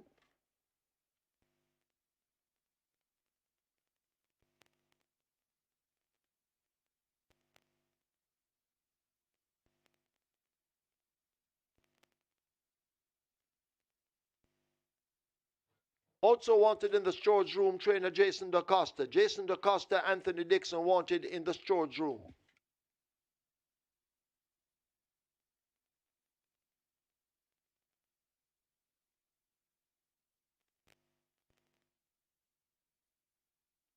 So the runners are at the post for race number 5. This is where the late 5-star begins. A late 5-star approaching 800,000, rolling triple on its way to 400,000. And we also have a high 5 wagering. High 5 pool approaching 250,000. Get your bets on. Late pick 5 approaching 800,000, rolling triple on its way to 400,000. High 5 approaching 250,000.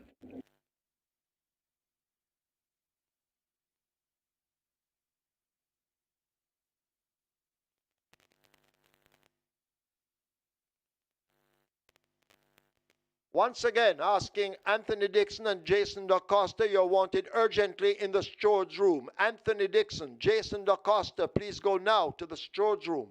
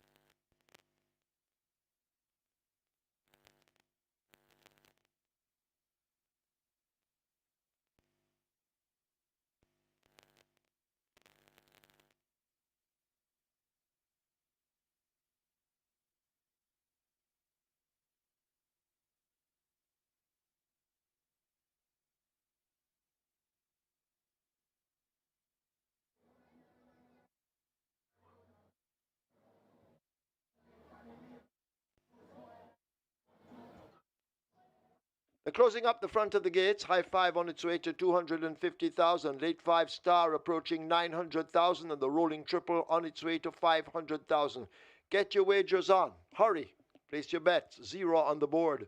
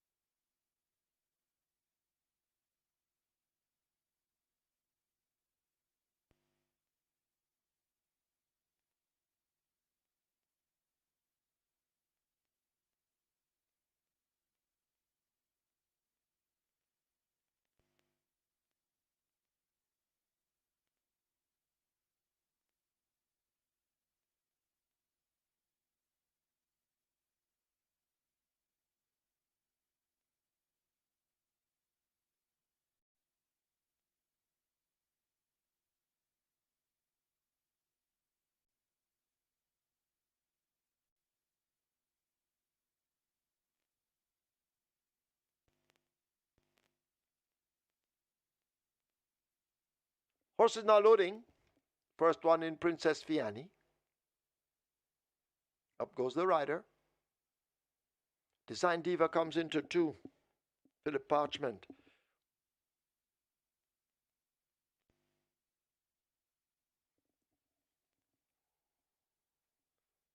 Himaya comes into 4.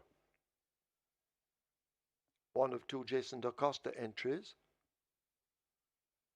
Chief Dissident coming into 6.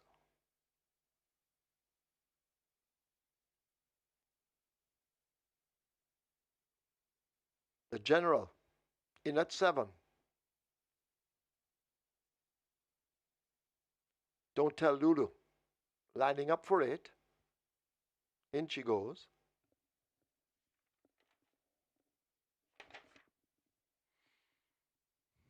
Blood Moon at 9.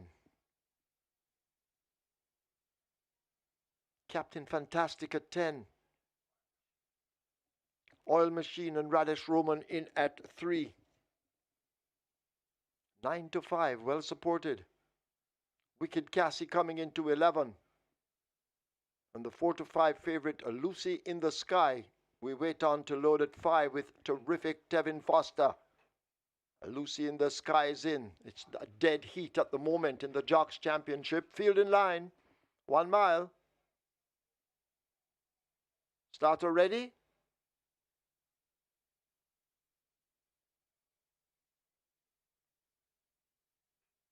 They're off. Design Diva, Chief Dissident, the two to leave slowest along with Princess Fiani. Himaya runs the rail. Lucy in the Sky wants that lead, and Lucy in the Sky tugs through as they leave the 7 to get it.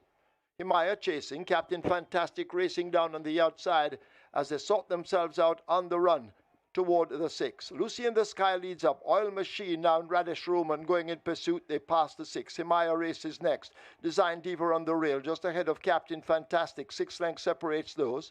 Princess Fiani races up next. Blood Moon on the outside of the General now asked to make ground. Wicked Cassie as they pass the 5, overtaken by Chief Dissident. And last of all, it's a Don't Tell Lulu as they make the way now, flashing up inside the final half mile and go sprinting into that turn. Oil Machine narrowly now. Lucy in the Sky settled back in second.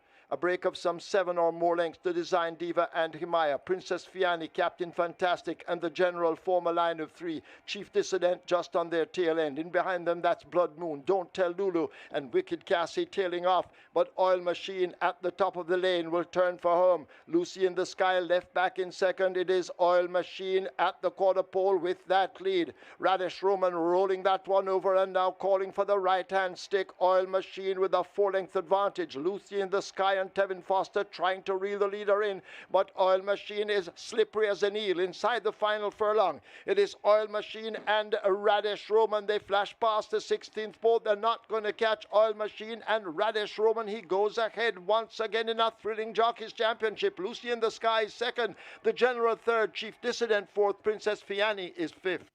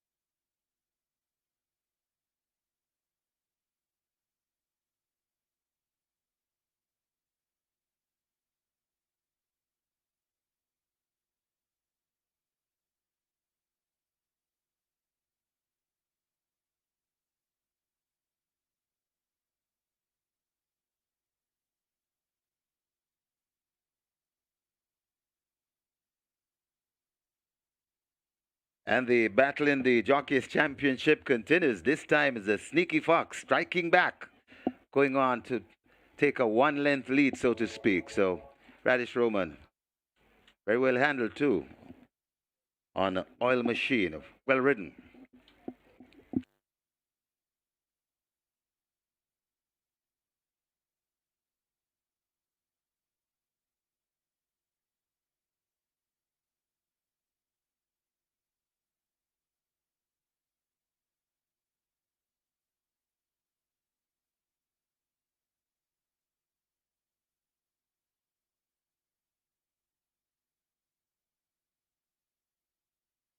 They're off.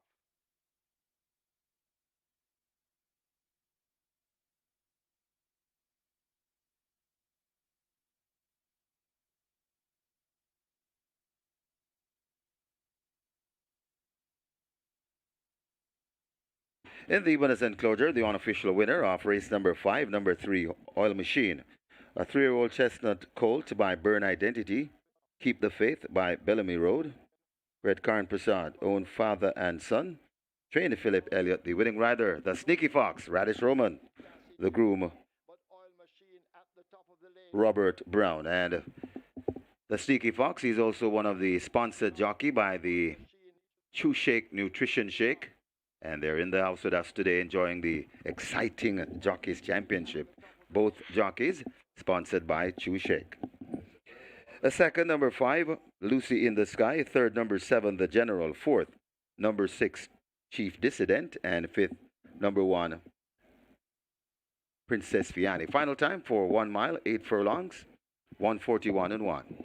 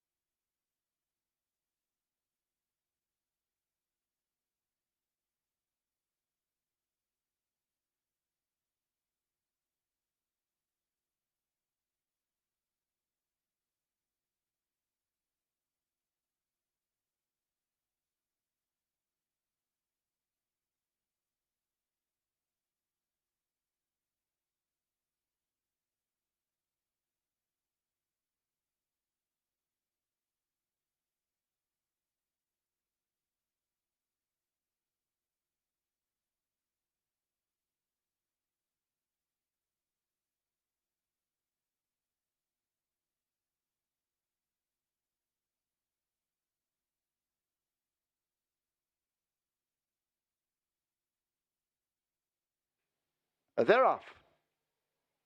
Design Diva, Chief Dissident, the 2 to leave slowest along with Princess Fiani. Himaya runs the rail. Lucy in the Sky wants that lead, and Lucy in the Sky tugs through as they leave the 7 to get it. Himaya chasing, Captain Fantastic racing down on the outside as they sort themselves out on the run toward the 6. Lucy in the Sky leads up. Oil Machine now in Radish Roman going in pursuit. They pass the 6. Himaya races next. Design Diva on the rail just ahead of Captain Fantastic. 6 lengths separates those. Princess Fiani races up next. Blood Moon on the outside of the General now asked to make ground. Wicked Cassie as they pass the 5, overtaken by Chief Dissident. And last of all, it's a Don't Tell Lulu as they make the way now, flashing up inside the final half mile and go sprinting into that turn. Oil Machine narrowly now. Lucy in the Sky settled back in second. A break of some 7 or more lengths to Design Diva and Himaya. Princess Fiani, Captain Fantastic, and the General form a line of 3. Chief Dissident just on their tail end. In behind them, that's Blood Moon, Don't Tell Lulu, and Wicked Cassie tailing off. But Oil Machine at the top of the lane will turn for home. Lucy in the Sky left back in second. It is Oil Machine at the quarter pole with that lead. Radish Roman rolling that one over and now calling for the right-hand stick. Oil Machine with a 4-length advantage. Lucy in the Sky and Tevin Foster trying to reel the leader in, but Oil Machine is slippery as an eel inside the final furlong. It is Oil Machine and Radish Roman. They flash past the 16th pole. They're not going to catch Oil Machine and Radish Roman. He goes ahead once again in a thrilling Jockeys Championship. Lucy in the Sky second, the General third, Chief Dissident fourth, Princess Fiani is fifth.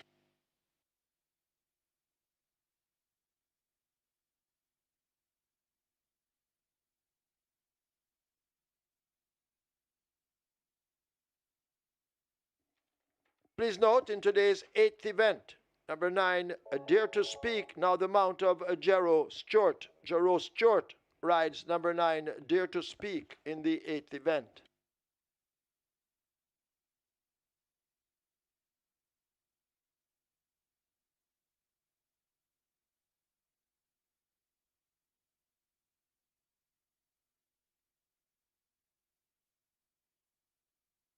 Also, trainer Barrington Dawes was fined for failing to declare a rider. So, Dare to Speak, Barrington Dawes fined for failing to declare a rider.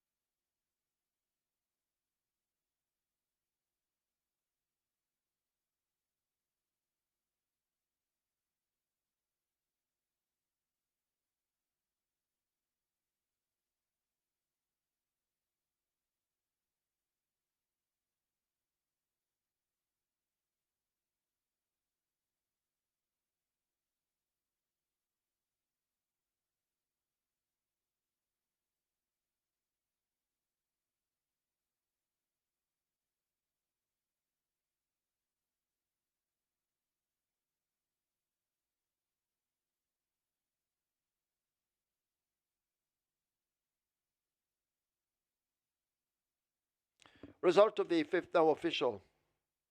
Horses to the testing bound. 1, Princess Fiani. 3, Oil Machine. 1 and 3 go to be tested. Oil Machine. 302 to win, 105 to place. Second, 5, Lucy in the Sky, 105. Third, 7, The General, 106. Fourth, 6, Chief Dissident. Fifth, 1, Princess Fiani. The double, 2,104. Exacta, 353. Quinella, 340. Trifecta, 324. Superfecta, 1,689. 56 high fives. 3,314. 124 triples, 2,056. 700 winners of the quick four, 3,366. Splits 24-4, 48-114. A mile raced in 141-1, margin 7 by 1.5.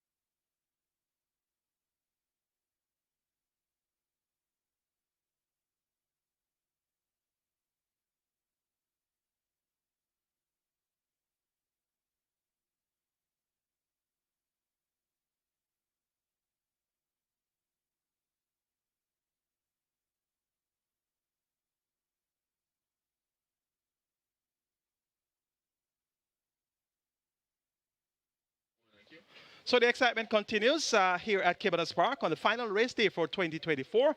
And we just saw Radish Robin bring the house down with four-so ride aboard Oil Machine, booting that home by 7 lengths, getting the better of Terry Foster aboard Lucy in the Sky, the favorite. So it's now 133 to 132. Back in front by 1 is Radish Robin. So another tiebreaker, so to speak. We have quarterly championship updates for you, so we're going to go right to that. And the female jockey championship, Abigail Abel has 2 wins, 1/3 from 12 miles, so she's in front. But actually, she's second. The percentage there for the win column, 17, top 3, 25%, and 1.1 billion in stakes earnings. Samantha Fletcher is actually the leader with 4 wins, 10 seconds, 7/3 from 50 months, represented 8, top 3, 42%, 4.1 million in earnings there. Natalie Berger, no placings from 4 months as yet. In the gentlemen's section, Radish Robin, 32 wins, 31 seconds, 20/3 from 133 miles, represented 24, top 3, 62%, 28.2 million in purse earnings. Tevin Foster, 30 wins, 28 seconds, 24/3 from 148 months, win percentage 20, top 3, 55%, and 24.4 million. Dane Dawkins is next, 27 wins, 13 seconds, 10/3 from 99 months, represented 27, top 3, 51%, and 23.1 million in earnings. Robert Hallidine, 7 wins, 4 seconds, 3/3 from 33 months, win percentage 21, top 3, 42, and stakes earnings 27.1 million. Thirds, 21 starter, represented 19, top 3, 43%, and 2.4 million in earnings. Next category, in whichever order. Patrick Lynch, 9 wins, 9 seconds, 7/3 from 76 start, win percentage 12, top 3, 33, 9.3 million in earnings. Gary Serrati, 11 wins, 10 seconds, 10/3 from 61 starts, 80%, top 3, 51%, 50 million in earnings. Filipiano D, 9 wins, 7 seconds, 3/3, 49 start, win percentage 18, top 3, 39, 9.2 million in earnings. Philip Lee, 2 wins, 1 second, 5/3 from 30 starts, win percentage 7, top 3, 27%, 1.8 million earned. Michael Marlowe, 1 win, 6 seconds, 2/3, 28 starts. Win percentage 4. Top 3, 32, 1.6 million in earnings. Next category, trainers with more than 35 horses. Anthony Nunes, 18 wins, 12 seconds, 19/3 from 92 started. Win percentage 20, top 3, 53%, 16.7 million earnings.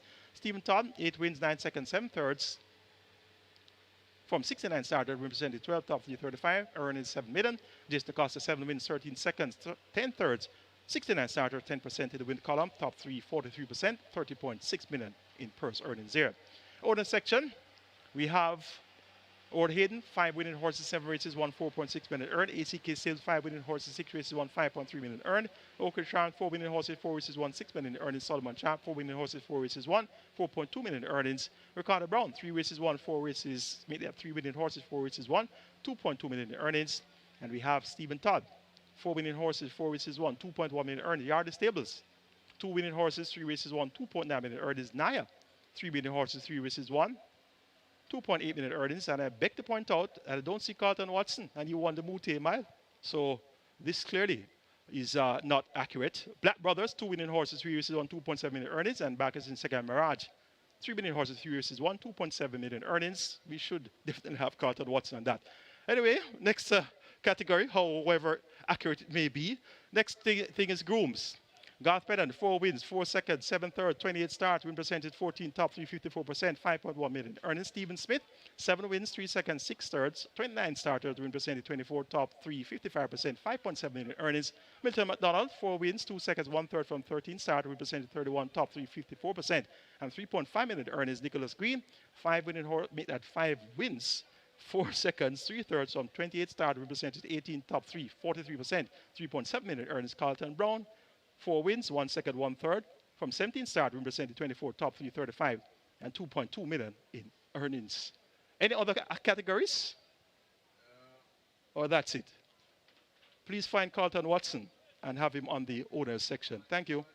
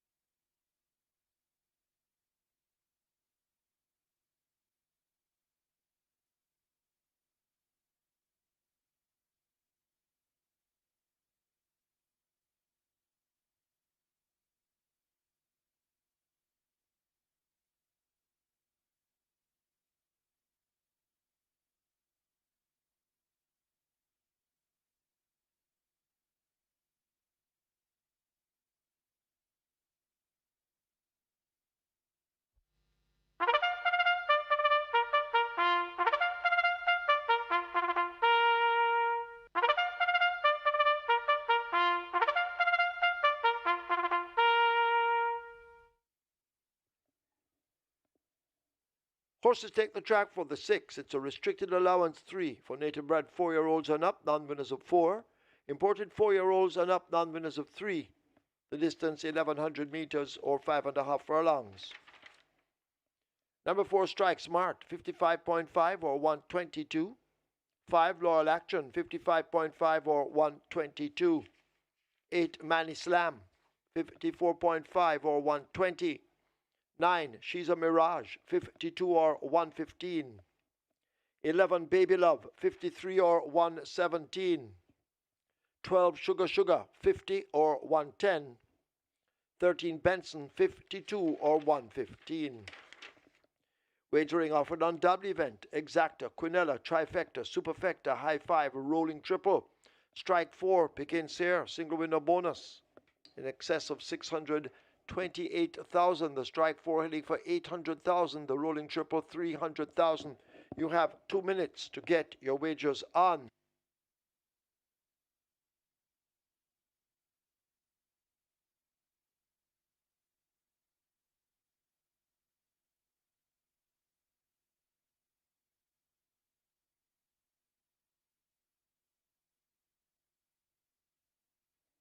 So once again, just letting you know how much we appreciate the sponsorship of True Shake Nutrition Shake. They sponsor terrific Tevin Foster, the Sneaky Fox Radish Roman, both locked in one of the most exciting jockey championship duels we have had in a long time. Javanil Patterson and Ryan Lewis. And we would like to thank True Shake for getting involved in Jamaican horse racing. I don't think True Shake can lose, especially with this Jockeys Championship going on at the moment and True Shake sponsoring the 2 riders who are fighting for this championship. Once again, SVREL and of course the riders thank True Shake immensely for their kind sponsorship.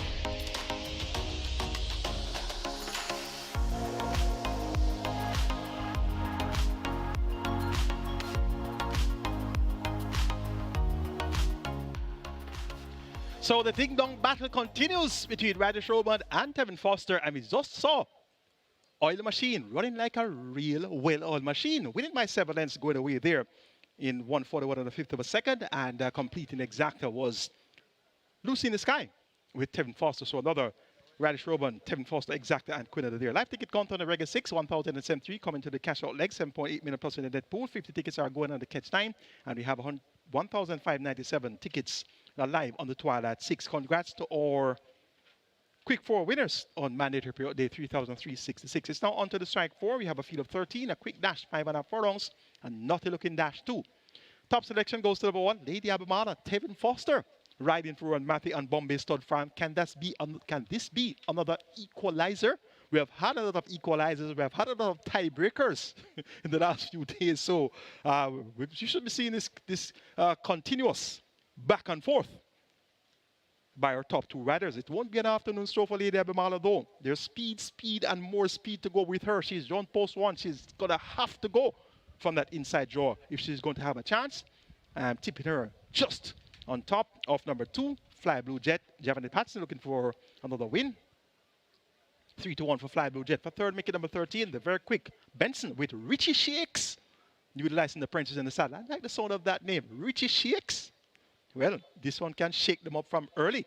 And number 11, Baby Love, Omar Walker for Anthony Nunes. 1-2, 13-11. Strike for a pool, 1.1 million, triple 400,000.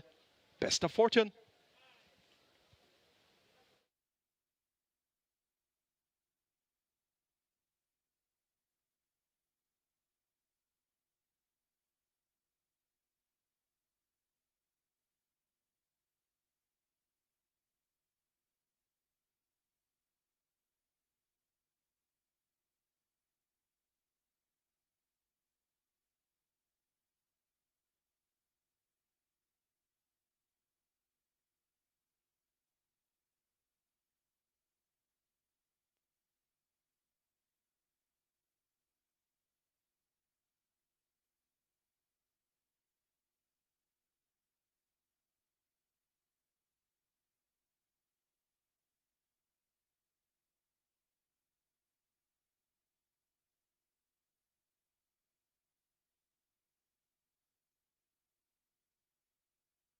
So the runners are at the post and they've closed up the front of the gates, and looks as though the loading up has started.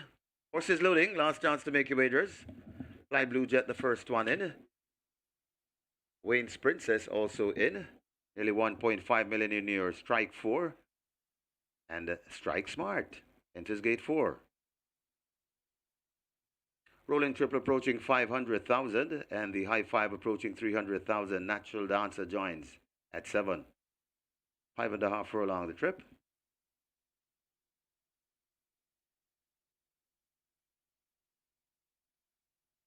Lady Abimala and a terrific Tevin Foster, the 8-5 favorite, goes in at 1. Ella Fortunato and the Sneaky Fox, lows at 10. So the ding-dong battle continues. Very exciting Jockeys Championship race this is. Baby Love is next at 11.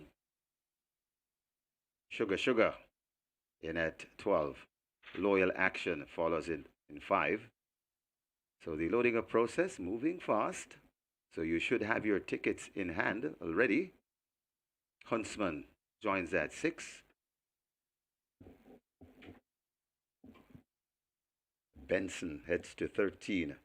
Manny Slam to 8. And the final one will be She's a Mirage. So Manny Slam hesitating at gate 8. Working on Benson. Benson now goes in at 13. Manny Slam in at 8. 1 to load.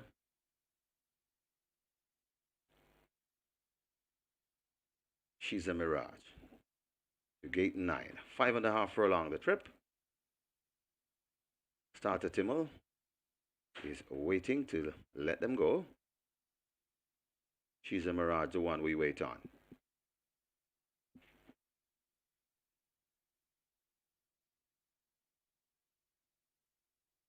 She's a Mirage now in. 5.5 furlongs. And we're ready for a start. They're off and racing. Ella Fortunato misses it and is left at the back of the field. Not so Lady Abimala going for that lead. Loyal Action is right there too. Here comes the Speedy Benson coming down on the outside. She's a Mirage is right there too. Just right against the rail. That is a Strike Smart. Then comes Natural Dance as they leave the four. Sugar Sugar comes next just behind them. That is a Fly Blue Jet. Behind Fly Blue Jet, Manny Slam and Huntsman. Then comes Wayne's Princess, and left at the back of the field, that is Ella Fortunato, as it's Benson that strikes the lead. Coming into the lane, Lady Habimala pressed against the rail and coming back once again. It's Benson in front. Lady Habimala engages, watching them from third. That is Loyal Action. It's Benson still in front of Lady Habimala, trying to get to Benson, but Benson looks to be finding another gear. Lady Habimala is still there, laboring and fighting on. Also coming on, that's Fly Blue Jet, but it's Benson in front, and Benson begins to go away from them. Benson's scoring easily in the end, and it's Richie Shakes, the winning rider. Lady Abimale second, then comes Fly Blue Jet, could be Huntsman, and finishing fifth, that's Strike Smart.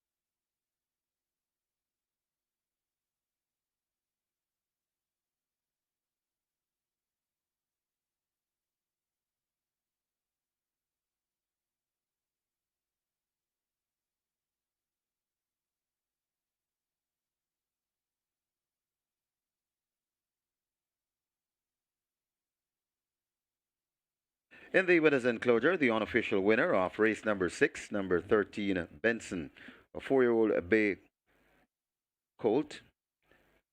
Why, here comes Ben. First skits by tracking, owned, bred and owned, New Blue Limited. Train Fitznoam Williams, the winning rider. First win for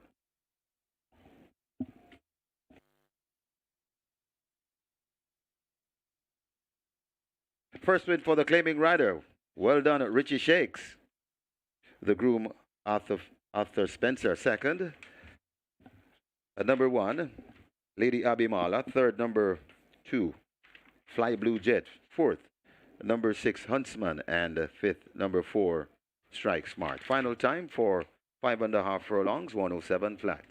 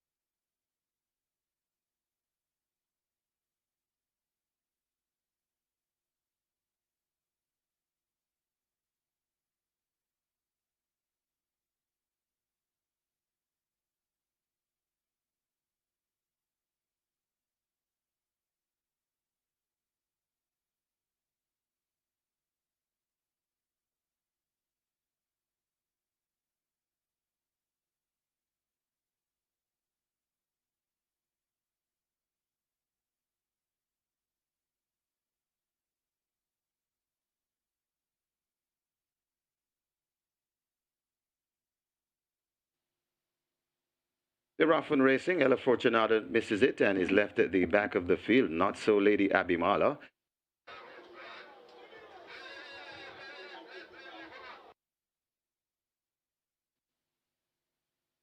They're off and racing. Ella Fortunata misses it and is left at the back of the field. Not so Lady Abimala going for that lead. Loyal Action is right there too. Here comes the Speedy Benson coming down on the outside. She's a Mirage is right there too.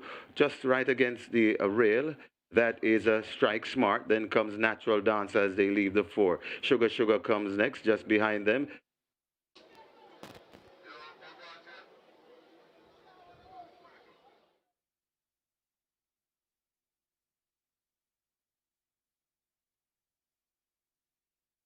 They're off and racing.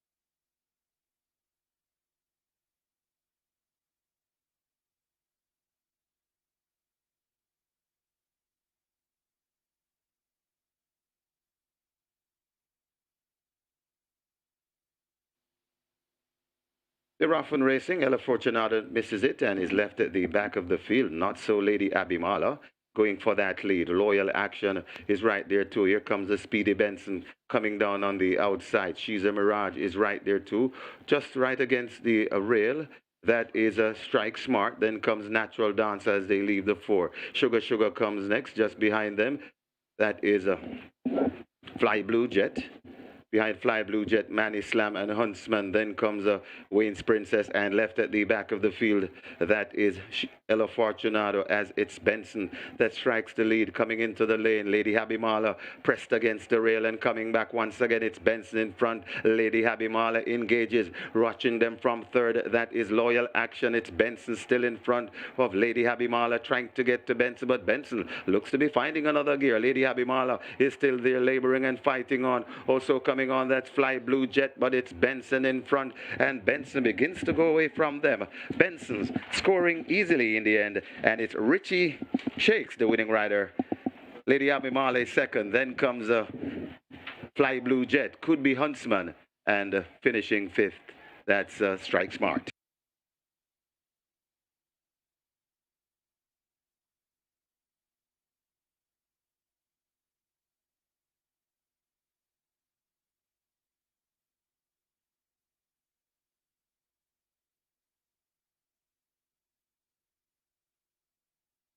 Result of the 6 now official.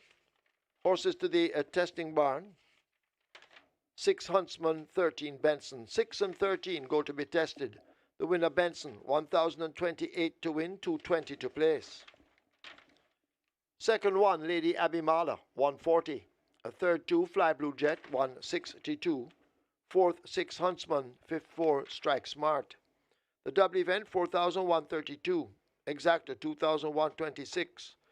Quinella 2,916. Trifecta 3,482. Superfecta 8,276. 12 high fives 15,901 each. 69 triples 6,066. There were 368 winners of the Reggae 6, 14,953. The single winner bonus in the Reggae 6 now growing to 2,355,967 and 73 cents. Splits 23-2, 48. Final time 5.5 furlongs, 107 flat. The margins 7 3/4 by a neck.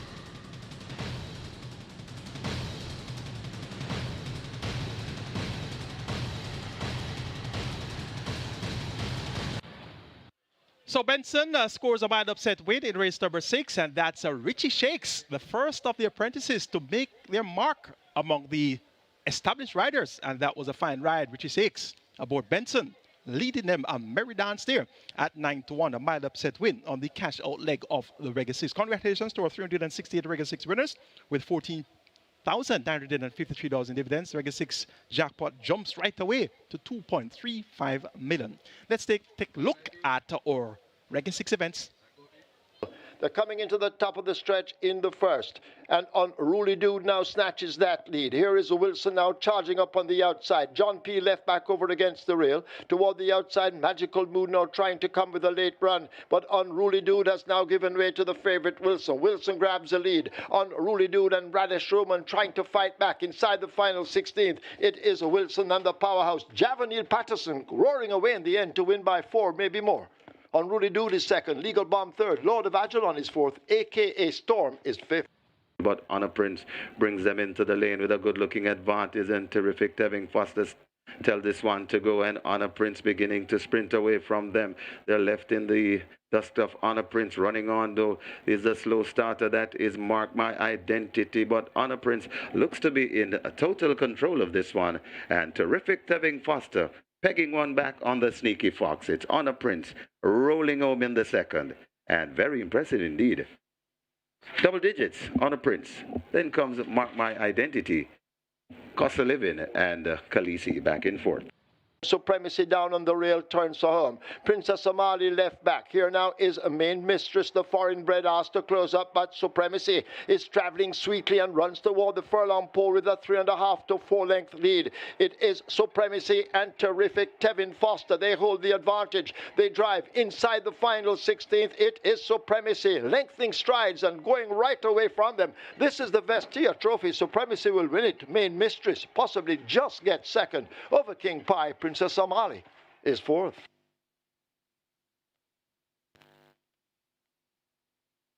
They're coming to the 2 furlong point, and it is wide open. Whoa, it's wide open. Shelly the Rocket, though, closest to it, might just have the overall lead. Shelly the Rocket, Share de Jour is there too. Also on the far side, that's Your Kids. It's Shelly the Rocket and Terrific Tevin Foster trying to get this one home for 3. It's Shelly the Rocket still in front. Here comes on the inside and coming on. That is Town Star. Shelly the Rocket driven for all she's worth by Terrific Tevin Foster, and he has now tied the Jockeys Championship. Shelly the Rocket goes on to win. Town Star is second. Then comes Noble Sovereign and Undeclared War in fourth. But Oil Machine at the top of the lane will turn for home. Lucy in the Sky left back in second. It is Oil Machine at the quarter pole with that lead. Radish Roman rolling that one over and now calling for the right-hand stick. Oil Machine with a 4-length advantage. Lucy in the Sky and Tevin Foster trying to reel the leader in. But Oil Machine is slippery as an eel inside the final furlong. It is Oil Machine and Radish Roman. They flash past the 16th pole. They're not going to catch Oil Machine and Radish Roman. He goes ahead once again in a thrilling Jockeys Championship. Lucy in the Sky is second. The General third. Chief Dissident fourth. Princess Fiani is fifth. As it's Benson that strikes the lead coming into the lane. Lady Habimala pressed against the rail and coming back once again. It's Benson in front. Lady Habimala engages, watching them from third. That is Loyal Action. It's Benson still in front of Lady Habimala trying to get to Benson, but Benson looks to be finding another gear. Lady Habimala is still there laboring and fighting on. Also coming on, that's Fly Blue Jet, but it's Benson in front, and Benson begins to go away from them. Benson's scoring easily in the end, and it's Richie Shakes, the winning rider. Lady Habimala is second. Then comes Fly Blue Jet, could be Huntsman, and finishing fifth. That's Strike Smart.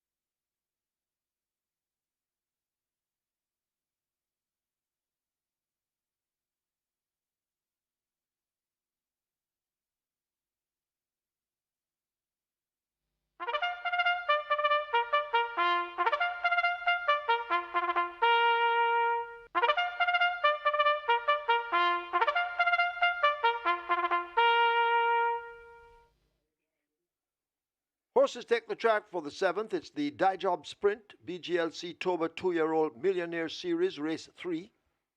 It's a restricted stakes for native bred and imported 2-year-olds over 1,200 meters or 6 furlongs. Number 1, Princess Chris, 51.5 or 114. 4 on Ruli Mo, 54.5 or 120. Wagering on double event, exacta, trifecta. This is where the late triple begins. 1 minute. Get your wagers on.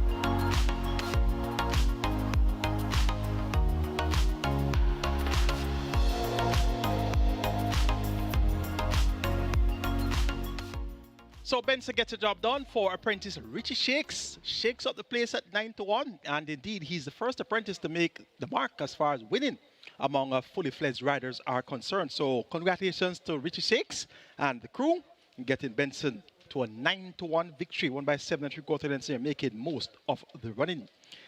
It's now on to the Dijob Sprint for the BGLC Toba Millionaire Series, and just rewind a little bit with the quarterly championship. I was told by a very good source that the reason why Carlton Watts' name wasn't on the list of leading owners is that he won only 2 races in the last quarter. Though one of those wins was the Rich Mute Mile. He didn't make the list, so that's the correct list. So Carlton Watts not on the list because he only won 2 races. So that's to just brush up that bit of information there. So quite surprising though that he wasn't on that list. Normally Carlton Watts will be winning several races, so it's quite surprising to see him only having 2 wins in the last quarter, which would be, of course, October, November, and December. The Dijob Sprint is next. Let's take a look. Top selection goes to the favorite, of course, at 1-9, Ride All Day. Was a winner on debut by 6.5 lengths with 106 1/5 of a second. And he looks sharp and ready again. Radish Roman, he's 1 in front of Tim Foster, so Ride All Day is expected to get the job done. Unspun reports of back-to-back wins. 113.4 for 6 furlongs, 127 flat for 7 furlongs, beat Burning Head. Burning Head came back and won the Jamaica 2-year Stakes on Boxing Day, so Unspun's presence will certainly be felt. And it looks to be a 2-horse race on paper, and the tote suggests the same. 1-9 for Ride All Day, 8-5 for Unspun. On Rudy Bow, gets the 3rd selection here at 13-1, and Miscontent at 23-1 is the 4th choice. 5-3-4-2 in the Dijob Sprint for the BGLC Toba Millionaire Series. Final triple at 850,000. Best of luck.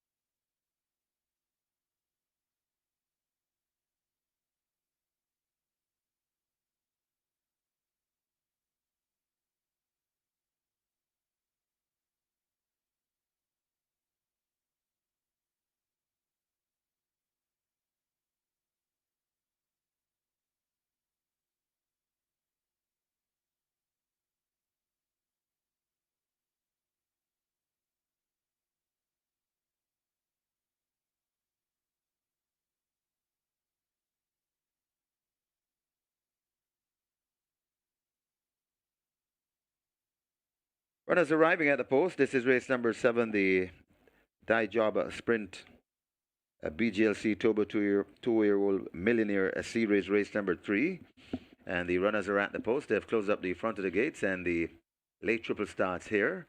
And late triple on its way to $1 million. Get your bets on. They've closed up the front of the gates for the loading process.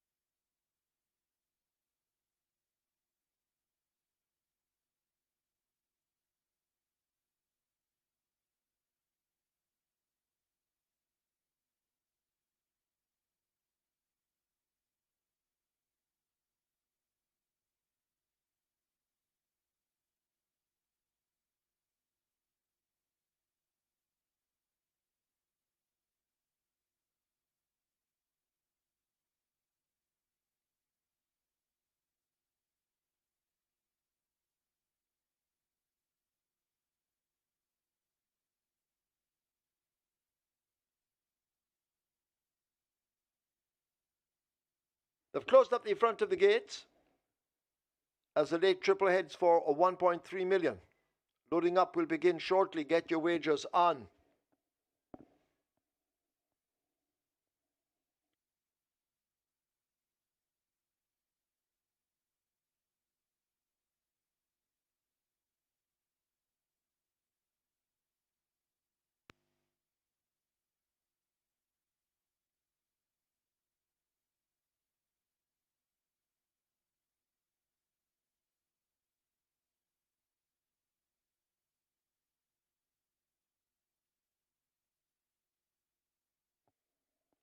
Horses now loading for the Die Job Sprint.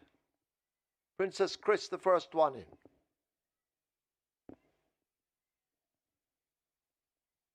Miscontent will load at 2.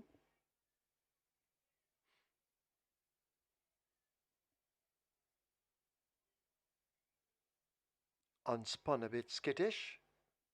Walking to 3.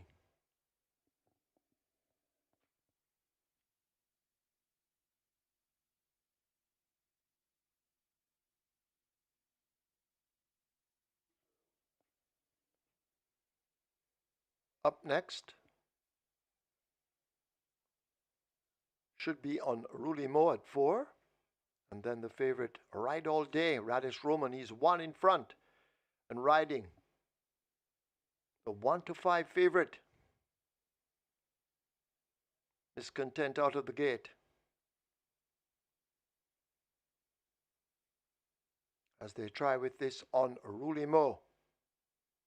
On Ruli Mo, living up to his name, Aladdin has to come down.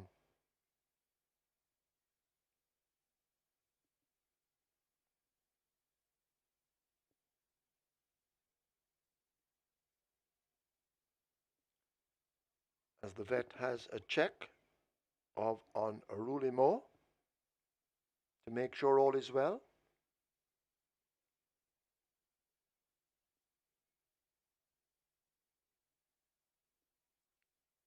And it seems as if the go-ahead has been given to load on Ruli Mo in gate 4.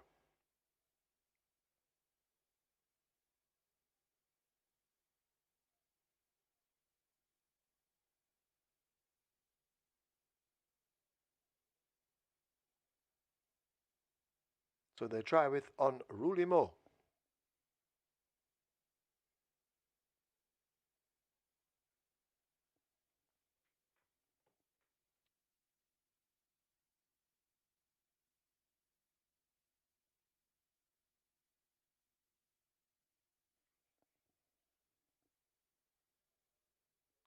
Still we wait on Ruli Mo. Being pushed into gate 4.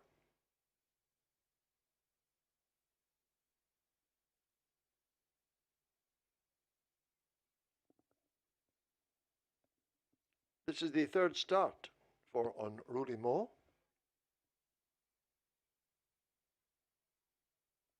They'll try again.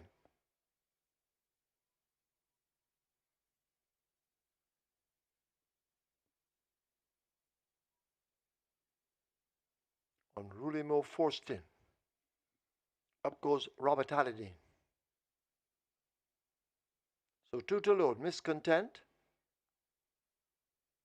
And the favorite Ride All Day at 1 to 5.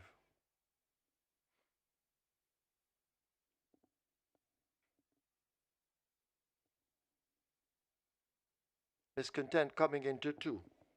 Dick Cardenas waits in the gate.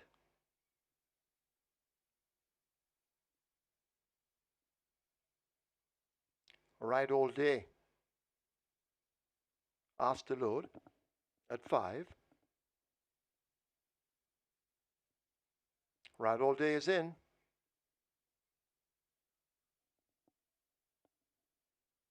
Miscontent is in. Dick Cardenas has a seat. Field in line for the die job sprint. Starter ready. They're off.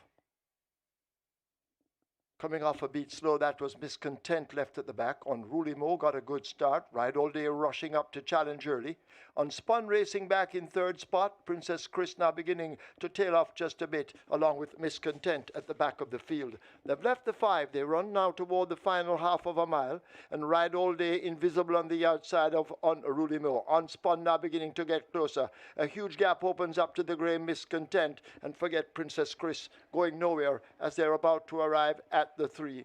Unruly Mo testing Ride All Day. Unspun in the dicky seat, waiting on them to fold. A huge gap back to Princess Chris and Miscontent. They're about to come into the top of the lane. Unruly Mo right against the rail. Ride All Day in between horses. Unspun out 3 wide, and Ride All Day now points. Here is Unspun. Asked to quicken on the outside. It is a Ride All Day. Unspun now coming up with a challenge. It is still Ride All Day and Radish Roman. Unspun almost alongside. Ride All Day in a driving finish. Unspun continues to creep closer. They're inside the final 16th. It's Ride All Day and Unspun. Their noses apart at the line. It's desperately close. Could be Unspun over Ride All Day. Then Unruly Mo, Princess Chris and Miscontent.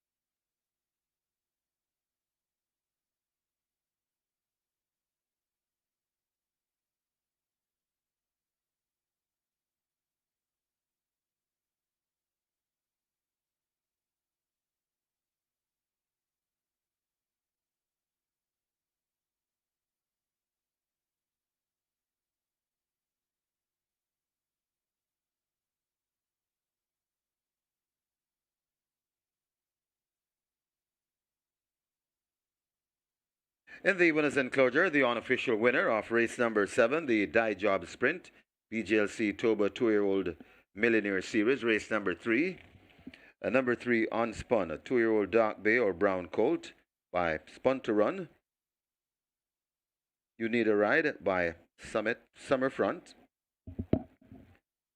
Red Ray Goodwin and Rick Smith. Owen Colin Elcock, the winning rider. Donovan Hutchinson, the winning rider. Donovan, make that the winning trainer. Donovan Hutchinson, the winning rider. Christopher Mamdine on the very perfectly timed ride. And the groomer Siebert Lewis second. Numbers 5, Run All Day. Or Ride All Day, rather. A third, number 4, Unruly Mo. Fourth, number 1, Princess Chris. Final time for a 6 furlongs, 113 flat.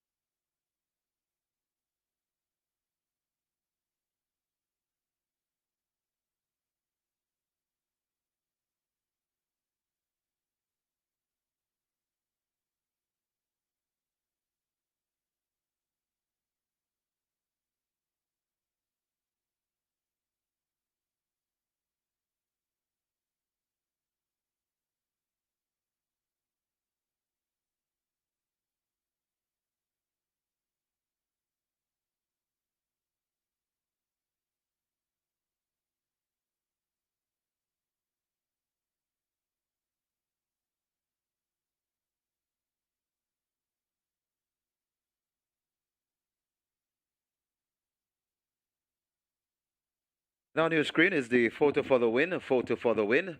Number 3 arriving in time, that's Unspun. Just getting there ahead of number 5, Ride All Day. So that's the exciting finish. The win print on your screen, race number 7.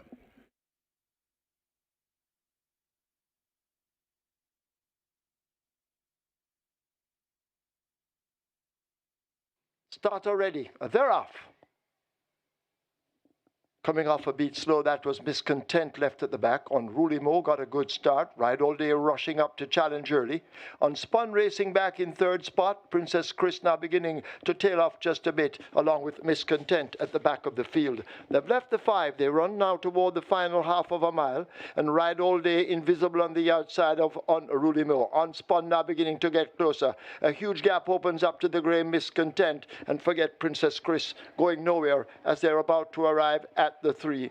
Unruly Mo testing Ride All Day. Unspun in the dicky seat, waiting on them to fold. A huge gap back to Princess Chris and Miscontent. They're about to come into the top of the lane. Unruly Mo right against the rail. Ride All Day in between horses. Unspun out 3 wide and Ride All Day now points. Here is Unspun. Asked to quicken on the outside. It is a Ride All Day. Unspun now coming up with a challenge. It is still Ride All Day and Radish Roman. Unspun almost alongside. Ride All Day in a driving finish. Unspun continues to creep closer. They're inside the final 16th. It's Ride All Day and Unspun. Their noses apart at the line. It's desperately close. Could be Unspun over Ride All Day. Then Unruly Mo, Princess Chris and Miscontent.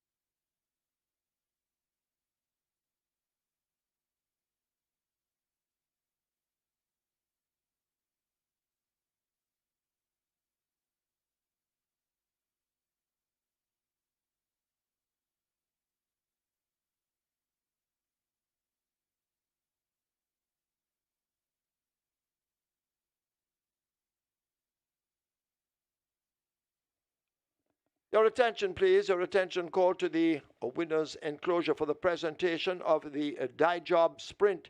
Making the presentation will be Juliet Campbell, a celebrated Jamaican sprinter who made her mark on the international athletic stage in the 90s. Known for her versatility in the 100, 200, and 400 meter events, Campbell represented Jamaica at multiple global competitions, including the Olympics and World Championships. She earned acclaim for her consistency and competitive spirit, often contributing to Jamaica's strong relay performances. Campbell's achievements have solidified her place among the island's esteemed track and field athletes, inspiring future generations with her dedication and success.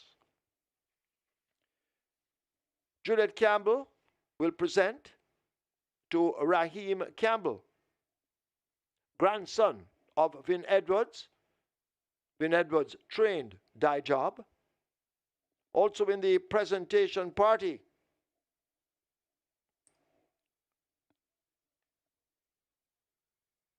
Michelle Wallace.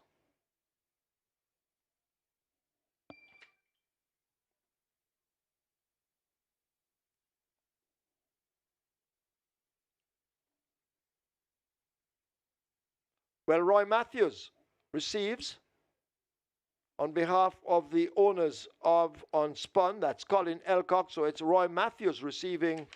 Raheem Campbell is also in the presentation party, and he's the grandson of trainer Vin Edwards, trainer of Die Job. This will be the last Millionaires check handed out for this year. We'll have more next year. Roy Matthews and Dave Girard. Well, Roy Matthews receives. Desmond Lewis and Dave Girard in the presentation party, as Courtney Thorpe presents the check to Roy Matthews.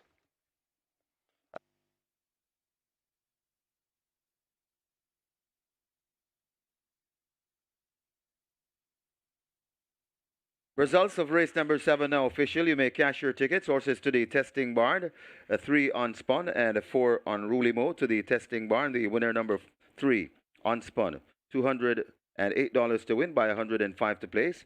The second number 5, Ride All Day, 105 to place. Third number 4 on Rulimo, and fourth number 1, Princess Chris. The double, $3,620. Exact $238, trifecta $144. 22 winning triples, each receiving $11,942. 18 winning high fives, each receiving, we'll make that early 5-star, each receiving $17,446.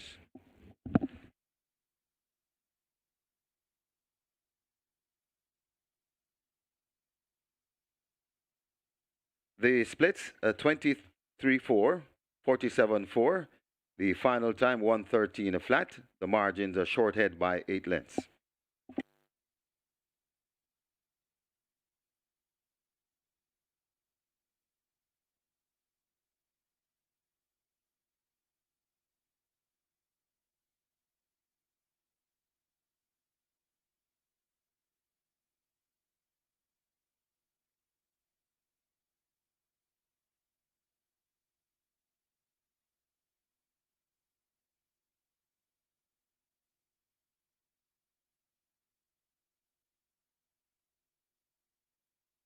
May I have your attention, please? The 1st of January, opening day here at Caymanas Park, sponsored by Mackay Security. This will be the first race of the season for the 2025 season, and the featured event on that card will be the Mark My Word, the Mackay Security Sprint Trophy, the Mackay Security Trophy, the Fan Appreciation Day Trophy, the New Year's Day Trophy, and it starts the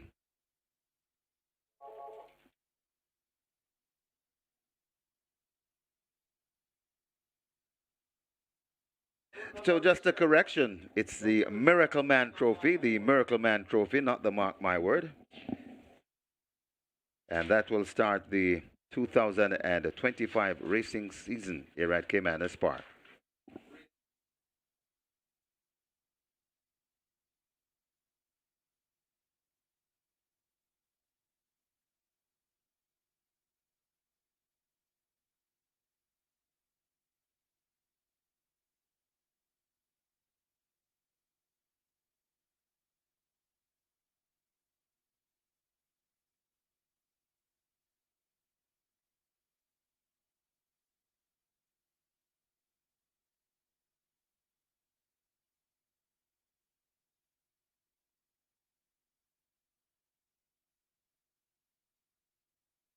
4 Stanislaus, 5 Will the Conqueror, both take the track early.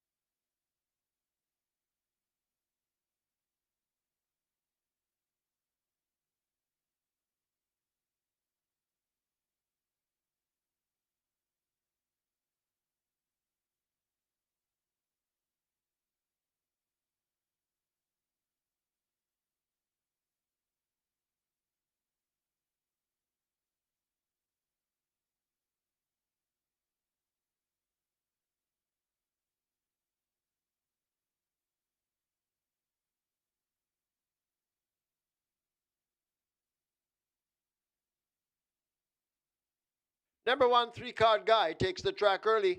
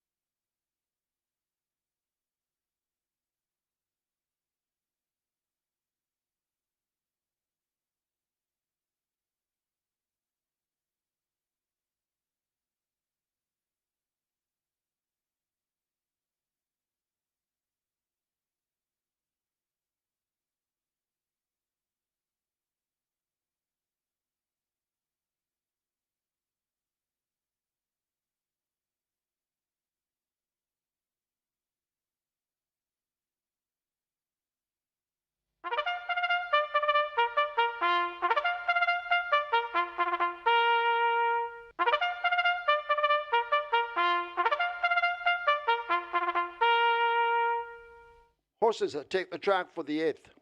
It's for 3-year-olds and up, an optional claiming event. 250,000 to 200,000 the tag. Also 6-year-olds and up, non-winners of 4. Native bred 5-year-olds, non-winners of 2. The distance 1,000 meters or 5 furlongs straight. Number 1, 3-card Guy. Make the weight 53 kilos or 117. 3, Dancing in the Breeze, 54.5 or 120. 5, Will the Conqueror, 55.5 or 122. 7, Sabina, 52.5 or 116. 9, Dare to Speak, 57 kilos, Jero Stewart rides. Number 10, From Share to Bend, 52.5 or 116. 11, King's Magician, 53 or 117. Wagering on a double event, this is the late double. Exacta, Quinella, Trifecta, Superfecta, High Five. Get your wagers on, 3 minutes to post.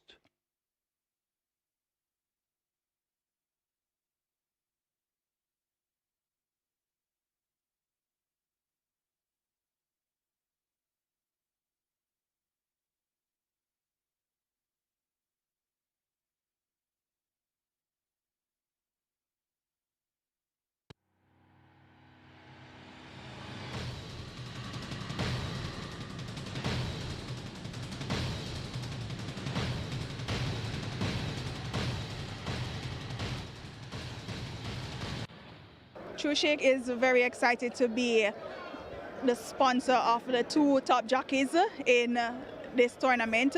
We are very big on sportsmanship. We're very big on supporting sports and nutrition in Jamaica, and so this is a very exciting endeavor for us.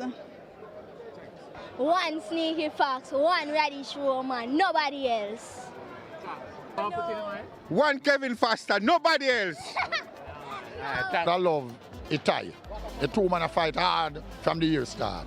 I would love Itai. I would love Foster win another one, and I eat that. So, you know, that's my speech for the champion. Yeah, man. Man, them fight hard, me I tell you, man. So, a 2 champion. Respect. Yeah, man. 1 Radish, 1 Sneaky Fox, always. 1 Fox way. Boy, Gregor Park, the one I will come from, so I have just say 1 Foster, 1 Gregor Park, 1 championship. I just eat that straight, clean, sheller, nothing else. I just 1 Foster straight. Now I give up, ride or die. I just eat that, honestly. Done. I don't like it 2 jockey bloody, you know. I 2 of them are 2 good riders. You understand me? And 2 of them deserve it. I don't take no side. Team Romans. Because I've been watching him all along, and I actually, you know, I think he's doing a good job, and him ride the horse. First time I say, you know, I say a real ghetto youth from out of the garrison. Yeah, me all a woman, I say, look how fast I ugly and favor monkey. Should you come from garrison? You see me? Should you come from the garrison? They might fight him, but he might cut them short, man. Clive C said that, man. You see me? Big up the whole back to Cockburn Pen. You see me? Yeah. Whole Jamaica, no say nothing. 1 love. Faster. Faster fans. I'm one of faster fans. And when I not left out faster, I not buy him when him a ride, but why make me want him win? His mother dead when him liquor. And him born and growing at the ghetto down there, so him grow amongst all kind of people. And him no hold on him head. And stepmother finish growing till him reach him there. Faster, me say, Gregor Park champion jockey. A Barbara tell them that. Color Wesley Henry, woman. Thank you, sir. Team Heaven. Yeah.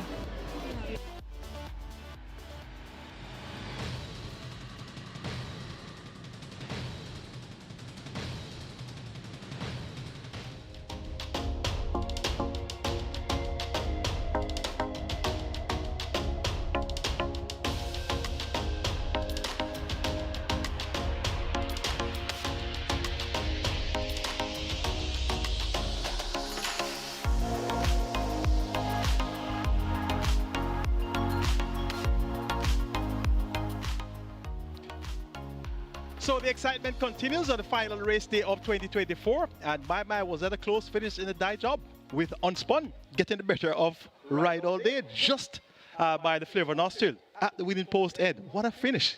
Very interesting race, and Mamdeen, having ridden that winner, have helped somewhat to make it even more interesting with the Jockeys Championship, because many thought that Roman would have won the ride all day, which would have sewn up things somewhat for him. Now we have a case of Foster having an opportunity to win the 8th race, and then they'll go into the 9th race battling. Now, by the way, the 1964 championship, Never Coos, they started the day 2 ahead of Winston Ellis. Ellis won 2. They came to the last race. Coos, they rode the favorite, My Precious. Ellis rode a horse, Maiden, DRC. And Coos, they led down the stretch, and Ellis was able to creep inside and win and won the championship 45-44. Of note, Michael, is that Glenford Walker, one of the greatest riders to have ridden here, finished 3rd, 39.5. He was suspended while he didn't win the championship. So interesting. And by the way, the averages, Charlie Huzzy is champion jockey, 38. And Emilio Rodriguez has the next best average, 36.0. Huzzy's thing came in 2001. So champion jockeys, a competition, very, very intense, and it's good for racing. Most definitely great for racing. And I'd say it again, I don't remember any jockeys challenge that really has been this exciting for the last couple of decades. So kudos to both our riders, Tevin Foster and Radish Roban. And we have 2 races remaining. As you said, there's a possibility that we could have a tie again here after the run of race number 8. It's going to be interesting. If Foster captures the 8th race, then we go into the 9th race tied up and both jockeys ride in that one. Yes. The 8th and penultimate, it's for 250 claimers. They go 1,000 meters straight. And favorite to the betted here is at odds of 8-5. That's number 10 from Sheer to Bend. Shane Richardson riding for Alfred Brown. And this one finished a strong enough second last time out with 57 kilos. Now down to 52.5 kilos, so 4.5 kilos lighter. Here is from Sheer to Bend, the 8-5 favorite. That's actually my 4th choice. I'm going to number 5. With the Conqueror on top. This one gets a generous 5-1. Was at 6-5 last time out. And rid by Tevin Foster, 4th in that event, won by Sensational Satin over from Sheer to Bend and Stanislaus. So there's a rematch here among the trio of Stanislaus with the Conqueror and from Sheer to Bend. It's going to be interesting to see how this will unfold. But 5-1 now for Will the Conqueror looks to be a lot better value than 2-1 for Stanislaus and 8-5 for from Sheer to Bend. How about Monaco at odds of 7-1, Ed? Traditional Boy is a horse to watch. He's number 12 on the card, Laris Allen, and outsider in some respects, but it's something to watch going down the straight. He could prove to be a difficult one here. If it is that Foster is not able to win this one, then a horse like Traditional Boy could play a role here. He ran on to be a strong second at 62-1, going 5 rounds on the 15th of December. So similar effort here. And how about Laris Allen? He's now back into good form. He had a win last race day, and that was with a horse by the name of Ridgeliner. And prior to that, he had hit a win as well. So he's running into useful form the last days of December. So he has 2 wins at Caymanas Park for the season. Of course, he won overseas. He won some races in Canada, and he's now back to good form. So you could be on something there ahead with a 10-1 chance in Traditional Boy. 5-4-8-10 for me in race number 8. With the Conqueror over Stanislaus, Monaco, and from Sheer to Bend. It's time for the late double. Best of luck.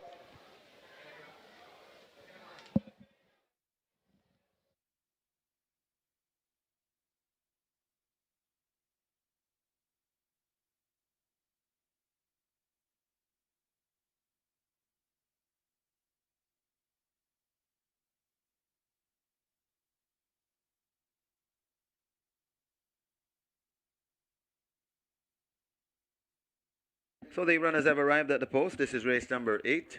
So we have 2 more races to go. And Sticky Fox Radish Roman is still 1 in front of terrific Tevin Foster. And he has a good chance to pulling level here with Stanislaus. Late double on its way to 1.5 million. So the late double closing in on 1.5 million. High 5 wagering offered. That's approaching 300,000. Get your bets on. And these 2 riders are sponsored by True Shake Nutrition Shake. The delicious True Shake Nutrition Shake. And it's going to be, well, after this one, still a close affair. And we want to thank both gentlemen for entertaining us throughout the years. And this is what it has come down to. 1 win for Radish Roman. And it's a good chance for Tevin to pull a level at this point. Get your bets on as the runners are at the post. They'll be closing the front of the gate shortly.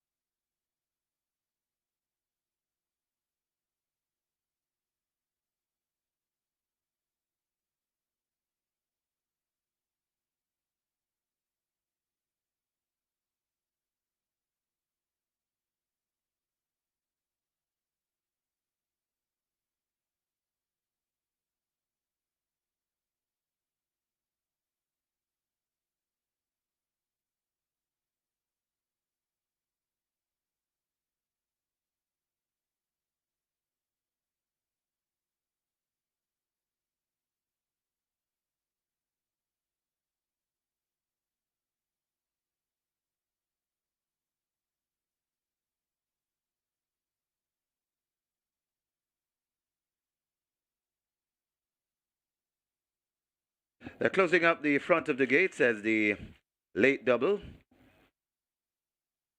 going past that 1.5 million, is heading to 1.6 million, and your high five pool close to 400,000 and climbing. So they're climbing fast. Get your wagers on. Front of the gates are closed, so the loading up will start shortly.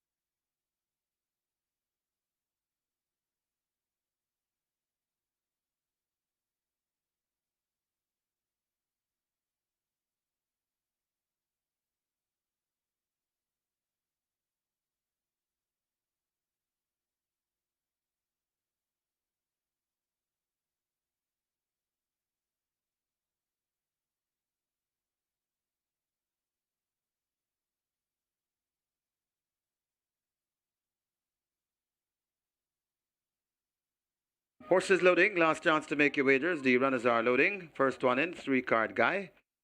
Nothing but trouble is next at 2. So the loading up has started. Dancing in the Breeze could be next at 3. Dancing in the Breeze is in.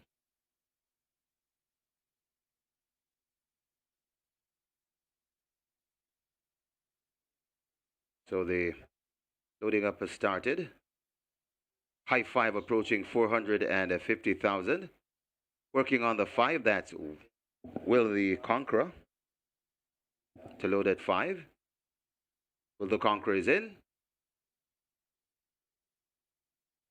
Gate 8 is open. That's where Monaco will break from. So they're working on Monaco. And gate 11 is also open. That's where King's Magician will break from. So they're working on Monaco. The rider takes evasive action. He's out of the saddle. That's devastating Dane Dawkins. Still working on Monaco to load at 8. Late double heading to 1.8 million. Looks as though we may see 2 million, the rate it's going. Monaco is in.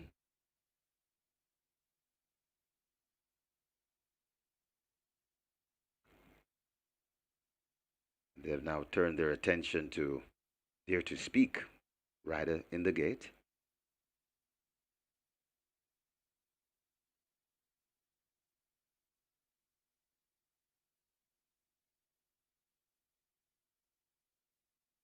So you still have wagering time. It's limited though, as less than half the field is loaded. Dare to Speak goes in. The rider will have a seat. That's Jeru Stewart.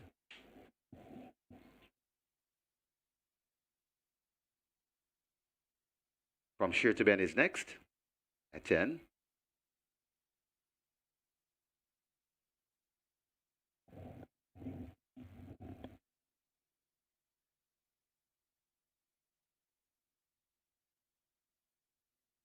King's Magician in at 11.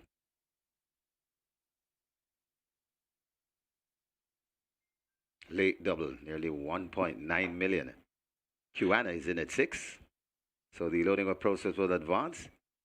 Traditional Boy at 12. Sabina at 7. 1 to load.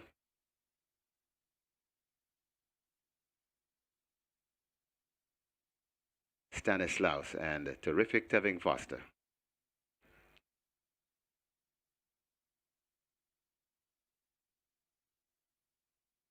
So Stanislaus is in, and they're all in there. We have a line ready for a start. They're off and racing. Monaco gets a flyer from gate 8 to the near side. That is Traditional Boy right in the middle and traveling prominently. That's Stanislaus. Also on the far side with prominence, that is Nothing But Trouble. So Nothing But Trouble, Stanislaus, Monaco, from Sheer to Ben. These are the prominent one. Then comes just behind them, that's Caymanas. Also trying to come into it, that's Will the Conqueror. It is Stanislaus and Monaco. These are the two that looks to be leading. Monaco is in front of Stanislaus. It's Monaco and Stanislaus. These two still fighting for it. From Sheer to Ben is arriving on the premises. Also coming on, that's Will the Conqueror. Also flying. Here comes Sabina. Is eating up the racetrack and coming down the middle. And now Sabina looks to have the lead. Coming to the, but it's Stanislaus still fighting on. It's Sabina in front of Stanislaus, and that's the way they'll finish. It's Sabina going on to win by maybe 5 lengths. Stanislaus is second. From Sheer to Ben third. Very tight between Monaco and Dancing in the Breeze for fourth.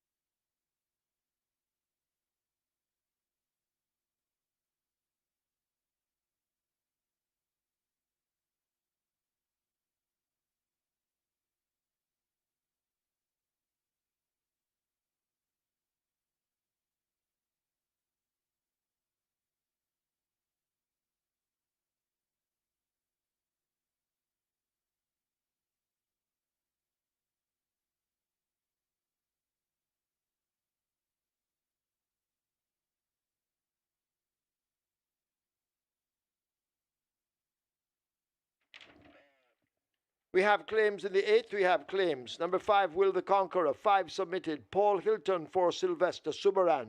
Paul Hilton claims 5. Will the Conqueror for owner Sylvester Subaran. 1 claim submitted for number 8, Manaco. Stedman Curtis for Diamonds. Stedman Curtis claims a Manaco for Diamonds. 1 submitted for number 10, Share to Ben. Adrian Prince.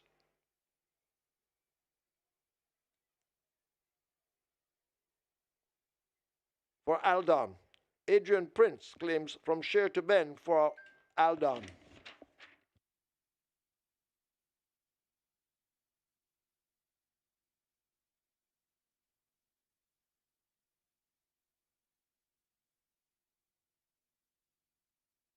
In the winners enclosure, the unofficial winner of race number 8, number 7, Sabina, 6-year-old bay mare by Casual Trick, Candace by Vanadium. Bred and owned Owen and Solomon Sharp train. Owen Sharp, the winning rider, one of the new apprentices. Demar Williams, congratulations on your first win. The winning groom, Owen Lake, second.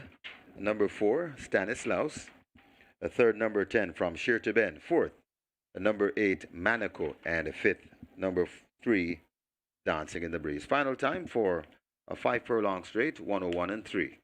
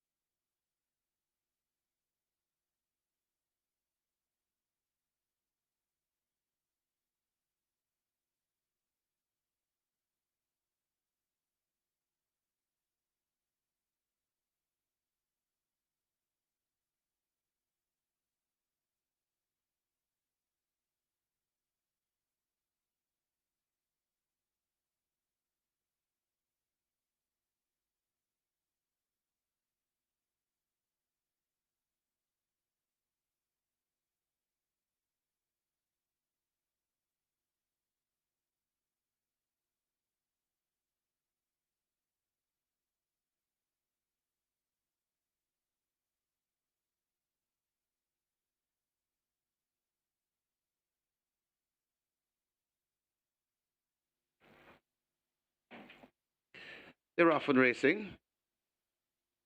Manaco gets a flyer from gate 8 to the near side. That is traditional, but right in the middle and traveling prominently. That's Stanislaus. Also on the far side with prominence, that is Nothing But Trouble. So Nothing But Trouble, Stanislaus, Manaco. From Sheer to Ben. These are the prominent one. Then comes just behind them, that's Caymanas. Also trying to come into it, that's Will the Conqueror. It is Stanislaus and Manaco. These are the two that looks to be leading. Manaco is in front of Stanislaus. It's Manaco and Stanislaus. These two still fighting for it. From Sheer to Ben is arriving on the premises. Also coming on, that's Will the Conqueror. Also flying. Here comes Sabina. Is eating up the racetrack and coming down the middle. And now Sabina looks to have the lead coming to the, but it's Stanislaus still fighting on. It's Sabina in front of Stanislaus, and that's the way they'll finish. It's Sabina going on to win by maybe 5 lengths. Stanislaus is second. From Sheer to Ben third. Very tight between Manaco and Dancing in the Breeze for fourth.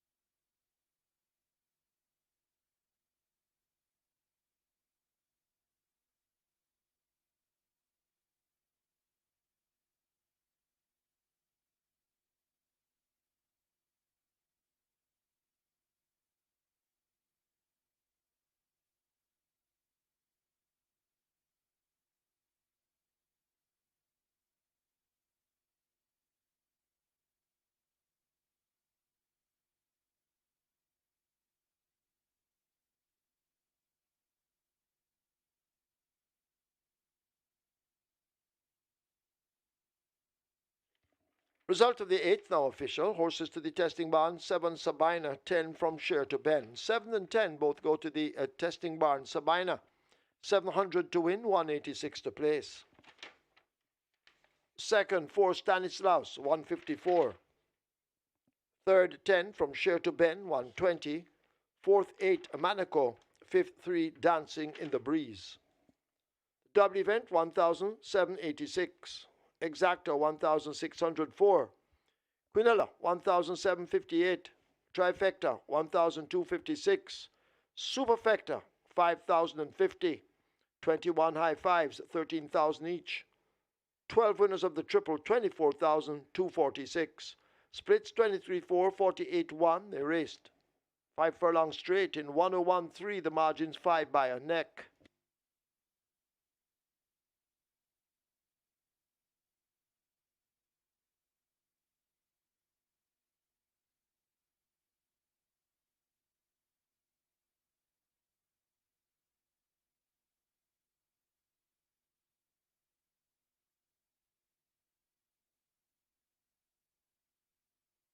May I have your attention, please? January the 1st is opening day at Caymanas Park. It's sponsored by Mackay Security. This will be the first race day in the 2025 season. A featured race includes the Miracle Man Trophy, Mackay Security Sprint Trophy, Mackay Security Trophy, the Fan Appreciation Trophy, and the New Year's Day Trophy. Start the 2025 season with us at Caymanas Park.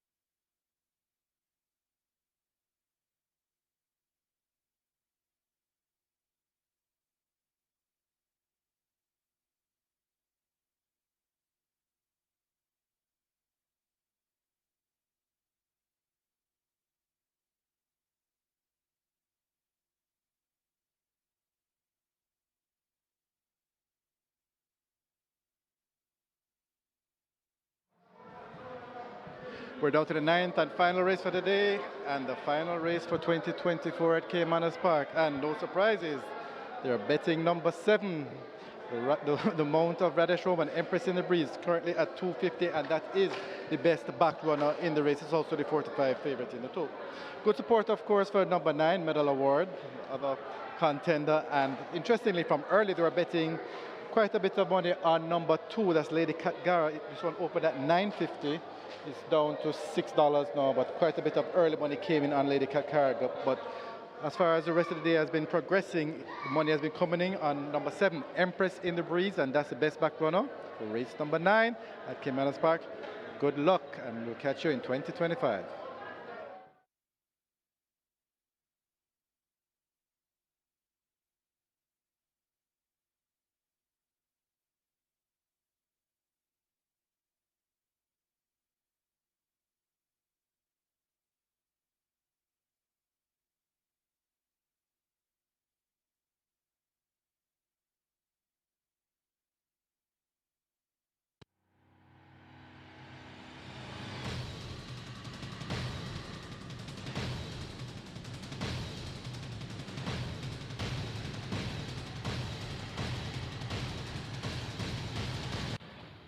Yeah, man, a faster, me say, man. Straight up, man. Last 3 are faster, man. Straight up.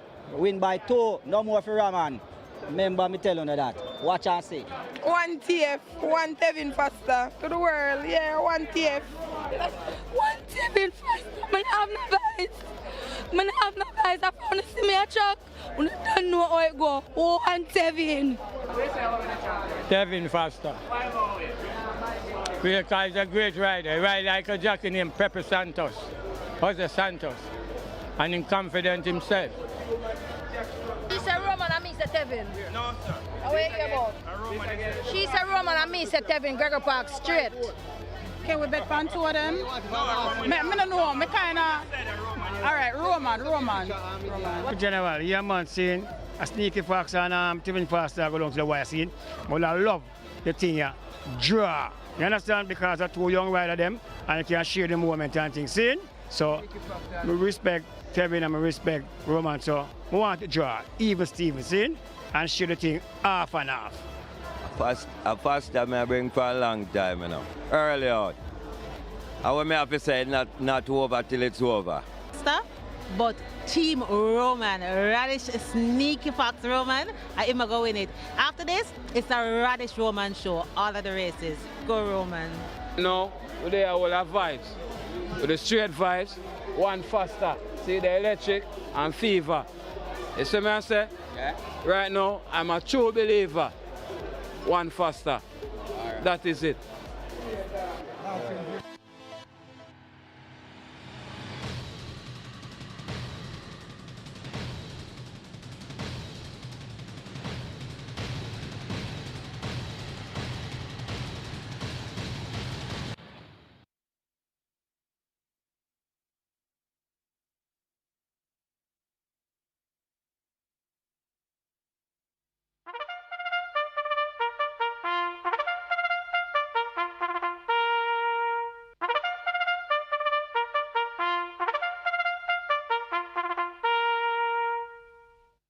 Horses take the track for the 9th. It's a maiden condition race for native bred 4-year-olds and up. The distance, 1,000 meters or 5 furlongs straight. Number 1, You Look Okay, make the weight 52.5 or 116. Number 2, Lady Katgara, 51 or 112. 3, Run Georgia Run, 54.5 or 120. 4, Smart Player, 55 or 121. 5, Security Code, 54 or 119.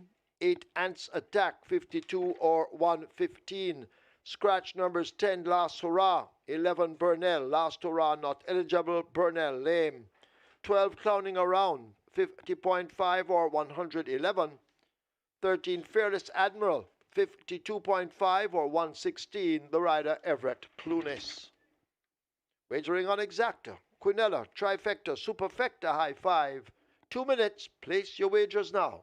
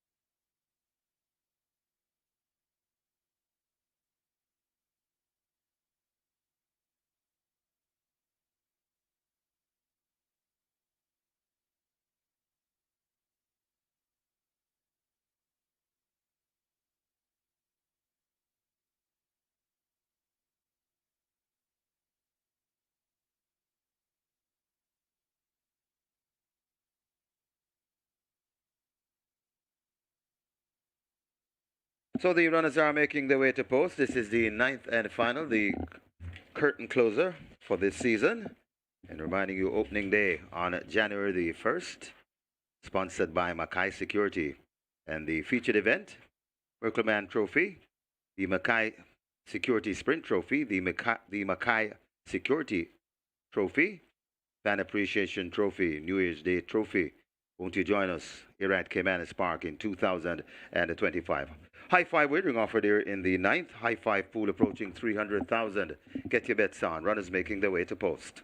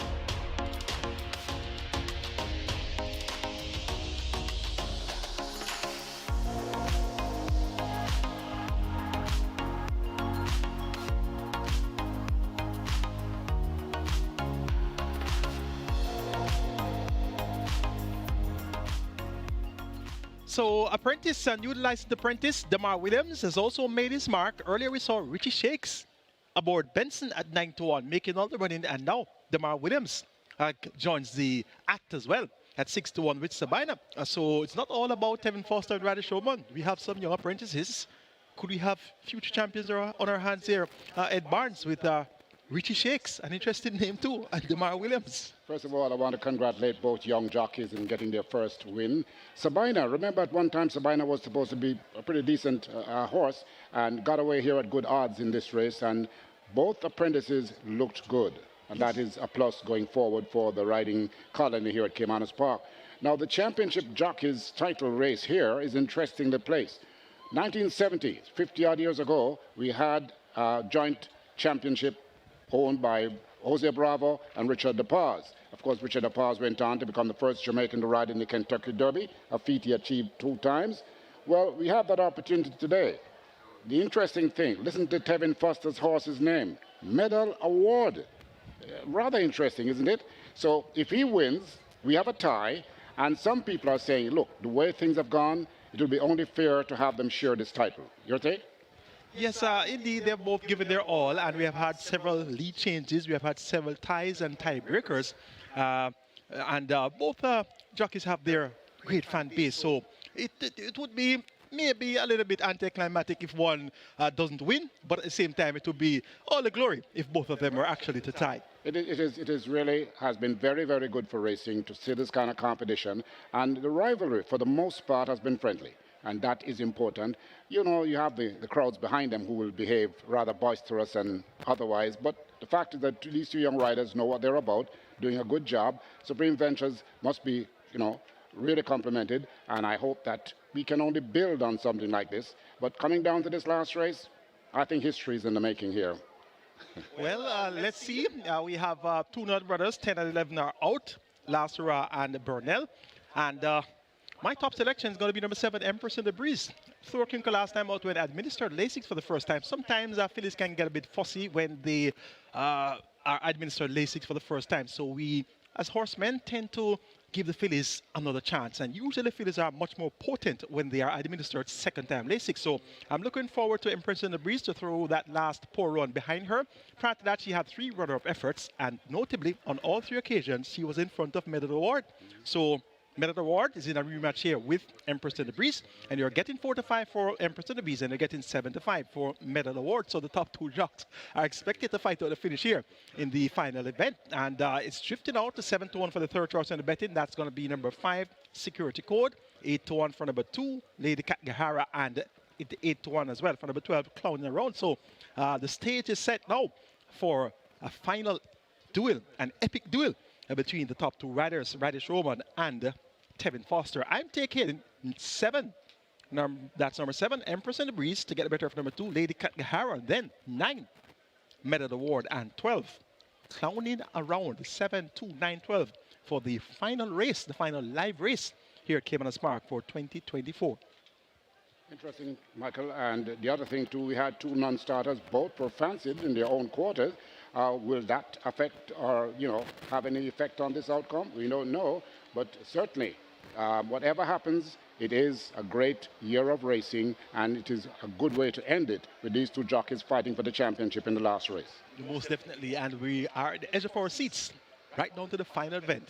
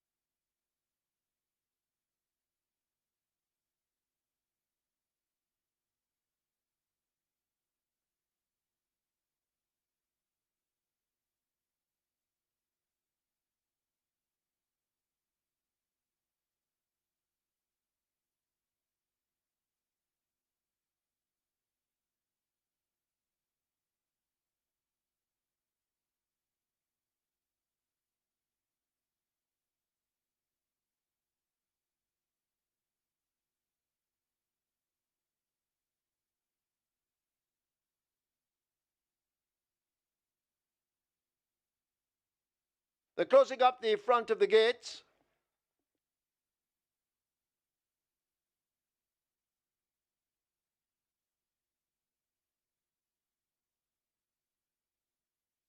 High five wagering approaching $550,000. Get your wagers on.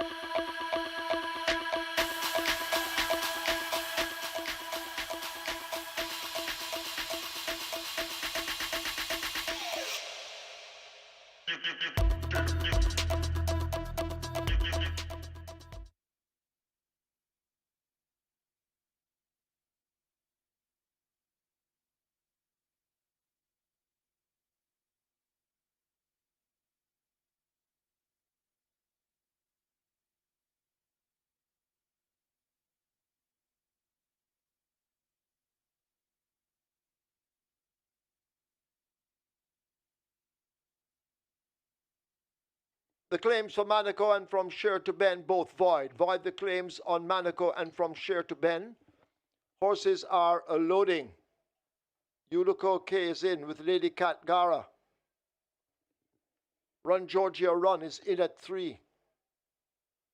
Security Code in at 5. Sicario Man in at 6. Answer Tack at 8. Clowning Around has loaded at 12.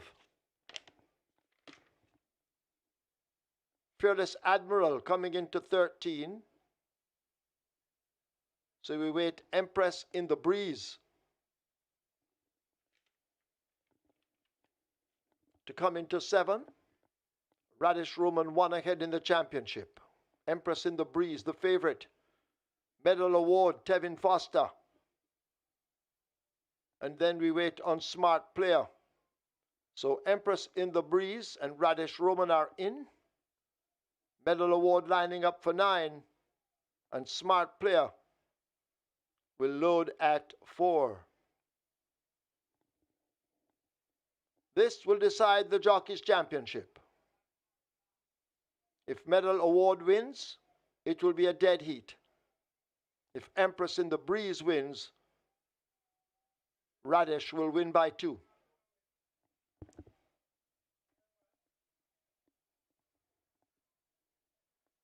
Waiting on Smart Player. Smart Player coming into 4. Smart Player is in. Field in line. They're off. Smart Player comes off quickly. Security Code. Empress in the Breeze gets a good start. You Look Okay, Run Georgia Run. They race over toward the far side as they're sorting themselves out. They've covered just over the first furlong and they make their way coming up toward us.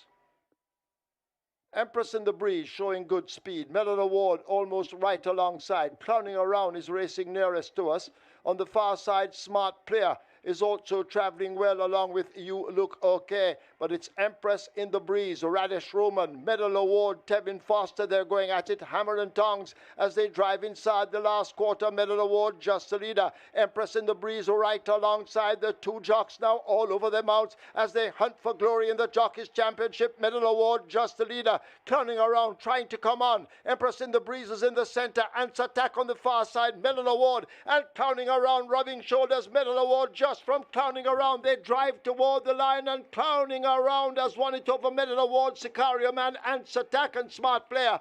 And we have a champion jockey for the year 2024 in the name of Radish, the Sneaky Fox Roman. Congratulations, Radish Roman, on winning the Jockeys' Championship by 1.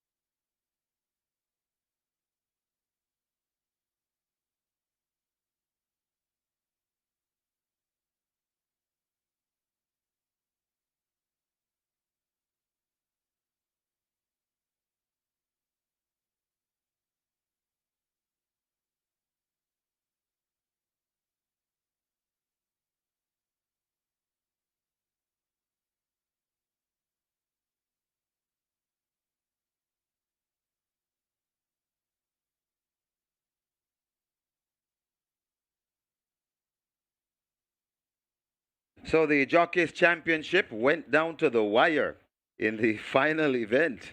And in the winner's enclosure, the unofficial winner of race number 9 and number 12 clowning around. A 4-year-old chestnut colt by Patent Proud, Royal Beauty by Royal Minister, bred Dion Jackson, owned Mark Reynolds, Terence Sanko, and Stephen Todd, trained Stephen Todd, the winning rider, one of the claiming riders. First win for Emilio McLean. Congratulations, Emilio, on your first win. The groom, Romaine Marshall, second. Number 9, Medal Award. A third, number 6, Sicario Man. Fourth, number 8, Ansatak. And a fifth, and number 4, Smart Player. Final time for 5 furlongs straight, 102 and 4. So congratulations to the Sneaky Fox, Radish Roman, champion jockey 2024.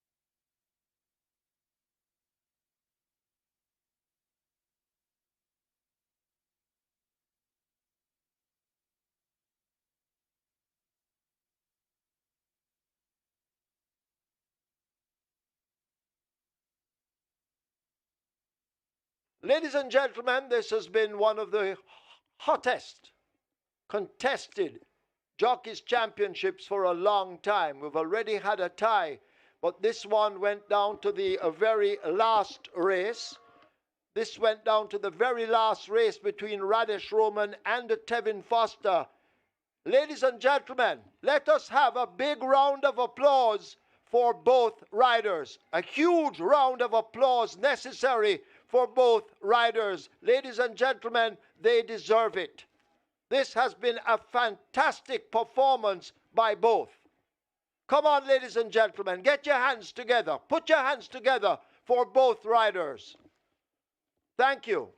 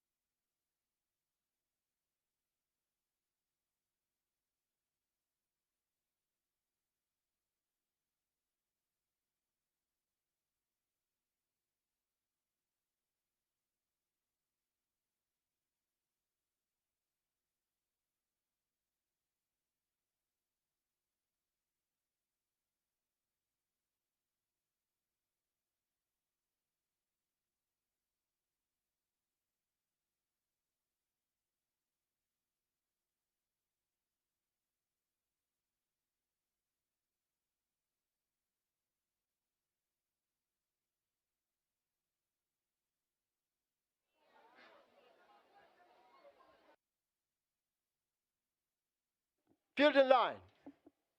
They're off. Smart player comes off quickly. Security code. Empress in the breeze gets a good start.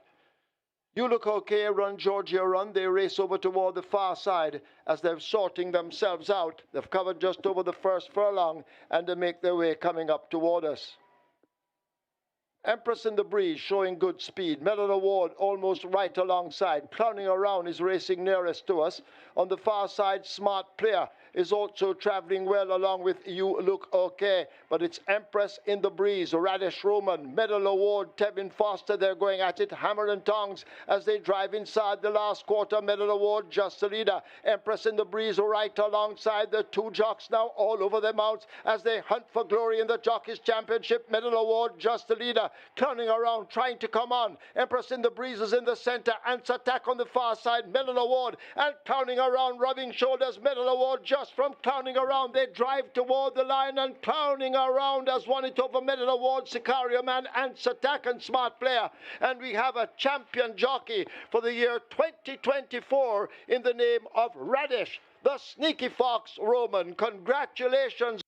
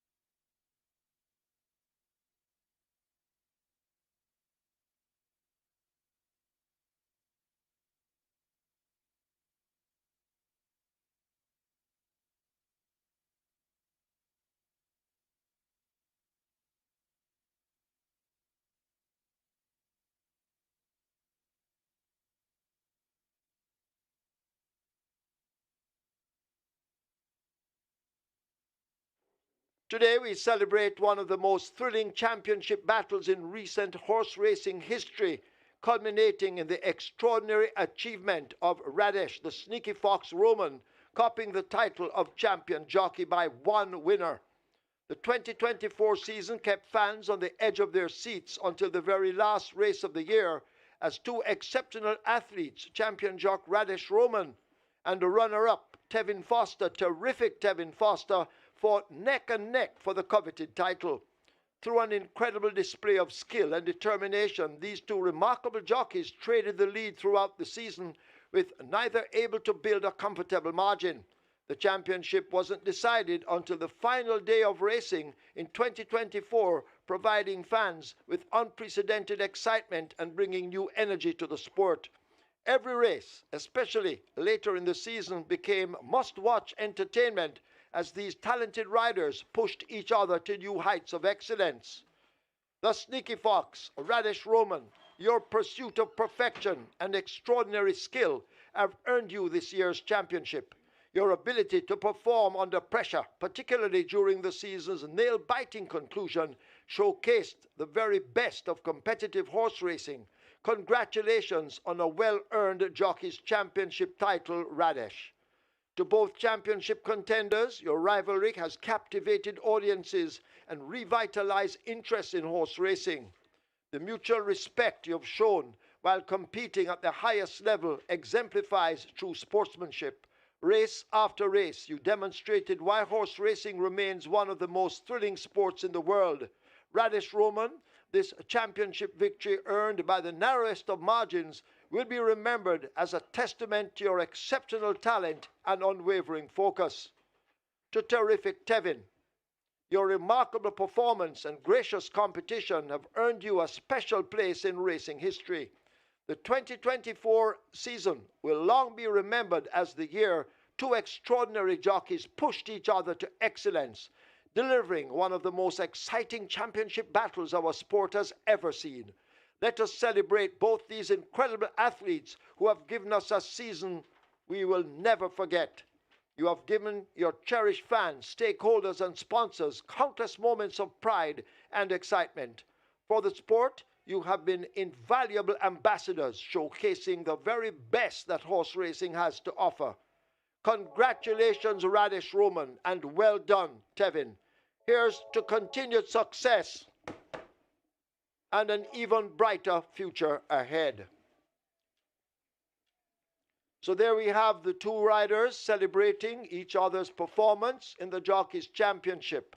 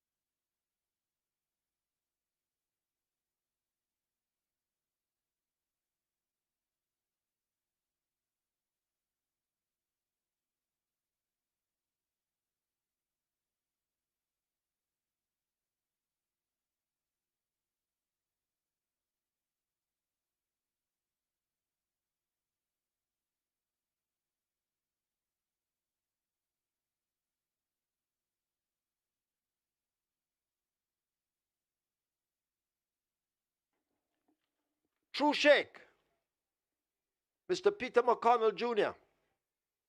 will present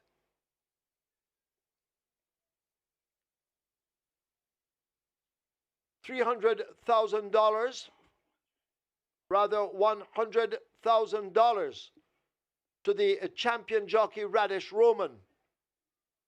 Of course, the sponsors True Shake. The runner-up, Tevin Foster.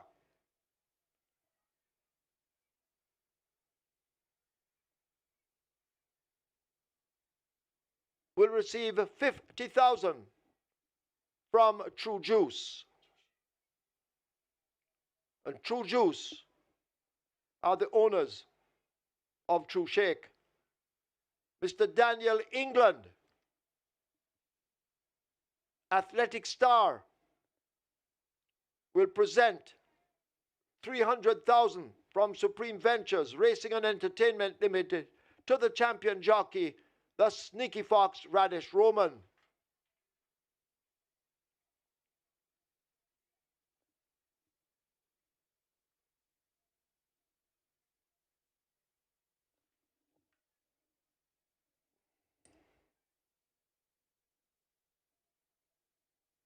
And of course, Daniel England, Jamaica's first junior athlete to be placed in the world list in 1988.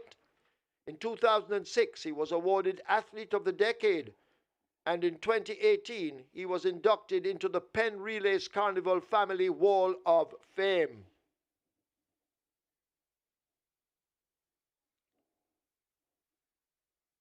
So Daniel presenting to Radish at the moment.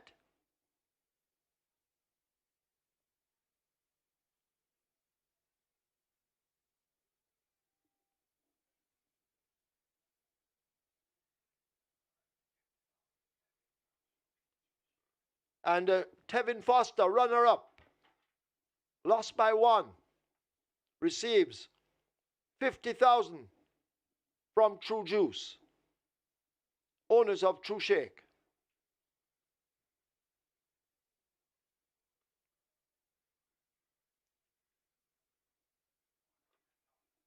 And Tevin Foster, Mr. Solomon Sharp, Executive Chairman, SVREL, presents $100,000 as the runner-up jock from Supreme Ventures Racing and Entertainment Limited.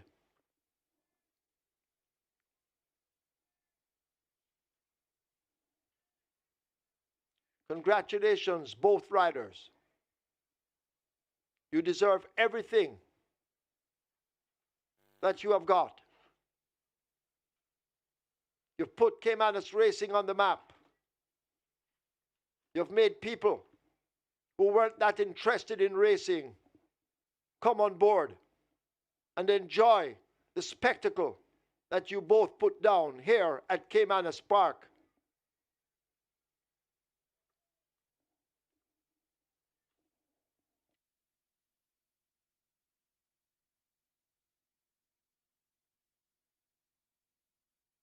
And of course, Solomon Sharp with both riders, Radish, the champion, and Tevin.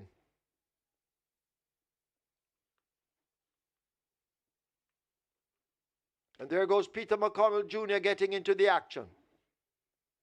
Thank you, Peter, for your sponsorship. Looking forward to your sponsorship in the year 2025.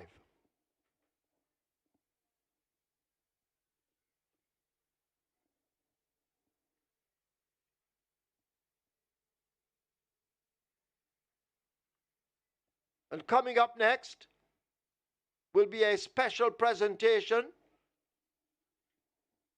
to the jockey's agent,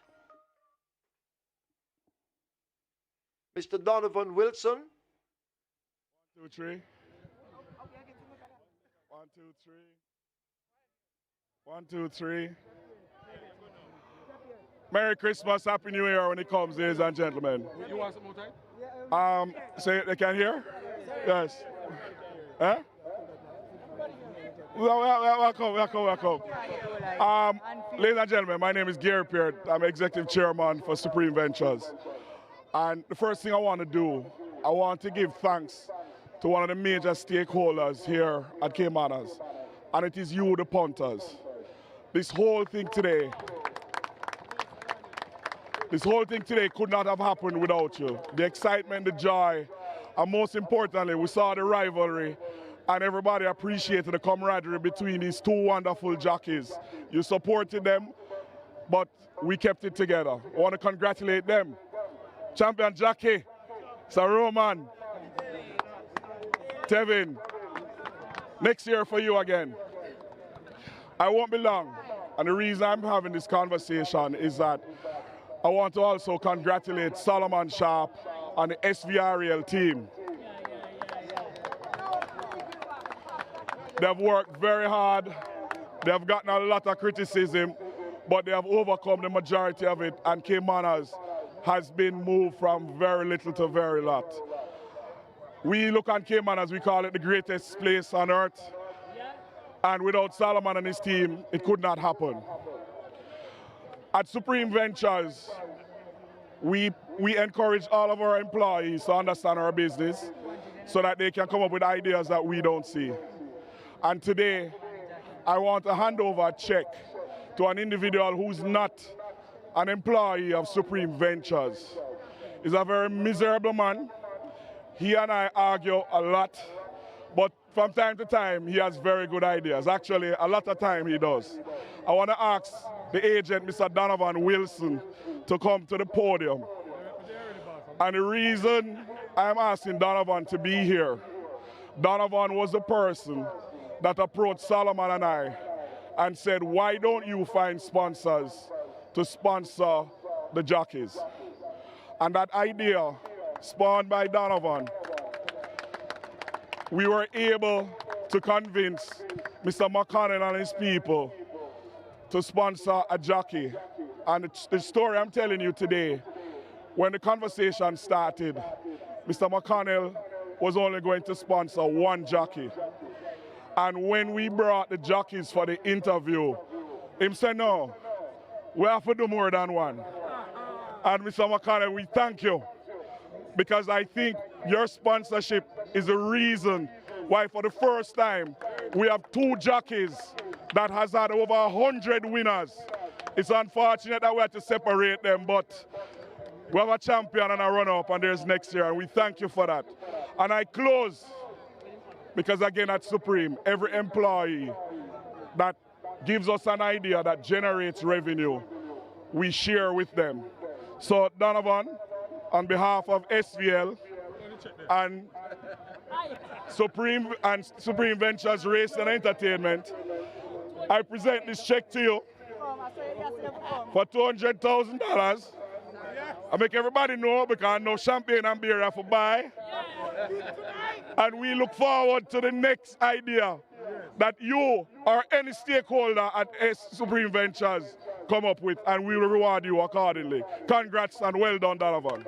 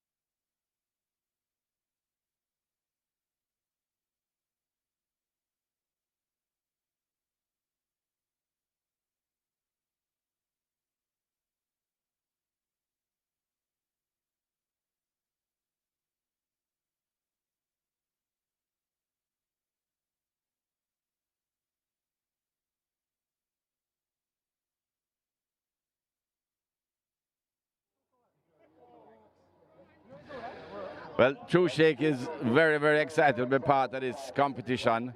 I didn't know it was Donovan's either, but damn good idea. And we were on board immediately. Went from 1 jockey to 4. We have 4 excellent jockeys, but two are vying for the championship, Radish and Tevin. And man, it couldn't be closer. And nobody like a race when it's not close. So it could not be closer. But we are very, very proud of what you guys have done for our brand, what you have done for Caymanas Park, and the example that both of you have set as sportsmen. It is you're excellent sportsmen, seeing the tough competition, but the way you embrace each other at the end, you know, that says a lot about both you and your character, and Daddy raised you well that's why you behave that way. But True Shake will be definitely back on board next year, and it's because you're drinking the True Shake why you can run 10. How much race you ride today? 8. And you run 7. Are you not tired? You can't tired when you drink True Shake. So we are very, very proud of you. And also proud of you and the other 2 jockeys, Patterson and Lewis. And we're ready to sign again next year. So we're ready for talk. Management, call us. We're ready. Congrats.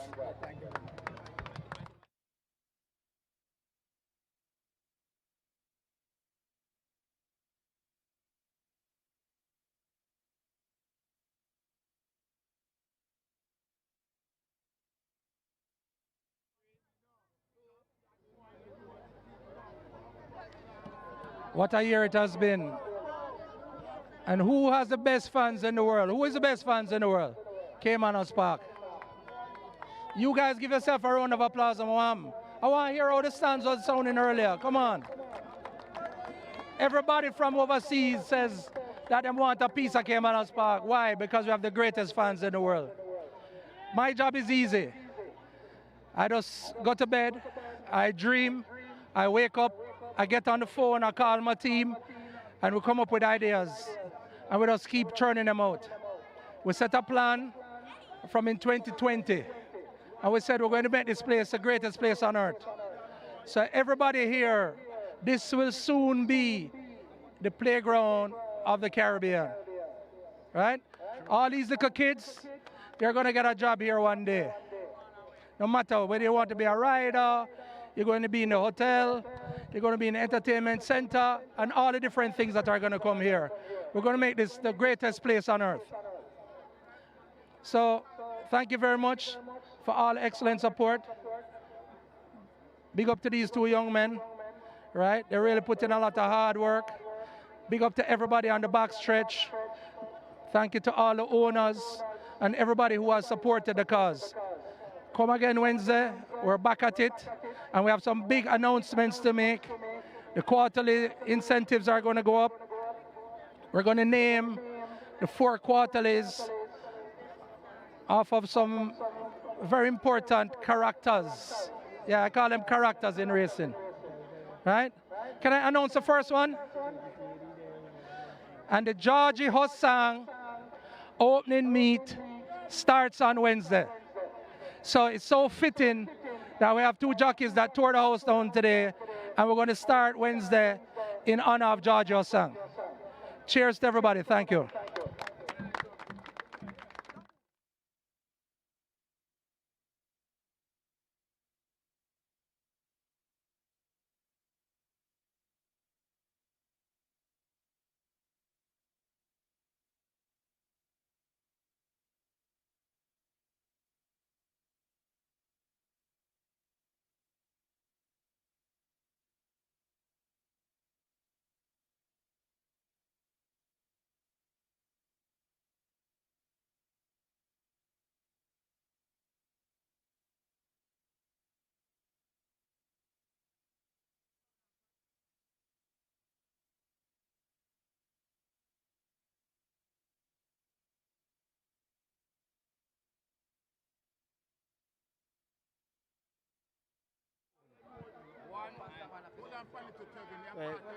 First and foremost, I want to say thanks to the Almighty.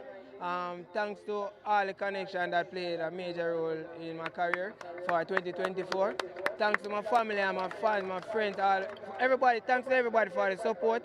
I'm grateful for it. And again, I'm thankful for Chushe for the sponsorship, which give us the drive, both me and Roman, to bring out the thrill for the fans in the 2024 Jockey Championship. And I say kudos to Roman for winning the championship. It was a hard fight, but congrats again, bro. Boom fist. Me a boom fist. Yes, I'm grateful for this year because it's the best in my career so far, 32 winners maximum.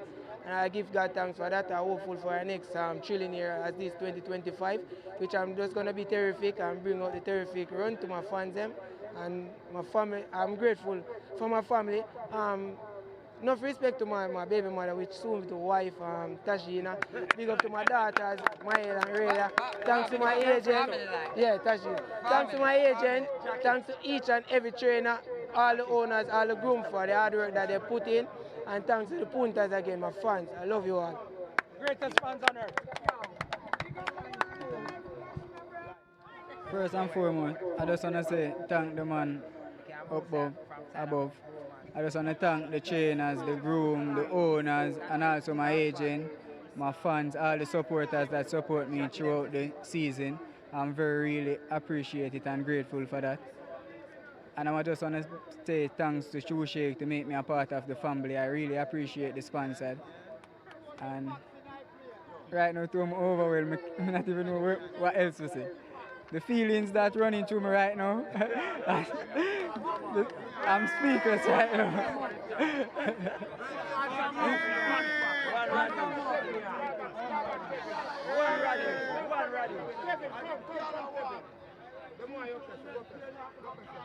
And I must say thanks to Tevin Foster to put up a very good fight. It could go anyways, and I still have him as a champion because he put up a real good fight, and I really have to say hats off to him because he's a very good jockey, as you can see, and it could go anyway, but it just happened that I come out on top. I am very grateful, and if it did even get a draw, as I said in the last race, I am really thankful because I think he deserved to be a champion as well. So I just have to say hats off to him, and we program come next year again.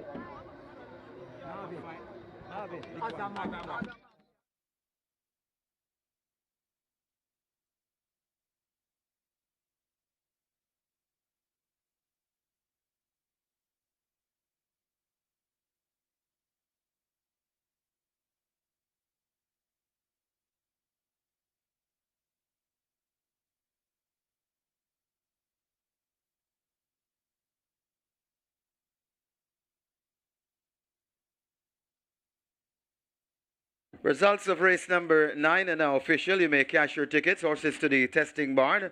9 medal award and 12 crowning around to the testing barn. The winner number 12 crowning around, $908 to win by $266 to place. Second number 9 medal award, $140. Third number 6 Sicario Man, $940. Fourth number 8 Ants Attack, and fifth number 4 Smart Player. The double, $11,016. Exacta, $2,255. Quinella, $1,602. Trifecta, $12,558. Superfecta, $71,748. One winning high five, which paid $361,650. Six winning strike four, each receiving $121,960. The single winner bonus now $811,259.48.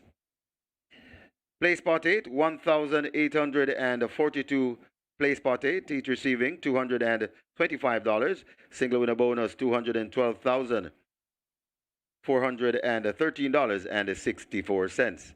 Late 5-star, 6 winners, $85,573.50.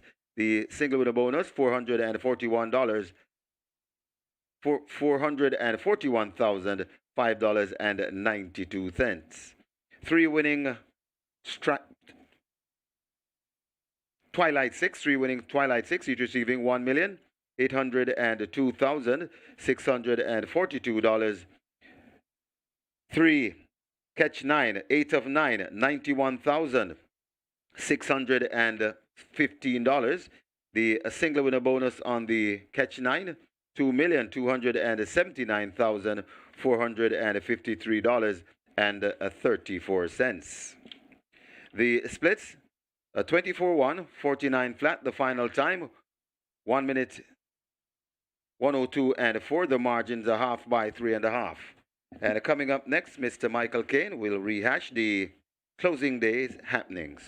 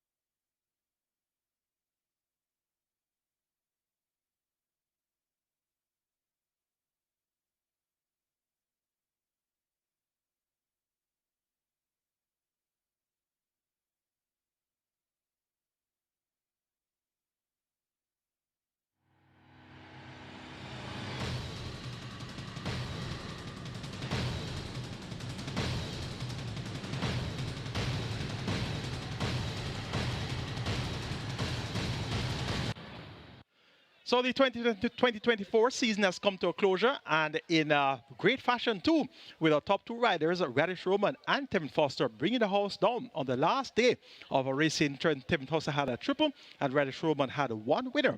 And at the end, Tevin Foster closed on 132, and Radish Roman closed the season on 133. So just one win separated the top two riders. They started off 3 apart today, and indeed, they really brought the house down with a buzz of excitement. In the Jockey's Colony as well, we have 3 apprentices which rode their first winner since being among full-fledged riders, since being riding among full-fledged riders. Richie Shakes got his first career win on Benson at 9-1, and we had Demar Williams winning aboard Sabina at odds of 6-1, and we had Emilio McLean who upset Tevin Foster in the last race aboard Clowning Around at odds of 8-1. So those 3 wins proved to be upsetters for quite a few calculations. And indeed, the particular calculation that was quite beneficial for 3 patrons. The Twilight Six, $1,802,642. And those 3 winners were in the Twilight Six. So well done to the Twilight Six players there, 1.8 million plus in dividends. We have 2 races to recap, races 3 and 7. Race number 3 was a Vestia Trophy. We had a field of 7, and there was a big favorite here in the form of number 7, Main Mistress, Ray Luso, Peter Dunbassard, and a very strong second favorite, Supremacy, with Tevin Foster riding for Anthony Nunes. Anthony Nunes had 4 of the 7 entries here. Let's see how the Vestia Trophy unfolded on the last race day for 2024. Field of 9 for the Vestia Trophy. 7.5 furlongs thereof, Supremacy misses the start, being urged to get closer already. Main Mistress, a Playfair, Princess Somali going for that lead. These 3 in a tight grouping, Amma racing in behind them as they charge away toward the final 6. A Playfair has a narrow lead. It's just about a long neck in front of Princess Somali as they leave the 6. Supremacy has made good progress after the slow start. Main Mistress settled just in behind them in 4th. Amma races next, possibly 6 lengths off that lead, and King Pie trails them as they go flashing past the 5 on their way toward the half mile and the turn for home, and Supremacy has now hit the front. Supremacy out in front. Princess Somali chasing a half a length down. They've left the half mile. A Main Mistress is going in chase but needs to find 4.5 lengths. A break up some 4 back to Playfair. King Pie making mild progress, and Amma left at the back under the pump as they go slipping past the 3 and make their way to the 5/16. Princess Amali coming up now to challenge Supremacy for that lead. Main Mistress right in behind them. Supremacy down on the rail, turns for home. Princess Amali left back. Here now is a Main Mistress, the foreign bred, asked to close up, but Supremacy is traveling sweetly and runs toward the furlong pole with a 3.5 to 4 length lead. It is Supremacy and terrific Tevin Foster. They hold the advantage. They drive inside the final 16th. It is Supremacy lengthening strides and going right away from them. This is the VESTIA Trophy. Supremacy will win it. Main Mistress possibly just gets second over King Pie. Princess Somali is 4th. So that was the second of 3 winners, a natural hat trick on the day for Tevin Foster. He won races 2, 3, and 4. He won race 2 with Honor Prince, 1 race 3 with Supremacy, and 1 race 4 with Shelly the Rocket. Supremacy stopped the clock in 1:32.3 for 7.5 furlongs after splits of 24 flat, 47 flat, 112.4, and won by 5 lengths there, going away in the end. Our next recap race is going to be race number 7, the Dad Job Sprint, in association with the BGLC Toba 2-year-old Millionaire Series, race number 3 in the series. And we had a small field of 5, and we had 2 horses that were bet as if Lucy was out of the question. And the big favorite was number 5, Ride All Day, running for the second time, Radish Roman riding for Filipiano D. And he also had Unspun, who was going for his 3rd consecutive win, Christopher Mandy, aboard for Donovan Dude Hutchinson and owner Colin Elcock. And these 2 horses were expected to fight out the finish in the Die Job Sprint. Start already. They're off. Coming off a beat slow, that was Miscontent left at the back. Unruly Mo got a good start. Ride All Day rushing up to challenge early. Unspun racing back in 3rd spot. Princess Chris now beginning to tail off just a bit, along with Miscontent at the back of the field. They've left the 5. They run now toward the final half of a mile. And Ride All Day invisible on the outside of Unruly Mo. Unspun now beginning to get closer. A huge gap opens up to the grey Miscontent. And forget Princess Chris going nowhere as they're about to arrive at the 3.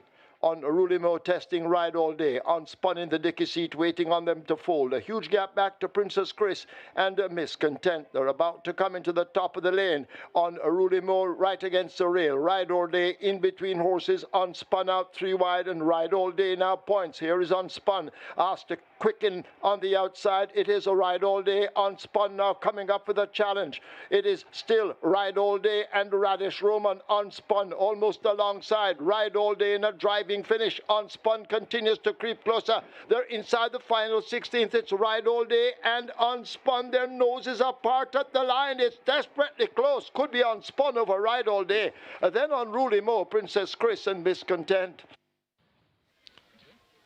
So 2019 champion jockey Christopher Mamdin spoiled the party somewhat there with winning aboard Unspun and beating the big favorite Ride All Day. It was expected that Ride All Day would have won and steal up the championship for Radish Roman, but that one came up short by a short head. A thrilling finish at the Die Job Trophy there, and in the end it was 113 flat for 6 furlongs. After splits of 23-4, 47-4, with the margins being a very short head by 8 lengths in the end. So an exciting tie-job sprint there for the BGLC Toba Millionaire Series. That's going to be the last race for the season, and we congratulate our winners. The NY6 had a payout today of 852,752, and the amount wagered there, 7,200. So congrats to the NY6 winner. Also, of course, congrats to our Twilight 6 winners, over 1.8 million in dividends there. It was indeed a good race day, a great race day on the final race day for the season. The jackpot in the regular 6 now 2.35 million, and of course that will be up for grabs on New Year's Day. So our next race day is going to be January the 1st, 2025, and I sincerely hope that you have a peaceful remainder of 2024, and we see you again first thing next year for New Year's Day racing. I'm your sales, Michael Kane, on behalf of the team of the Homer Champion Sports Max, also on behalf of our promoters, Supreme Ventures Racing and Entertainment Limited. Have a good remainder of the 2024 and see you next year.